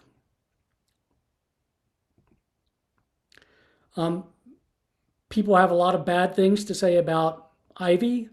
If it's in the right spot, it's really, really tough and attractive in its own right. The best thing about trumpet vine is that exotic look that it brings to a garden. It's most of that group of plants are tropical or subtropical, and so this is one of the few, in addition to catalpa, that makes it into our northern temperate regions, but still has that luxurious tropical look about it that people don't really use very much. I think they should. Here it is growing on a little restaurant in Truth or Consequences, New Mexico, of all places. Of course, clematis. Okay, Darren, are you with us? I'm with you. Yep. I'm just going through the questions here. So are there any true native orchids? Yes. We have at least a dozen native orchids. They're all endangered, pretty much. So learn about them, discover them, find them in nature, but that's all. Don't do anything else. Don't tell people where they are. Don't dig them up. Don't do anything else to them.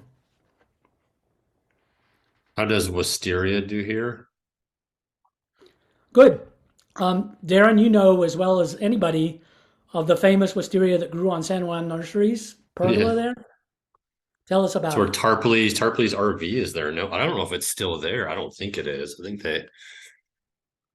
they tore it down. I don't know if they did something with it, if they transplanted it. But then John Wickman had one at the old place on Florida Road at his Native Roots location as well. So from everything I've seen, it can take forever to get them up and going, but they can do really well. And I believe Durango Nursery has one at their site, don't they?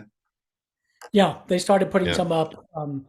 It does take a little bit for them to grow. The thing about vines is some grow clockwise and some grow anti-clockwise. So you have to know which one is which. And when you plant it, you want to start it off in the right direction. Otherwise, you're working against nature and yourself. And wisterias, if you just pay attention to them as a newly planted plant and get them established, which takes a year or two, then they'll really take off. And after a few years, they'll just amaze you with how many flowers they can produce in a year. And I've just come back from Japan where they have a really special respect and appreciation for wisteria. And they have wisterias that are hundreds of years old growing around temples and in cities and towns. And they like to train them on these trellises that cover several hundred square feet. And so they make these plazas that people can sit under and appreciate the wisterias when they're in flower that are really striking to see. So yes to wisteria. Yeah, I planted one about 3 years ago and it hasn't done much, but it still puts out leaves every year. So I'm still hoping that it's in that either sleep or creep stage. So we'll see.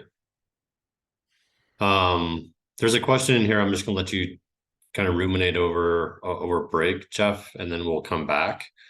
Yep. I kind of just had texted you. We typically end around 3, so I don't know how much more you got left, but if we could, I'm not saying we have to be done right at 3, but Yep, that's what we'll doable. do is okay.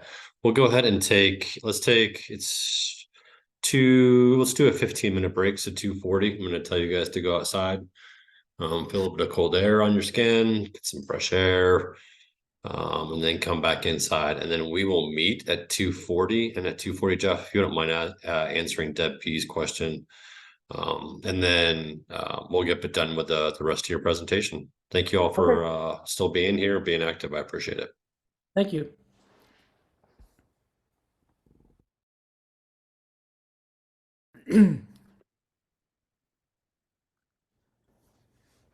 I don't know if you did see in the chat, but I did answer the question about the dogwood. So I do if see that. Yep. anything else about it, just let me know. Okay.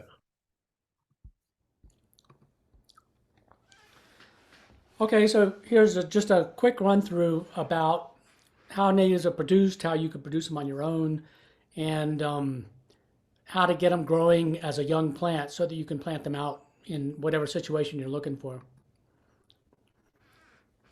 So we've mentioned to some extent how plants, especially trees, are grown in nurseries. You can see when you look that these are grafted trees where the union is on the graft. So there's some rootstock that they've used and they've grafted the top onto it and they planted all of these trees at the maximum or the minimum distance to get as many as possible into a row. They do that for several reasons. Not only does it give them the best number in a certain area, but when trees compete as a young plant like that, they naturally want to grow, compete for the light. So they put on a lot of vertical growth. And then, of course, there's lots of really efficient ways of irrigating in a nursery over the whole space. And so that's what they do. And so this is just an example of asexual propagation, grafting, and that is by far the lion's share of the way that most plants are produced in nurseries today. So we're looking at clones of plants without any variation at all.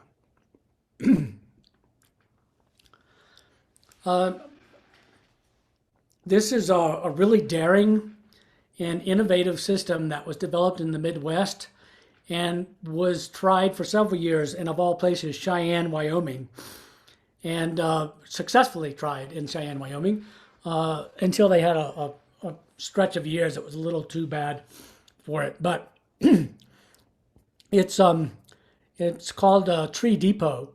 And so I mentioned earlier that a lot of trees are available as bare root stock in late winter, early spring. And bare root stock is very quick to establish and to start growing, much more so than balled and burlapped or container growing trees are, if only handled correctly. And so that's the whole basis of this system, is that you take delivery of the trees, you get them planted in these gravel pits as quickly as possible. They can stay here for a few weeks or even a whole season, and they can even be overwintered with a little bit of a modification. And you basically have a tree that is much easier to walk around with, to plant. You don't need machinery if you have enough volunteers and whatnot. And overall, it's a much better product. And so the thing about Cheyenne is it's probably the most dire place to try and grow almost any kind of a tree you could think of. That it all succeeded in there in the first place is remarkable. But given the fact that we are a little bit gentler in many ways, I think would make this worth trying here. And it would take something like a garden society or the master gardeners or some group of people to try it out. But I'll have links to it that I can give to Darren, and you can learn more about it. It's really exciting, I think. Here it is in Cheyenne, Wyoming. So that's the forester that was in charge of trying it out. He got bare root stock. He could hold these trees in a depot like this for more than one season. If you compare that root system to anything in a balled burlap tree or a container, this is vastly superior. It has much more roots, many more of the kinds of roots that you need to establish a tree, which is why it works. And even in the fall, when trees are still growing, you can move them around and plant them if you just do it correctly. I mentioned that a lot of the dwarf conifers, especially the Rocky Mountain native ones that we have available, come from witches' brooms. This is an example of one that Alan Taylor collected and is not on the market yet commercially, but is being grown wholesale and will be soon. It's at Durango Nursery, the mother plant. And this is maybe 4 or 5 years ago, and it's a third again as big now. But for a ponderosa in a space where you can't grow a full-size one, this is an excellent, excellent plant. This is how they're done. So evergreens are grafted in the winter. You take scion wood before the worst of the hardest part of winter sets in. You can store it in a cool store for weeks at a time if you need to. When you're ready to graft, you have seedling rootstock usually, and it's called a side graft. And the thing about evergreens is you need to keep the moisture, humidity, and temperature at the right levels while they're healing. And then when everything warms up, you can cut the top off of the rootstock and your scion becomes the new tree. And this is what Kirk Fiesler does in LaPorte Avenue really, really well. This is a tree that was discovered in Cheyenne, Wyoming. There's an arboretum up there that has been in existence since the 20s. Fort Collins Wholesale kind of discovered it and has introduced a lot of really important plants for us from there. This one is a Rocky Mountain juniper that is very tight and upright, like a woodward juniper, but it's much sturdier. It takes a snow load much better. And if you get it on its own roots, it'll grow exactly 15 feet tall and 3 feet wide. This is another of Alan Taylor's introductions. It's a fabulous lodgepole pine. Lodgepole stops around Gunnison. It doesn't naturally grow here, but it can grow just about as easily as any other pine. and he was on the Peak to Peak Highway and found this golden sport on a branch, and grafted it and got it going, and then introduced it into the trade. And this is a tree that has these absolutely gorgeous yellow shoots in the spring, and then it reverts to green for the summer. And then there's another one called Chief Joseph that somebody else discovered that does the opposite. It's green until fall, and then it turns yellow for the winter. They're both really good. And this is Isley Nursery in Oregon that has produced a lot of his dwarf conifers. They do a great job growing, so that's a good source. You'll get this in a lecture later. I think Darren has probably announced already from an arborist. But I said that we've learned a lot about the way that we should maintain and handle trees in the last 10, 15, 20, 25 years. And one is pruning cuts. And what is the best and most integral way to prune trees so that they don't miss a beat, so that they heal naturally on their own, and the pruning cuts are healed over as quickly as possible. And here's just an example of what not to do. You also get injury like this, usually from wind or snow load. And this happens a lot in maples and in other trees that have opposite branching. And what happens there is they produce what are called codominants. And so instead of one leader that is naturally the trunk of the tree, you'll get a whole bunch of them that are all competing to be leaders at the same time. And wherever that happens in the growth of the tree, the union of the wood and the bark is naturally weaker than it would be. And so you can have these trees that are seemingly perfectly healthy for years and years and years until the right conditions come along, and all of a sudden you'll lose big branches or entire parts of trees like this. And that's something that's really, really difficult to recover from. There's only one pruning cut that would work on that anymore.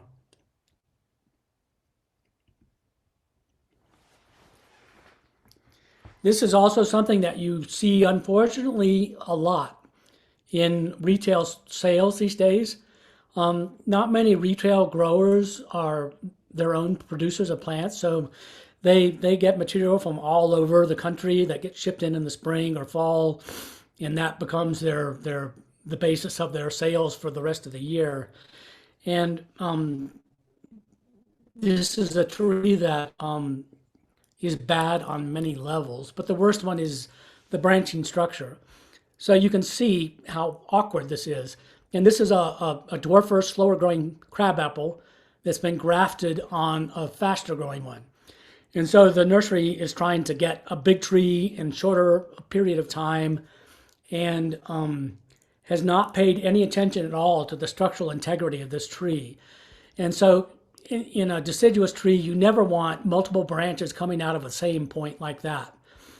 It makes for weak wood, bad structure, competition between the branches, and it's ugly to look at too.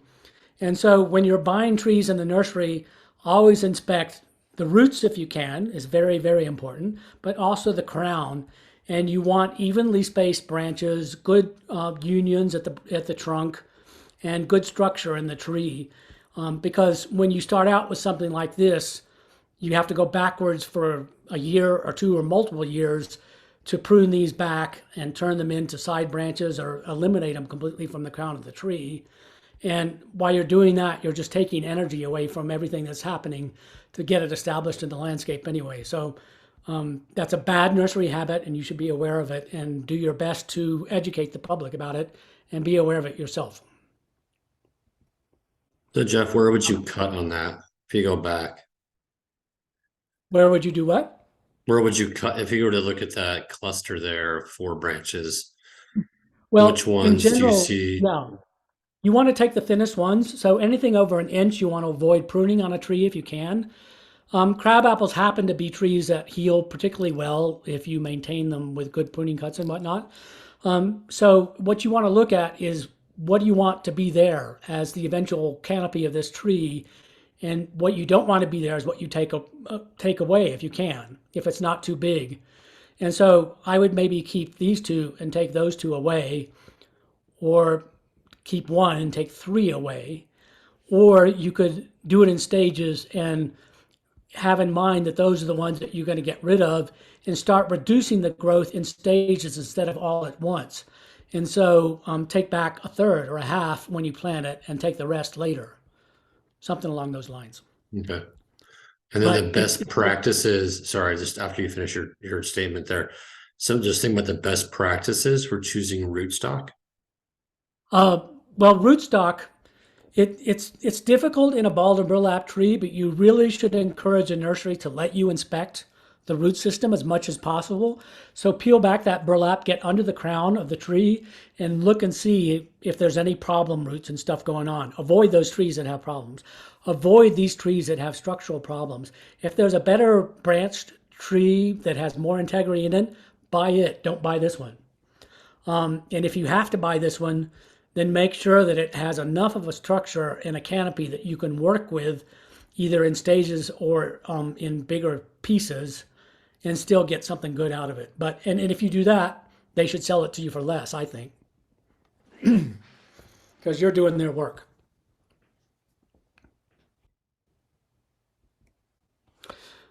So maples are the prime example of a tree like this. They can get big really fast. You would think that this is a tree that you really can't do anything with, but it will have many structural problems if it's not taken care of.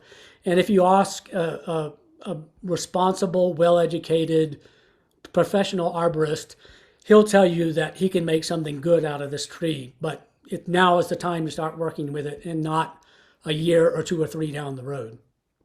And you see this all over Durango, up and down 3rd, 2nd, 5th, 4th. All these trees have these problems. I've given Darren this photograph as an example of our great soils and what we have to work with here. You can see that there's no oxygen here at all, hardly. What there is available is maybe in the first couple of feet here. What organic matter there may be is practically invisible. If you're going to plant trees and establish them in a soil like this, the most important and best thing you can do is break up the soil to as deep and wide an area as you can. So if you imagine, for example, that this is the same area that you would plant a tree in, you want to break all of this stuff up as much as you can, mechanically, use dynamite, whatever you can, and get air down here as much as you can. And then don't compact it. Don't walk on it. Don't drive on it. Don't compact it with water at the wrong time. When you plant your tree hole, make it saucer shaped. So as wide as possible, many feet wider than the root ball of the tree. And no shallower, no deeper than it needs to be. And you'll find with most balled and burlapped and containerized trees, they're coming out of the nurseries already planted too deep. The trees are too deep in the root ball, they're too deep in the container, and you've got to excavate a good inch or several inches off the top of that root ball before you get to the point where the surface is where it should be planted at the ground level. And then you just want to make it as easy as possible for those roots to establish and get going. And you can amend the soil if you need to, but really water is the most important nutrient any new tree needs. And no competition from anything. You can use all that good stuff like mycorrhizae and yum yum and the other stuff. Basically, you just want to make it physically possible for the tree to get established in this other stuff down here, because that is what it's going to have to be growing in as an older tree anyway. So I hope that makes sense, and I'm sure somebody else will bring it up in the future. If you have any questions, I'm happy to talk about it at length. We hit on this earlier, but these are the mounded beds at Kindred Lake. This is the kind of soil you're looking to work with, to manufacture on site, and to use. And it's very effective, and it's worth taking the trouble to do if that's your plan, is to make raised beds. Here's an example from my own house here. We have 100 ponderosas. They're all the same age. They're second growth from the original forest that was cut over. So that's why they're so uniform. But if you start looking in the crowns of a lot of them, you'll see that they had some significant damage event at the same time. So they have problems happening further up the crown everywhere. And the weird thing about ponderosas is they want to be the tree with nothing else. So they suck up all the available water. They take up all the available space they can above the ground. And they want to be the one that gets all the attention or not. But I deal with what I have. So this is the hottest midday sun in the hottest part of summer. And you can see that there's some shade here under the ponderosas that could be really useful and beneficial. And next to it, there's blasting sun. It's weird that a big ponderosa probably only gives you 10% shade at the maximum during the hottest part of the day. So they're useless in that respect. But I could add something else here that eventually will give me more shade. And so then I can moderate this whole area and get stuff established here that wants shade and added moisture, plant stuff here to give me shade when I want it in the future. And so that's what I did. So I made what's basically a gallery forest, which is what you would see along a stream or a creek or a riverbed. And it's long and narrow, and it works really well. You'll see cottonwoods and willows doing it all the time, and even elms up and down all of our waterways. And then I've established these other ones over here. And here's the result. So this isn't the best angle, but these are shoe-marred oaks and an elm that will eventually make a canopy in that sunny area. And these are all plants that immediately already want more shade, more water, that will develop into this area here. And so immediately I've got a huge area that's made a whole new, much larger garden than I could individually planting anything in that space. So that was the intent and the result. There's an online source that Darren will have the link to that he can provide to you.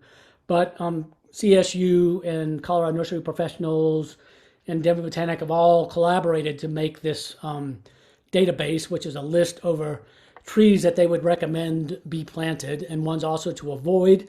And it's being amended all the time, especially with changing climate conditions and everything. So they get ratings, generally recommended, not, definitely not, stuff like that.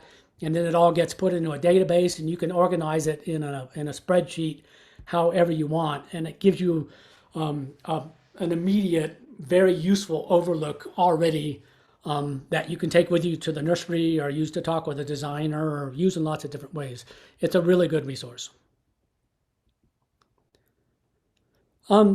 That's pretty much it. I mean, I have more to say about studying trees, about using trees in good ways and stuff like that.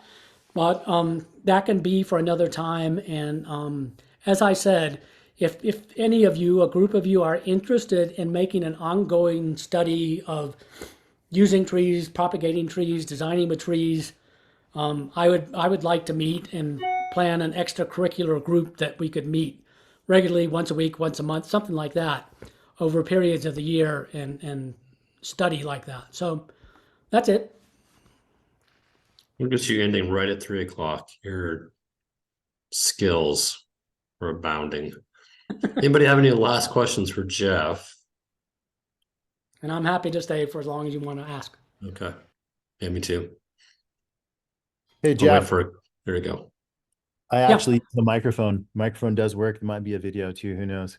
Hey, I just want to say thank you so much. I appreciate all your info, and I look forward to catching up with you somewhere down the road. I would love to come visit, and some of the stuff you've mentioned as far as gathering up a group of people, I would certainly love to participate in that. So as that starts to develop, please keep me in the loop. And thanks That's again. very cool. Thank you Thank very you, much. Scott. And I appreciate your participation. Thank you.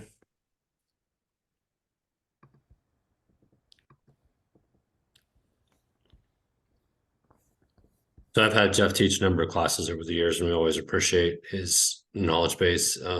It's pretty impressive for sure, and also that love for plants. I think we all probably saw that today, how much he does truly value this world we live in. I'll have him back. He's always getting away. I'd like to do the one-off classes, and Jeff's a great instructor for those as well. So if we come up with another class topic, I'll have Jeff teach one of those. And then, yeah, anybody who wants to get in touch with Jeff directly, his email, Jeff, if you want to type your email, maybe just in the chat box for folks. It is on that last email that I sent out again, but it's right there. So it's the jwagnerj@mac.com. Contact him directly if you want to go through me. You're more than welcome. But again, if you're interested in doing some of this citizen science work that Jeff mentioned, that would be fantastic. So if there aren't any other questions, I'm going to wish you guys all a happy holiday, whatever you celebrate. Hope you're able to celebrate it here in these next couple of weeks. So thank you. Yeah, just trying to see if there's any last questions that come through, but it appears not. Hey, look, you got someone that seems to be converted from just vegetables, Jeff. That's impressive. Seeing how veggies are the top of the heap. Well, Okay, thank you, y'all. Darren, and thank you all. I appreciate it. Yeah, that was super, super enjoyable. Thank you so much for that. And again, I'll make this recording available to everybody here in a little bit. It's going to be huge. So I'll just put it on a shared drive, and then you guys can grab it if you ever want to grab it. Or I'll make it into a YouTube. That's actually probably what I'm going to do. Jeff, if you're okay with that, I'll just turn it into a YouTube video. So that'll be the easiest thing to do. Okay, y'all. Thank you again, and you'll get another email me before the holiday season, just giving you an update. So take care and see y'all soon. Thank y'all. Thanks, Darren.